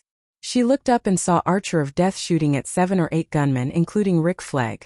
This person was very good with guns. He was only one person, but his firepower was extremely strong. The high-powered silenced pistol on his wrist was firing fiercely. He even looked like he was suppressing a group of people. Thea took a few glances and didn't care. Chapter 322. The other battlefield was a battle between 2 ladies and a brainwashed killer crocodile. The ugly girl was very unlucky as she parachuted into the river in the city. Before she could understand what was going on, she was suddenly attacked by the killer crocodile. However, the ugly girl's skills were not bad. With some enhancements, she stuffed the killer crocodile's mouth with her bat and pulled the trigger with her pistol. The killer crocodile was much taller than when Thea first saw him. His atavism was even more obvious. It was impossible to tell that this guy used to be human. After being shot several times, he went crazy. He grabbed the ugly girl's arm and wanted to throw her to death. Fortunately, the Japanese woman, Katana, arrived at the critical moment. She used her skillful martial arts to save the ugly girl. The 2 of them supported the killer crocodile. Looks like they've all entered the battle. Am I the only one left? Thea muttered to herself as she flew up. She quickly approached the city center square. Unsurprisingly, the Charm Witch and the Vengeful Demon were there. "You again. The government's lackey." Seeing Thea again, the Charm Witch immediately recognized her from her aura. "It's a good blend. His American English is really good," Thea said playfully. She only had a quick glance when she rescued the minister last time. Now she had the time to take a closer look. The exact process was unknown, but the scene could still be guessed. Dr. Jean Munn's body couldn't withstand absolute zero, and the enchantress had magic power but no body. In their moment of despair, the 2 completed a deep level of fusion. This was a comprehensive fusion of mind, body, and soul, and there was no longer any distinction between them. It was probably because of this that Rick Flegg finally made the decision to tread the path of treason for his lover. It could be said that the original Dr. Joan Munn and the Charm Witch no longer existed. Now, standing in front of Thea was a new enemy with the personality of the Charm Witch. After regaining her body, the Charm Witch's spellcasting ability was finally restored. Moreover, with a body, she could continuously absorb new mana from her surroundings, no longer having less mana than before. However, in order to prevent Dr. Joan Mun's body from freezing to death, the Charm Witch had to cut off more than half of her magic power that was not compatible with Joan Mun's. Her current strength was less than 50% of her peak. Laugh all you want. You won't be able to laugh in a moment.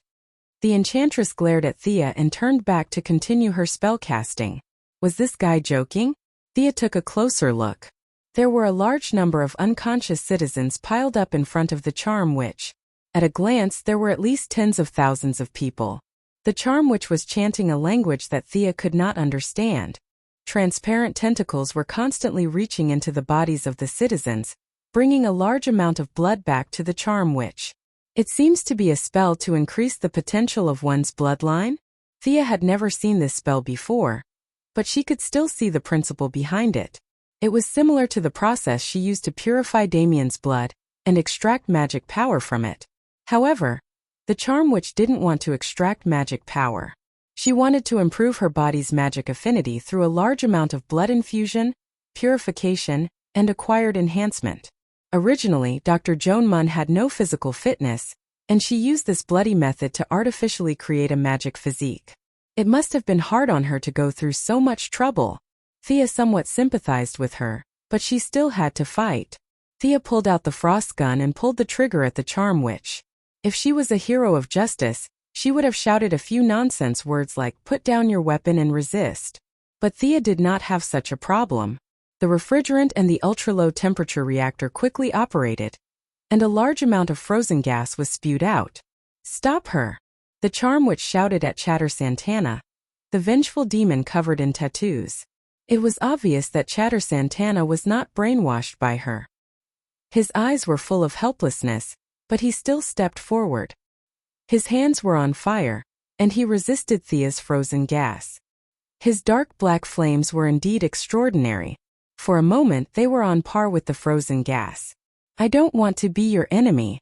I just want to see my family again." Although the flames and the frozen gas were on par, Thea's was a technological weapon. She did not consume any of her own energy. Chatter Santana was using his own energy. Every bit of energy had to go through the circulation of his body. In less than a minute, the temperature of his flames was not as hot as before. "Stop resisting. We will help you. This guy is killing innocent people. Can't you see?" Thea did not know what the Charm Witch said to him. She was trying to pull him back to her side. This? Chatter Santana was not blind. Other than the fact that the Charm Witch was a little cleaner, it was no different from a blood sacrifice in the movies. "Think of your family that you killed.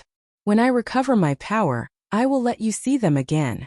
The Charm Witch, who had regained her body, was not as quiet as before. Thea was talking about the morality of the masses, but she was talking about personal interests.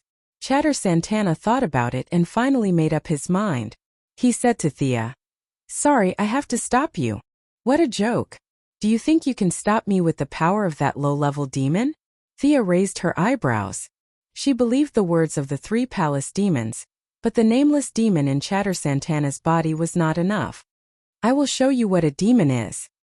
A former gangster and an African black witch who had been sealed for hundreds of years. Thea was ready to show them a real demon. The yellow light ring operated at full power. A large amount of fear was manifested by the yellow light ring. The square was shrouded in thick, dark yellow smoke. Both the Charm Witch and the vengeful demon focused their gazes on it. When the smoke dissipated, the first thing they saw was its demonic aura.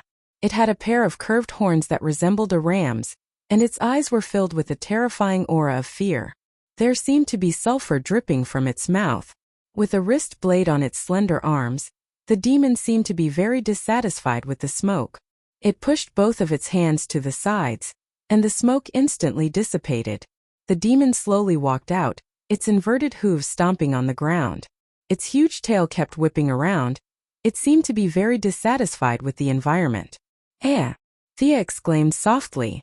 She wanted to manifest the muscular version of Diablo, but it seemed that because Thea was a woman, the slender female version of Diablo appeared instead. However, using fear to manifest the Dreadlord was a perfect match. She felt as if she could command her own arm. The two complemented each other. and Thea even felt that her understanding of fear had deepened again. This was incredible. Her understanding of fear was already unparalleled, and now it seemed to have gone further. How could she not be surprised? Chapter 323. Thea flew into the demon god's body. The two of them blended together as if they had always been one. She didn't need to be so tall to deal with these two guys. She compressed all her energy and used it to materialize the details. Every line and every muscle on the demon god's body was vivid and lifelike. The demon god's 10-meter-tall body took a step forward. The huge force caused the ground within a mile to tremble. Roar! The demon god seemed to be venting its satisfaction. It spread its arms and roared at the sky. Heat waves spread in all directions. The temperature in the square rose rapidly. The moisture in the air evaporated rapidly. Their noses twitched, and they could smell a large amount of burnt sulfur. Many unconscious citizens' hair curled up. What is this? The charm which only felt that the demon god was powerful. The demon god of vengeance, Chatter Santana, had a much deeper feeling. This was a high-level demon from hell. As for how powerful it was, it could be judged from the trembling demon in its body. You ungrateful thing. Who gave you the courage to play with fire in front of me? I'll let you see the real fire of hell. Thea's voice came out of the demon god's mouth. The originally beautiful and crisp voice sounded like it had been sawed by a saw. Every word was accompanied by a special noise. Fire tornado. The ferocious demon god crossed its arms and gathered a large amount of emotional energy. Thea, whose magic power had increased greatly, injected a large amount of fire and wind magic power into it. Injecting her magic power into the emotional energy was like throwing a match into a pot of oil. The two different magic powers caused the energy to become raging and uncontrollable instantly. The demon god opened its mouth and revealed a terrifying smile. It held the energy ball with one hand and threw it at the charm who couldn't move. As if to intimidate them, Thea didn't throw it very quickly. After the energy ball came into contact with the debris, it quickly expanded thousands of times and started to spin at high speed. The debris in the square was sucked into the center of the vortex, which increased the speed of the fire tornado's formation. In less than 3 seconds, a fiery red tornado that was 100 meters tall and more than 10 meters in diameter had already formed. As the number of objects increased, the centrifugal force increased. The tornado's diameter grew from 20 meters to 30 meters, as if there was no end to it, and it rushed towards the two of them. Stop her! Attack her! The charming witch was starting to lose her sense of propriety. She had mixed up the meaning of her words. Perhaps she didn't know what to do. The former gangster, Chatter Santana, was much calmer than her. He secretly despised the African antique. He suppressed the demon in his body that was trying to escape. At the same time, his eyes and mouth were burning. He shouted, and a 3-meter-tall flaming demon appeared.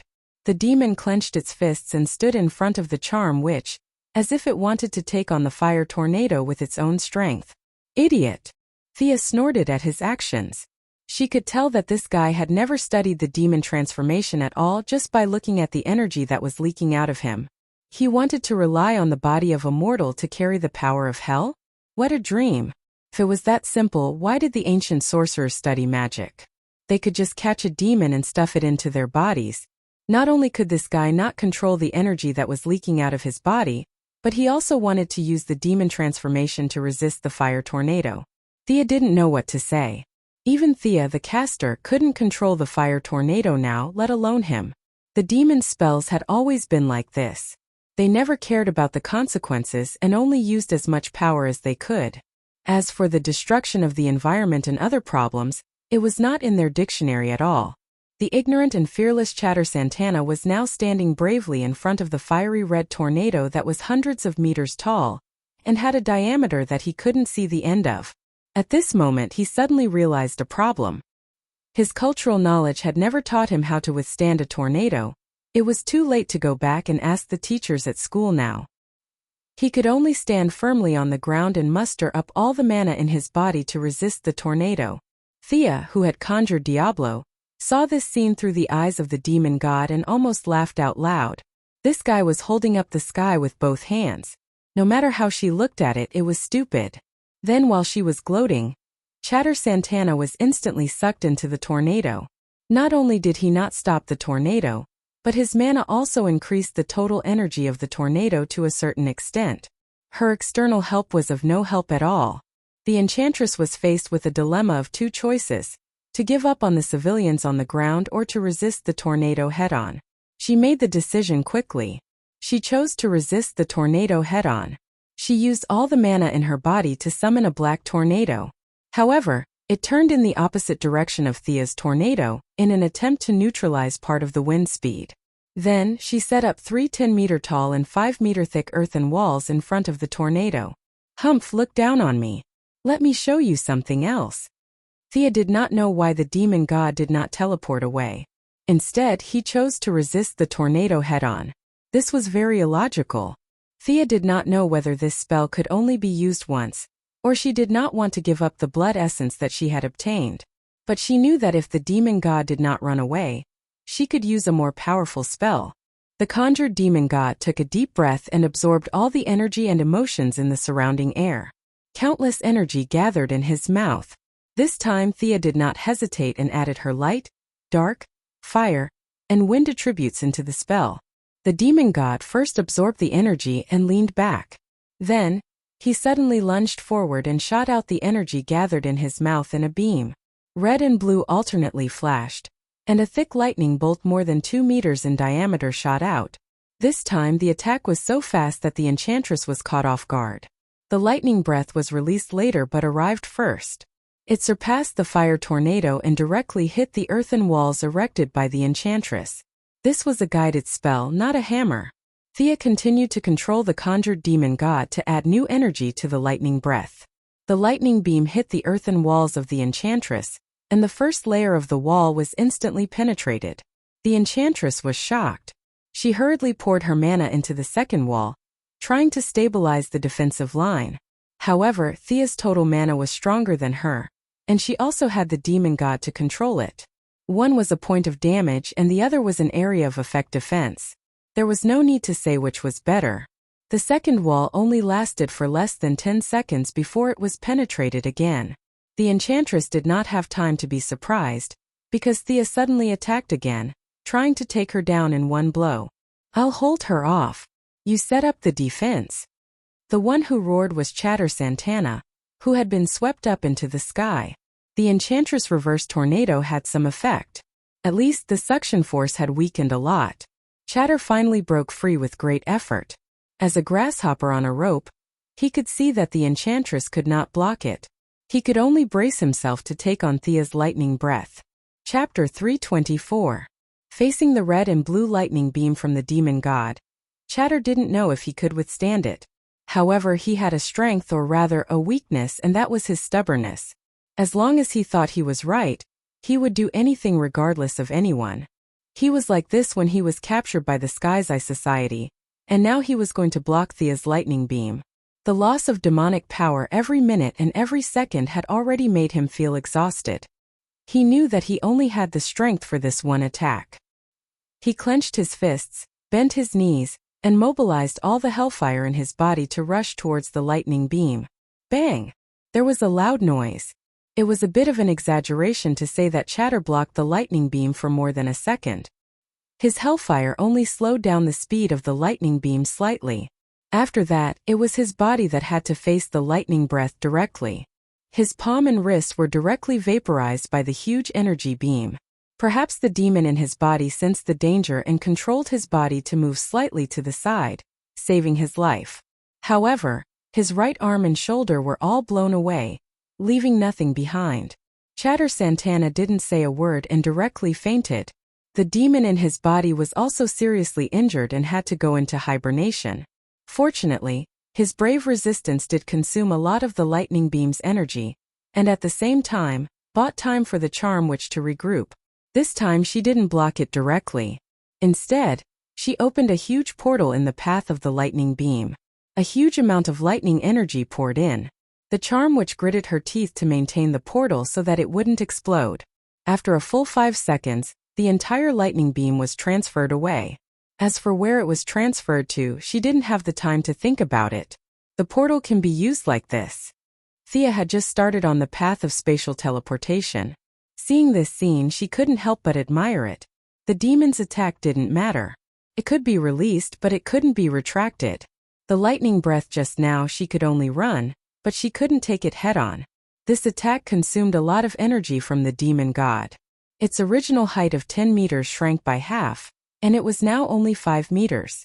Thea had consumed emotional energy, but she didn't consume much energy. The seductive witch was not in such a good state. She had been maintaining the array beneath her, and had been forced to activate the teleportation gate with all her strength. The backlash from the array, and the intense consumption of magic power had greatly aggravated the hidden injuries in her body. After all, the original owner of this body, Dr. Jean Mun, did not have a magical constitution. Forcefully using magic like this would cause great damage to the original body. He originally looked like a white man in his 30s, but now he looked like he had aged 20 years. His face was full of wrinkles and his hair was dry and yellow. This was the result of the rejection between the magic power and his body. Suppress her. Thea ordered the materialized demon god in her mind. She pulled out her demon sword and flew to the unconscious Chatter. He stabbed the sword down, but there was no reaction. He stabbed the sword again, but there was still no reaction. Could it be that this sword was ineffective against demons? Thea couldn't help but think this way. These guys who forged the demon swords were quite loyal. Didn't demons fight demons? Thea didn't believe it and stabbed the unconscious Chatter Santana twice more. Only when the unconscious Chatter Santana began to vomit blood did she finally confirm that this sword was ineffective against demons. This also proved why the resourceful ninja master didn't make any progress after holding this sword for hundreds of years. It was because the sword was ineffective against demons, but the ninja master could only come into contact with demons. Thea stopped being depressed. This guy on the ground couldn't do it, but the seductive witch in the distance could, right? She didn't enter the materialized body and diverted part of her mind to control it. She wanted to fight 2 against 1 and kill her quickly. Holding the 1.5-meter-long sword in one hand, Thea blessed herself with wind walk. She was as fast as lightning and closed the distance of less than 100 meters in an instant. She held the sword with both hands and slashed at the seductive witch's neck. The seductive witch kept summoning shadow creatures in an attempt to stop the materialized demon god. Some of them were shadow leopards and shadow snakes that Thea could summon herself. There were also many strange creatures that were obviously not from the material world. With a large number of summoned creatures, the seductive witch was able to stall the materialized demon god, who had lost half of its strength and had lost Thea's core control. However, facing Thea who was rushing at her, the seductive witch didn't dare to be careless. She summoned 2 long swords from the void and blocked the seductive witch's magic sword. Ever since the battle with the ninja master, Thea had also experienced the power of dual wielding. She had a very aggressive personality and any combination of sword and shield didn't suit her. She changed to holding the sword with one hand and took out the frost gun from the space ring with her left hand. She sprayed it at the seductive witch. Damn! The seductive witch was too familiar with this gun. It could be said that without this gun, she could still hide in Joan Mun's body for a few years. She wouldn't have jumped out in such a hurry like now. She hated this gun, but hatred aside, she couldn't just shout and use magic power to kill the enemy. That was the privilege of the protagonist. She didn't have that ability. In the face of the surging cold air, she could use magic power to resist it for a while, but what about after that? After fusing with Joan Mun's soul, she also understood that this was a technological society. Joan Mun was an archaeologist. She had never seen a frost gun, but she still knew that this weapon consumed the energy of firearms. Using her own magic power to consume the energy of the opponent's technological weapon was a stupid thing to do. The fire tornado in the distance was slowed down by her magic. It wasn't as fast as before, but it was still slowly approaching. The seductive witch didn't have time to think about it. She had no choice but to cut off the connection between herself and the bloodline absorption circle, and directly teleported to avoid the cold air. Thea pursued the seductive witch. With the frost gun in her left hand and the magic sword in her right hand, she slashed fiercely at the seductive witch. When she was close, she would slash with her sword. When she was far away, she would hit with her gun. Thea had the upper hand. But she wasn't happy. Instead, she was a little depressed. The magic sword could absorb the seductive witch's magic power. The first few slashes really scared the seductive witch. Her skills were at the level of a kindergarten compared to Thea. She could hit her twice in 3 moves. When the sword slashed her body, her HP and magic power would drop. No one could withstand it. But after Thea absorbed a little, she artificially released the magic power. This was because the magic power was not only different from her own magic power, but also had different characteristics. Although they were both of the dark attribute, there were too many impurities and it had a death aura. Although in order to obtain power, Thea was almost unrestrained, this kind of energy was too corrosive. If she absorbed too much of it, she would be like the seductive witch in the beginning. Her unkempt hair and dirty face were a vivid portrayal. She could play the role of a necromancer without makeup. Anyone who looked at her appearance would know that she was a villain. Thea didn't have to absorb this energy. If she didn't, she would die. Without thinking much, she directly expelled the energy from her body. Regretfully, she put away the magic sword and replaced it with the Godslayer. Chapter 325. She thought it would be a sumptuous meal, but it turned out to be poisoned. There was no need to mention how frustrated Sia was. She poured fire magic into the Godslayer and slashed at the charm witch. The enchanted witch did not know that she was being despised. She was surprised to see Thea put away her magic sword, but when she saw Thea pull out a fiery red longsword, she had no time to think. The two of them exchanged another 7 or 8 blows. The charm witch's martial arts were mediocre, but her teleportation truly lived up to its name. She no longer had to rely on her scattered magic power to teleport. Now that she had regained her body, she could teleport anywhere she saw with almost zero consumption of magic power. Clang!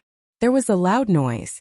The demon god released a large ring of fire around himself and destroyed all the shadow creatures in one blow. He strode over to help the enchanted witch. The enchanted witch was no match for Thea, let alone this demon made of unknown materials. She hurriedly dodged Thea's sword, but she was met with the demon god's tail full of bone spikes. Slap! There was a crisp sound, and the huge force slapped her face out of shape. She was in midair, and her mind went blank. Thea took advantage of this rare opportunity to stab her in the back and out the front. The enchanted witch teleported 3 times in a row, dodging Thea's follow-up attack. She was half kneeling on the ground, her hands supporting her body as she vomited mouthfuls of black blood. She was not Ares, a parallax demon, who could use energy to heal her damaged body. She had never suffered such a serious injury in the past few hundred years. The fire magic attached to the Godslayer was also constantly eroding her body, destroying the magic circulation in her body. She covered her wound and stared at Thea with her green eyes. Just when Thea thought she was preparing for a big move, she saw the enchanted witch disappear in front of her like smoke. Teleportation again? Thea soon found that the enchanted witch did not appear around her. She had run away. She opened the Eye of Horus and followed the direction where the opponent's magic had disappeared. Soon, she found the figure of the enchantress 2 kilometers away. The injury from the previous sword strike was far more serious than she had imagined. The broken magic cycle had caused her to be unable to teleport. The enchantress was also aware of this problem. Although she did not have a long-range vision like the Eye of Horus, she was extremely sensitive to magic power. She could sense that Thea was searching for her. Looking at the battlefield around her, she saw that the Archer of Death and Rick Flag were exchanging fire not far from her. Rick, who originally had 7 or 8 subordinates, was in great pain from the Archer of Death. Although they were also elite soldiers, the Archer of Death's marksmanship was far better than theirs. In less than 10 minutes of exchanging fire, 4 of his subordinates had already been killed. The remaining few, including Rick Flag, were all struggling to hold on. The enchantress, who had entered the battlefield, quickly judged the situation and was about to teleport to kill the Archer of Death. After that, she could rely on these soldiers to slightly delay Thea's pursuit. After years of mercenary life, the Archer of Death had developed an amazing intuition. Although he did not see any danger, he still rolled forward in advance and dodged the enchantress who had teleported to his side. Realizing that he had been ambushed, he did not even look at who the attacker was. He raised his hands and fired wildly with the silenced pistol on his wrist at the target.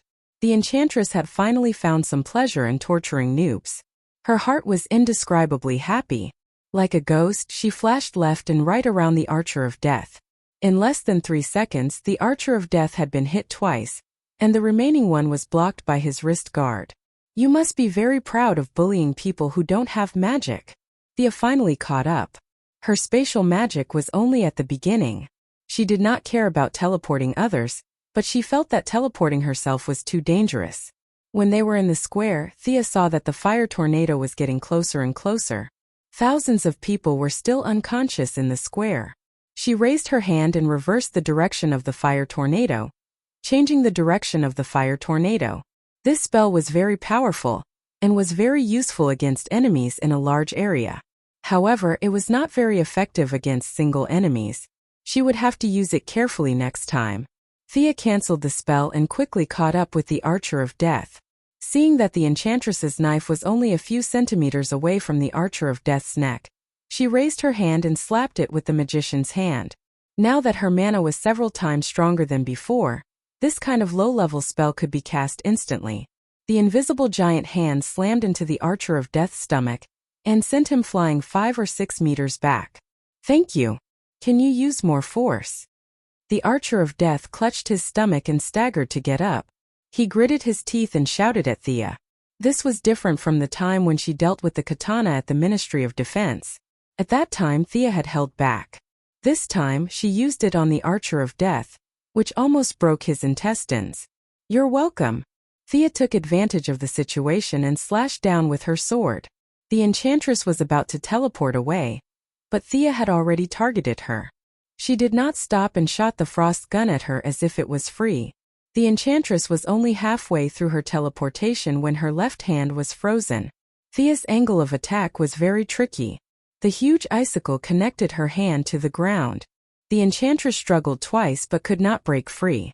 Seeing that Thea's frost gun began to hum again, the enchantress knew that there was a problem before the gun could be used. However, this gap was very short, leaving her only a little more than a second to think. She made a prompt decision. She raised the long sword in her right hand and slashed at her left arm. Her left arm was cut off from the elbow. Fortunately, the blood in her veins was almost frozen, and the wound was very cold. Other than losing an arm, the damage was not great. The enchantress did not dare to look back. She chose to teleport. Damn, that's a lot of determination. Thea was a little impressed. The frost gun's cooldown was only 1 second. It was not easy to make such a decision in such a short time. After all, any damage to her body would be permanent. However, the enemy had escaped under her nose. She had to give chase. Just as she was about to fly away, Rick Flag tied 4 or 5 grenades together and threw them at her like a madman. He hurriedly conjured a yellow protective shield and withstood the violent explosion. You're courting death. Thea looked straight at Rick Flag. This person had betrayed his country for his lover, and now he did not even care about his life? There weren't many people who weren't afraid of her intimidating gaze. Rick Flag was also human, so he was naturally afraid. However, it was unknown if it was because his heart was filled with the feelings he had imagined, but his strong love overcame a portion of his fear, and the rest was withstood by his willpower. Rick Flag was extremely silent. He raised the M4A1 in his hand and fired at Thea with all his might. Then, he saw the person in yellow raise a finger, and a golden ray of light came closer and closer before his eyes. The yellow light penetrated his skin and skull like a sharp arrow. He did not know anything after that. After killing Rick Flag in an instant, Thea raised her hand to help him finish off the remaining 2 soldiers who were still firing. She looked around and searched for the enchantress location. She directly rose into the air and chased after her, leaving the Archer of Death clutching his stomach on the ground. Chapter 326. Death Archer looked at Rick Flag, who was lying on the ground with his eyes wide open, and sighed. This man had fought with him for a long time. Although his marksmanship was not as good as his mind was very flexible. He fought bravely despite being at a disadvantage. From a mercenary's point of view, he was a worthy opponent. But his excellent marksmanship, battle awareness, and flexible mind did not help him resist the enemy. In the face of the ridiculously strong man in yellow, The other party just moved his finger and turned him into a corpse. He did not even have the chance to use the skills that he had painstakingly trained. He died in a clean way. Sighing, he felt sorry for the opponent he respected. But Death Archer had seen countless people die in front of him in his life. He would not be swayed by such a small matter. He took out his phone and took a few photos to prove that he was the one who killed this person so that he could go back and collect the money. He had the same thoughts as Death Knell, especially after seeing Thea's tyrannical strength. He was even more certain that he was just a bystander. Now that he had a battle record, he could go back and collect the money. Just as he was about to leave, he inadvertently saw the left arm that the charm witch had cut off. The frost gun was very efficient. The broken arm in the ice was still emitting wisps of black gas, which were especially obvious in the transparent ice. Take it away. He had not decided whether to keep it as a trophy or hand it over to the Heaven's Eye Society, but it was not wrong to take it back. Not to mention how Death Archer took the broken arm out of the ice, Thea was desperately blocked by Rick Flag, so this time it took her longer to catch up. Unfortunately, Rick Flag's sacrifice did not have much meaning. The charm witch's strength was greatly reduced, and she could no longer maintain a high frequency of spatial teleportation. The distance she teleported was getting shorter and shorter, and the interval between teleportations was getting longer and longer. She consumed a lot of her physical strength and magic power. She knew that Thea was chasing after her, but she had to stop and rest every time she teleported. Damn it! The charming witch rested for less than 10 seconds before Thea caught up with her. The two of them fought and stopped. Thea was basically in perfect condition, but the other party was less than 30% of her peak condition. The more she witnessed it, the more secrets of the charm witch's teleportation were exposed. In Thea's eyes, although her spells were more inclined towards witchcraft and Thea's were magic, they were different paths to the same goal. She believed that after this battle, Thea's spatial magic would reach a new level. Who told you to run? Run! Thea was no longer fighting her in close combat. Her teleportation ability was truly unpredictable. Fighting her in close combat was a waste of time. The Frost Spear's firing speed was not fast enough. The best weapon to deal with her was a divine longbow paired with light elemental magic arrows. Flying 20 meters above the ground, Thea drew her bow and shot an arrow as soon as she showed her head. At this moment, Thea was reminded of the time when she rode a skateboard across Gotham. Boom! Clang! The sound came one after another. The path they took seemed to have been bombed, and the ground was full of craters. Presumably, the city's reconstruction in the future would be another business for the Quinn Group. Damn rat, you're dead! Thea was very happy with her shooting. Suddenly, she realized a problem. Her opponent was now a woman who had done many evil things. It was completely in line with the teachings of the goddess of the hunt and the requirements of the Arrow of Vengeance. Unlike the last time when she was beaten up by Ares, she had to accumulate divine power to take revenge. This time it was a one-sided beating. It was more likely that the charm witch would take revenge on her. The ability to accumulate divine power could not be used. It was purely to fulfill the teachings of the goddess of the hunt and take revenge on the evil woman who lost her virginity. Hee. Thea took out the only 2 crimson arrows in her quiver. This arrow was half the length of an ordinary arrow and required the bow to be fully drawn. As long as the target was locked on, it would automatically track and hit the target. Ares was able to split half of his divine power to create a clone and deceive the divine arrow. You, an African native, can't do that, right? When the bowstring was fully drawn, Thea used the Eye of Horus to lock onto the charm witch who was about to escape the city. She pointed the bow at the sky and silently recited the goddess prayer. The face of the charm witch appeared in her mind. It's her, she must die. As this thought came to her mind, the Arrow of Vengeance seemed to sense her strong desire to fight. The originally ordinary arrow shaft was surrounded by a cloud of red mist, and countless profound runes appeared on the arrowhead. Thea just glanced at it and stopped looking. This knowledge was not something she could grasp at the moment. This was the same as the arrow in Diana's lasso of truth. It was a creation of laws above divine power and could not be replicated. Die! Thea roared and released the bowstring with her right hand. The crimson arrow drew a beautiful arc and shot into the distance. The air, the earth, and the river seemed to resonate with the word die.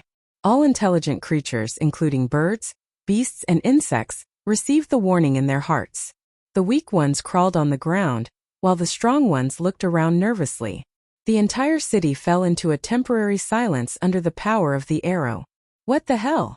As the strongest intelligent creature in the city, other than Thea, the charm witch was more sensitive to the arrow because the arrow was aimed at her. The silent chill and pure murderous intent mixed together and rushed in the direction of the charm witch. It was clearly a cold and murderous intent, but she did not feel evil here. There was only a simple meaning. I want to kill you, so you must die. The charm witch no longer cared about her injuries. She used her life to teleport several times in a row, trying to avoid the arrow. However, the arrow could also teleport. The distance between the two was rapidly shrinking. The charm witch only felt that she had never been in such a dangerous situation in hundreds of years. This killing intent was unrestrained. It only wanted the target to die, no matter where the target ran to. I won't die. I still have a way. The charm witch spat out an ugly scarecrow from her mouth. The scarecrow was black and looked exactly the same as when Thea first met her. The charm witch reached out and dug out one of her eyes, slapped it into the scarecrow's body, and spat a few mouthfuls of black blood on it. She opened a long-distance portal and threw the scarecrow into it. After that, she stared at the arrow nervously. However, she was disappointed. Ares's divine power could deceive the arrow of vengeance, but the level of her witchcraft was much lower. Dolls could usually avoid some fatal attacks, but today she was not facing magic or divine power, but the power of rules of a higher level. Only the natural order could go against the natural order. The Crimson Arrow did not know mercy or sympathy. It was the judge and the ultimate executor. Bang! All the intelligent creatures heard the sound of a hammer smashing glass. The enchantress used her body to illustrate the teachings of the goddess of the hunt. The arrow pierced through her chest, but there was no blood or organs in the wound. It was as if the wound was made of air. The charm witch blankly covered her wound, but she touched nothing. Her body was rapidly dissipating. Chapter 327. My body. The charming witch wanted to say something, but her body dissipated too quickly. In the blink of an eye, half of her body seemed to have been erased out of thin air. Her mouth made a whimpering sound. She no longer had any vocal organs. She knew that resistance was meaningless, but her life instinct still made her gather the remaining magic to resist this kind of destruction on the level of the rules. But all of this was futile. Before the ink-black magic touched the nothingness, the charming witch felt her sense of touch, hearing, and vision being rapidly stripped away. The cold killing intent had already reached her head. Her soul was unwilling to die just like that. She desperately sent out waves of soul fluctuations, but in the face of the powerful rules, everything was so powerless. When she made up her mind to self-destruct her mana, at least to leave something in this world that could prove that she had been here, her dark elemental mana began to flip and boil, but it was already too late. The power of the natural order swept across, and whatever mana or soul, everything disappeared in the face of the natural order. The earth-shattering explosion did not happen, and the vicious curse before death did not shout out. The charming witch was killed by the arrow of vengeance. Huff! Thea did not feel good shooting this arrow. Revenge required a price, and it also required the strength to match it. It was impossible for a child of a few years old to stab Hera to death with the arrow of vengeance. Artemis was not that powerful. Artifacts were weapons used by gods, and the lowered standard also meant that there was a price to pay for using them. If it were not for the recent increase in her magic power, this arrow would have absorbed her life force. The instant withdrawal of 70% of her magic power, even if her body had been transformed by divine power, was a little difficult to bear. She rested for a while on the spot before she could catch her breath. She flew to the place where the charming witch died and searched the place. This arrow of vengeance was really powerful. There was not even a trace of the witch left. She died so cleanly that there was no trace of her existence. After shooting the arrow of vengeance, Thea did not continue to maintain the Eye of Horus due to the intense magic consumption. She did not see the scene of the charm witch releasing the doll. She rested for a while until she recovered half of her combat power, and then rushed to the other two battlefields. Death Knell and Captain Boomerang's battle was slightly closer to each other. By the time Thea arrived, The battle had already ended. Death Knell's strength was already higher than Captain Boomerang's, and with Captain Boomerang's mind control, he couldn't unleash his full strength. He was constantly being suppressed. Just as Death Knell's longsword was about to cut his neck, the Charming Witch died, and Captain Boomerang's mind control was released. In the face of Death Knell's fatal blow, the Australian unleashed all of his potential at the critical moment, throwing out his last boomerang before he died. Slade was shocked, but he was helpless as the distance between the two was too close. Even though he was stronger than his opponent, it was useless. He could only tilt his head slightly to avoid the boomerang. The boomerang cut a wound of more than 10 centimeters from his cheekbone to his eye and forehead. The wound was so deep that the bone could be seen, and his right eye was blinded. However, Death Knell was also a ruthless person. Even though he was seriously injured, the longsword in his hand did not stop, and he cut off Captain Boomerang's neck. This Australian, who was still somewhat famous in the original timeline, died under Death Knell's sword before he became famous. When Thea arrived, she saw this scene. In the blink of an eye, one was dead and one was injured. Captain Boomerang had lost his life. Death Knell did not know about the mind control. He only felt that he had been suppressing his opponent. However, due to his carelessness, his opponent counterattacked before he died, blinding him in one eye. This made him extremely angry. "I'll help you stabilize your injuries first," Thea said as a white light flashed between her fingers, and the bleeding from Slade's wound slowed down significantly. "You rest first, I'll go to the other battlefield." Of course, Thea could heal him. It was just a matter of regrowing a broken limb. However, this was not the right place nor was the right time. If the other party was not loyal, there was no need for her to waste her magic power. Slade did not utter a word. He sat on Captain Boomerang's corpse and lowered his head in deep thought. As for what he was thinking, no one knew. The clown woman and the katana fought Killer Crocodile together. The battle situation was not out of Thea's expectations. The two women's strength was not bad. Taking advantage of the Charm Witch's death, the mind control disappeared, and Killer Crocodile was stunned. The two women attacked fiercely. Thea rushed to the battlefield and saw the katana piercing Killer Crocodile's upper jaw and out of his lower jaw, firmly nailing his mouth to the ground. Then, taking advantage of his violent struggle, the clown woman raised her baseball bat and smashed Killer Crocodile's head. The crazy clown woman only stopped attacking when the specially made baseball bat broke. Killer Crocodile's breathing was weak, and he fell into a severe coma. Just as Katana was about to give him another fatal blow, Amanda finally arrived. "Stop!" As her direct subordinate, Katana was very obedient. She withdrew her katana upon hearing her command, and Killer Crocodile's life was saved. "Have the two enemies been dealt with?" Thea slowly landed on the ground. Amanda immediately asked. As soon as Thea said no, she would immediately run. Fortunately, Thea did not disappoint her. "They've been dealt with. The one with fire is most likely still breathing. As for the Charm Witch, she has been completely destroyed." Amanda was very happy that the matter had been resolved perfectly.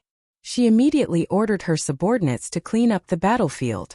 Using the excuse of asking about the battle situation, she stopped Thea, a powerful fighter, from leaving. The bodies of the targets were carried out. Captain Boomerang and Rick Flagg's bodies were cold. Amanda sighed at Rick Flag. She was not sad about his death. She felt sorry for the time she had wasted on Rick Flag. In order to train a qualified subordinate, she had put in a lot of effort. Now that years of effort had turned into a cold corpse, she still felt sad for a second. "What's this?" A second later, she was attracted by the thing wrapped in Death Shooter's clothes. Their main force had entered too quickly. Death Shooter had just taken his arm out of the ice. There was no way he could hide it, so he had no choice but to hand it over. "That witch's arm. It just seems a little dry. I think it's loss of water?" Death Shooter held the thing that looked like a hand bone wrapped in a layer of human skin and explained to Amanda. Amanda did not listen to his explanation. She automatically looked at Thea, the occult expert. Thea used her mental power to feel for a bit. There was still a trace of energy left in the arm, but because the Charm Witch's soul had been destroyed, the magic on the arm dissipated very quickly. "This is the Charm Witch's arm. Since her soul has been destroyed, this arm is useless. Take it back and destroy it," Thea said casually. Amanda thought of something and nodded. She ordered her subordinates to take out a box and put the arm inside. Chapter 328. Thea looked at the scene coldly and didn't stop them. The Sky's Eye Society had a habit of collecting mysterious items everywhere. They had a secret room deep underground called the Black Room. It contained all the supernatural items that could be found in the world, such as the Sun God's orb, the Spear of Fate, and even Pandora's box that would cause a great war in the future. There were so many good things in there that it was comparable to the treasures of the gods. Although Thea wanted to take a look, the Black Room was heavily guarded. In the past 100 years, mystics had been recruited by the government to add protective spells and barriers. She didn't want to set foot in there unless she was fully prepared. Following the corpse was Chatter Santana, who was on his last breath. Half of his body had been burnt to a crisp by the lightning breath. Amanda frowned at the sight. Was there any value in saving such a person? Fortunately, the Sky's Eye Society had always been extravagant. Although the unconscious Chatter Santana didn't hold Amanda's hand, he still wanted to be treated. Amanda made a decision. No matter what, she had to save him first. She instructed her subordinates to bandage him first before sending him back for treatment. She transferred money to Death Knell and Death Archer. Both of them were mercenaries. Death Knell was missing an eye, while Death Archer offered the remains of his arm. Amanda compensated them with a portion of the originally agreed upon price. They left first. Thea waited for a while and left after seeing that there was nothing else for her to do. Not long after she left, Lara reported to Amanda with a tablet. Sir, the central square of the city is severely damaged. There are traces of a tornado at the scene. The tornado kept moving from the city center to the northwest corner before finally leaving the city and dissipating. From the square and the tracks along the way, we found more than 1,100 corpses. There are also thousands of people who are unconscious. We can't calculate the number of missing persons at the moment. There are no losses. Amanda waved her hand lightly, indicating that she understood. There were no missiles that bombed the White House or the Pentagon. The citizens' losses were within an acceptable range. Those with corpses would be sent to the city government to express their condolences. Those without corpses would be treated as missing persons. The federal government would send a spokesperson to perform and the flags would be lowered to half-mast in silence. Record it. Tell the media that the city's gas pipeline exploded. Isn't there a trace of a tornado? Tell them that the pipeline exploded. That's the truth. Next. Lara recorded silently. She was already used to this kind of life. The female soldier who had fought for the country in Afghanistan had long disappeared. In a market in Massachusetts, 10 minutes ago, many people saw a dark blue door of light. Then a straw doll fell out of the door. The agent said that the doll looked very similar to the enchanted witch. Our people are looking for it in the area. Witnesses said that it was taken by a gang. Lara showed the image on the tablet and showed it to Amanda. The image was very blurry, and it was indeed taken in a hurry. The camera was very shaky, but Amanda's attention was immediately captured. Is this guy not dead? Thea said that her soul was destroyed. Lara remained silent. These mysterious things were very different from her worldview. Let's get it first. We'll just wipe out the gang and deal with it according to Article 5 of the Supernatural Affairs Management Ordinance. How's the search of the cave where Dr. Jean Munn fell? We've searched ancient documents and found the key item. It's a green heart. But 10 minutes ago, the person in charge told me that the heart's original vitality was rapidly draining. Now it's as stiff as a rock. Lara stood straight and reported meticulously. Amanda didn't comment. Collect them all. This arm, the straw doll, and the heart. Send them back to the headquarters for testing. If there's no sign of life, seal them in the dark room. Understood. Search for traces of Bronze Tiger. The X-team needs a new leader. Go and do it. I'll leave this to you. I'll go back to Washington. After saying that, Amanda left the scene with a few guards. She had just received news that Steve Trevor was really lucky. He had actually escaped under the noses of more than 30 elite criminal soldiers. Amanda wanted to return to the Department of Defense first and do her best to defame him in front of a few generals with real power. Leaving aside Amanda, who was scheming against Steve, Sia left the people of the Society of the Heavenly Eye and came to a house according to some signs. She pushed the door open and entered. Slade, whose right eye was still bleeding, was waiting for her.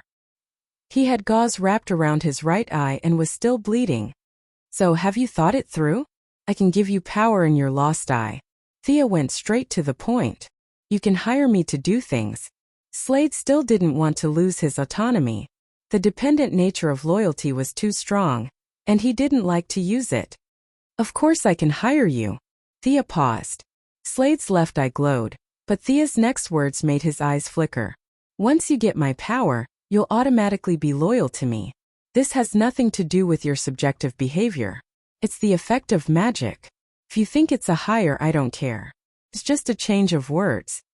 Thea chuckled. Her laughter was like a demon that bewitched mortals. One was power and the other was freedom. Which was more important? Slade's forehead was sweating a little. Thea had a lot of things to do at home. She didn't want to waste time with him. She flicked her finger, and a fake yellow light ring fell on the table. This ring is the source of power. I'll give it to you now. If you don't wear it, it'll come back to me in 3 days. Take your time to think about it. After that, Thea disappeared from the room like a puff of smoke, leaving Slade with a solemn expression. Why did she leave just like that? You could have at least persuaded me a little more. Slade stood alone at the corner of the table, looking at the yellow ring. He reached out his hand several times to grab it, but gave up. This kind of invisible psychological pressure was more testing than Thea's persuasion. At least there was no need for him to kneel in front of her face. It made him unconsciously lean toward power. Should he wear it or not? Slade was like a donkey grinding a mill. He walked in circles around the small round table, thinking. Images kept flashing in his mind. There were images of him flying freely, and there were images of him beating up his enemies. In short, each had its own advantages. He couldn't make up his mind at the moment. He took out a bottle of hard liquor from the kitchen, trying to calm himself down. However, the more he drank, the more depressed he became. In a fit of anger, he fell asleep. The man who usually slept soundly amidst the roar of guns and cannons found himself not sleepy at all after lying down for 10 minutes. His blinded right eye was burning with pain. He couldn't fall asleep at all. So what if I die? Come on. He reached out with his thick arm, grabbed the ring, and put it on his right middle finger in a very barbaric manner. Endless amounts of emotional power surged into his heart. Slade Wilson didn't even grunt as he fainted to the ground. Chapter 329. Thea, who had flown a short distance away, naturally felt a magical message. Richard put on the ring and softly chanted a spell to activate the limb recovery spell stored in his ring. With the power of the lamp ring, his eyes would quickly recover, and at the same time, his strength, speed, and endurance would be greatly improved. The lamp ring did not have the ability to materialize, but the emotional power was very compatible with his body and gave him a new ability. As for what it was, he would only know when he woke up.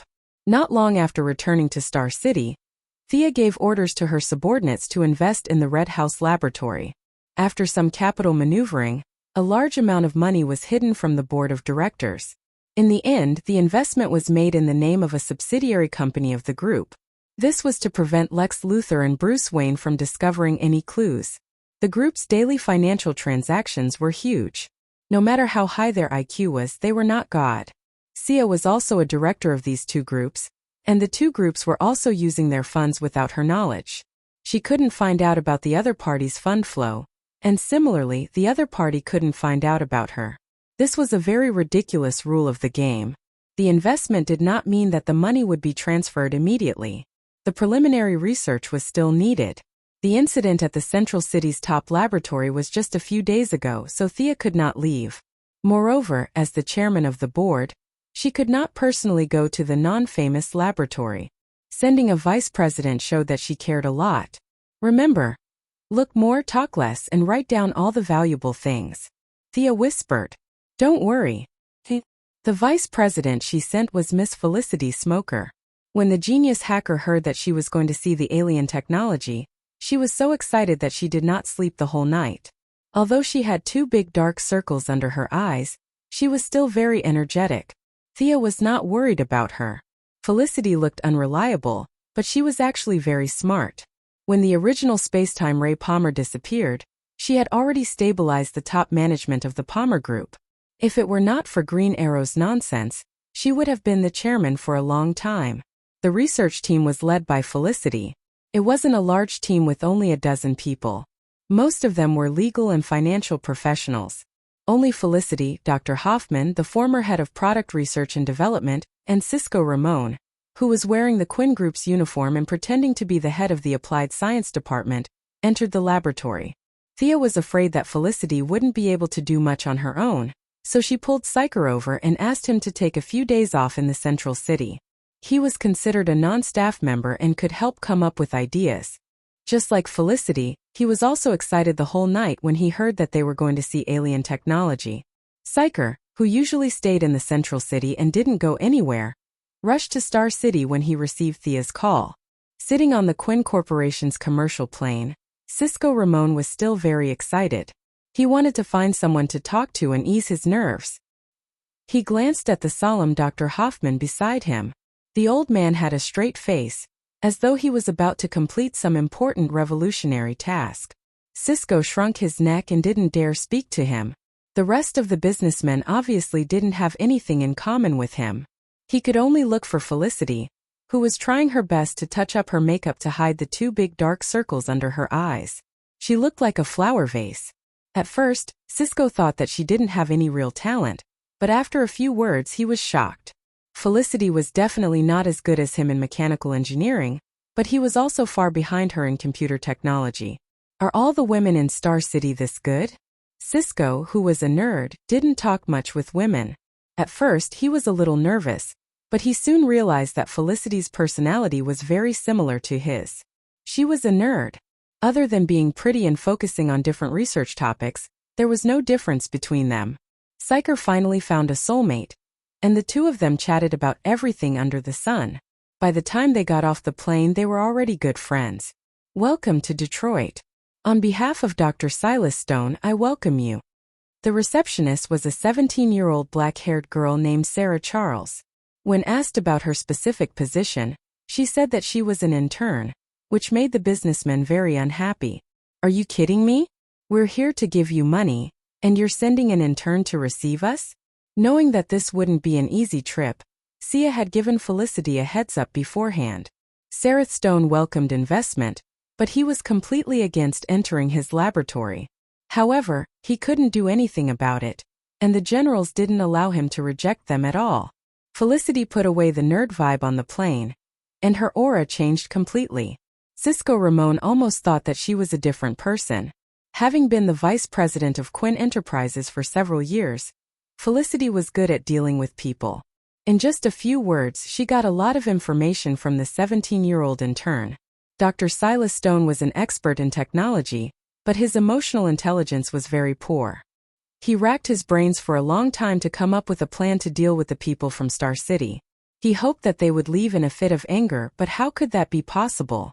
Not to mention her friendship with Thea. The alien technology was right in front of her, and Felicity had to squeeze her head in to take a look.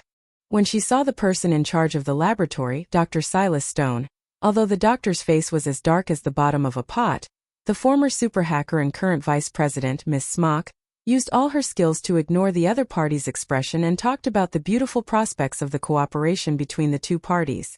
Dr. Stone was depressed. Felicity was a young girl, and she would do anything to act cute. He really couldn't chase her out. Miss Smock, I think. Can you understand the direction of my research? Is there really room for us to cooperate? Felicity looked around, trying to find something to prove herself.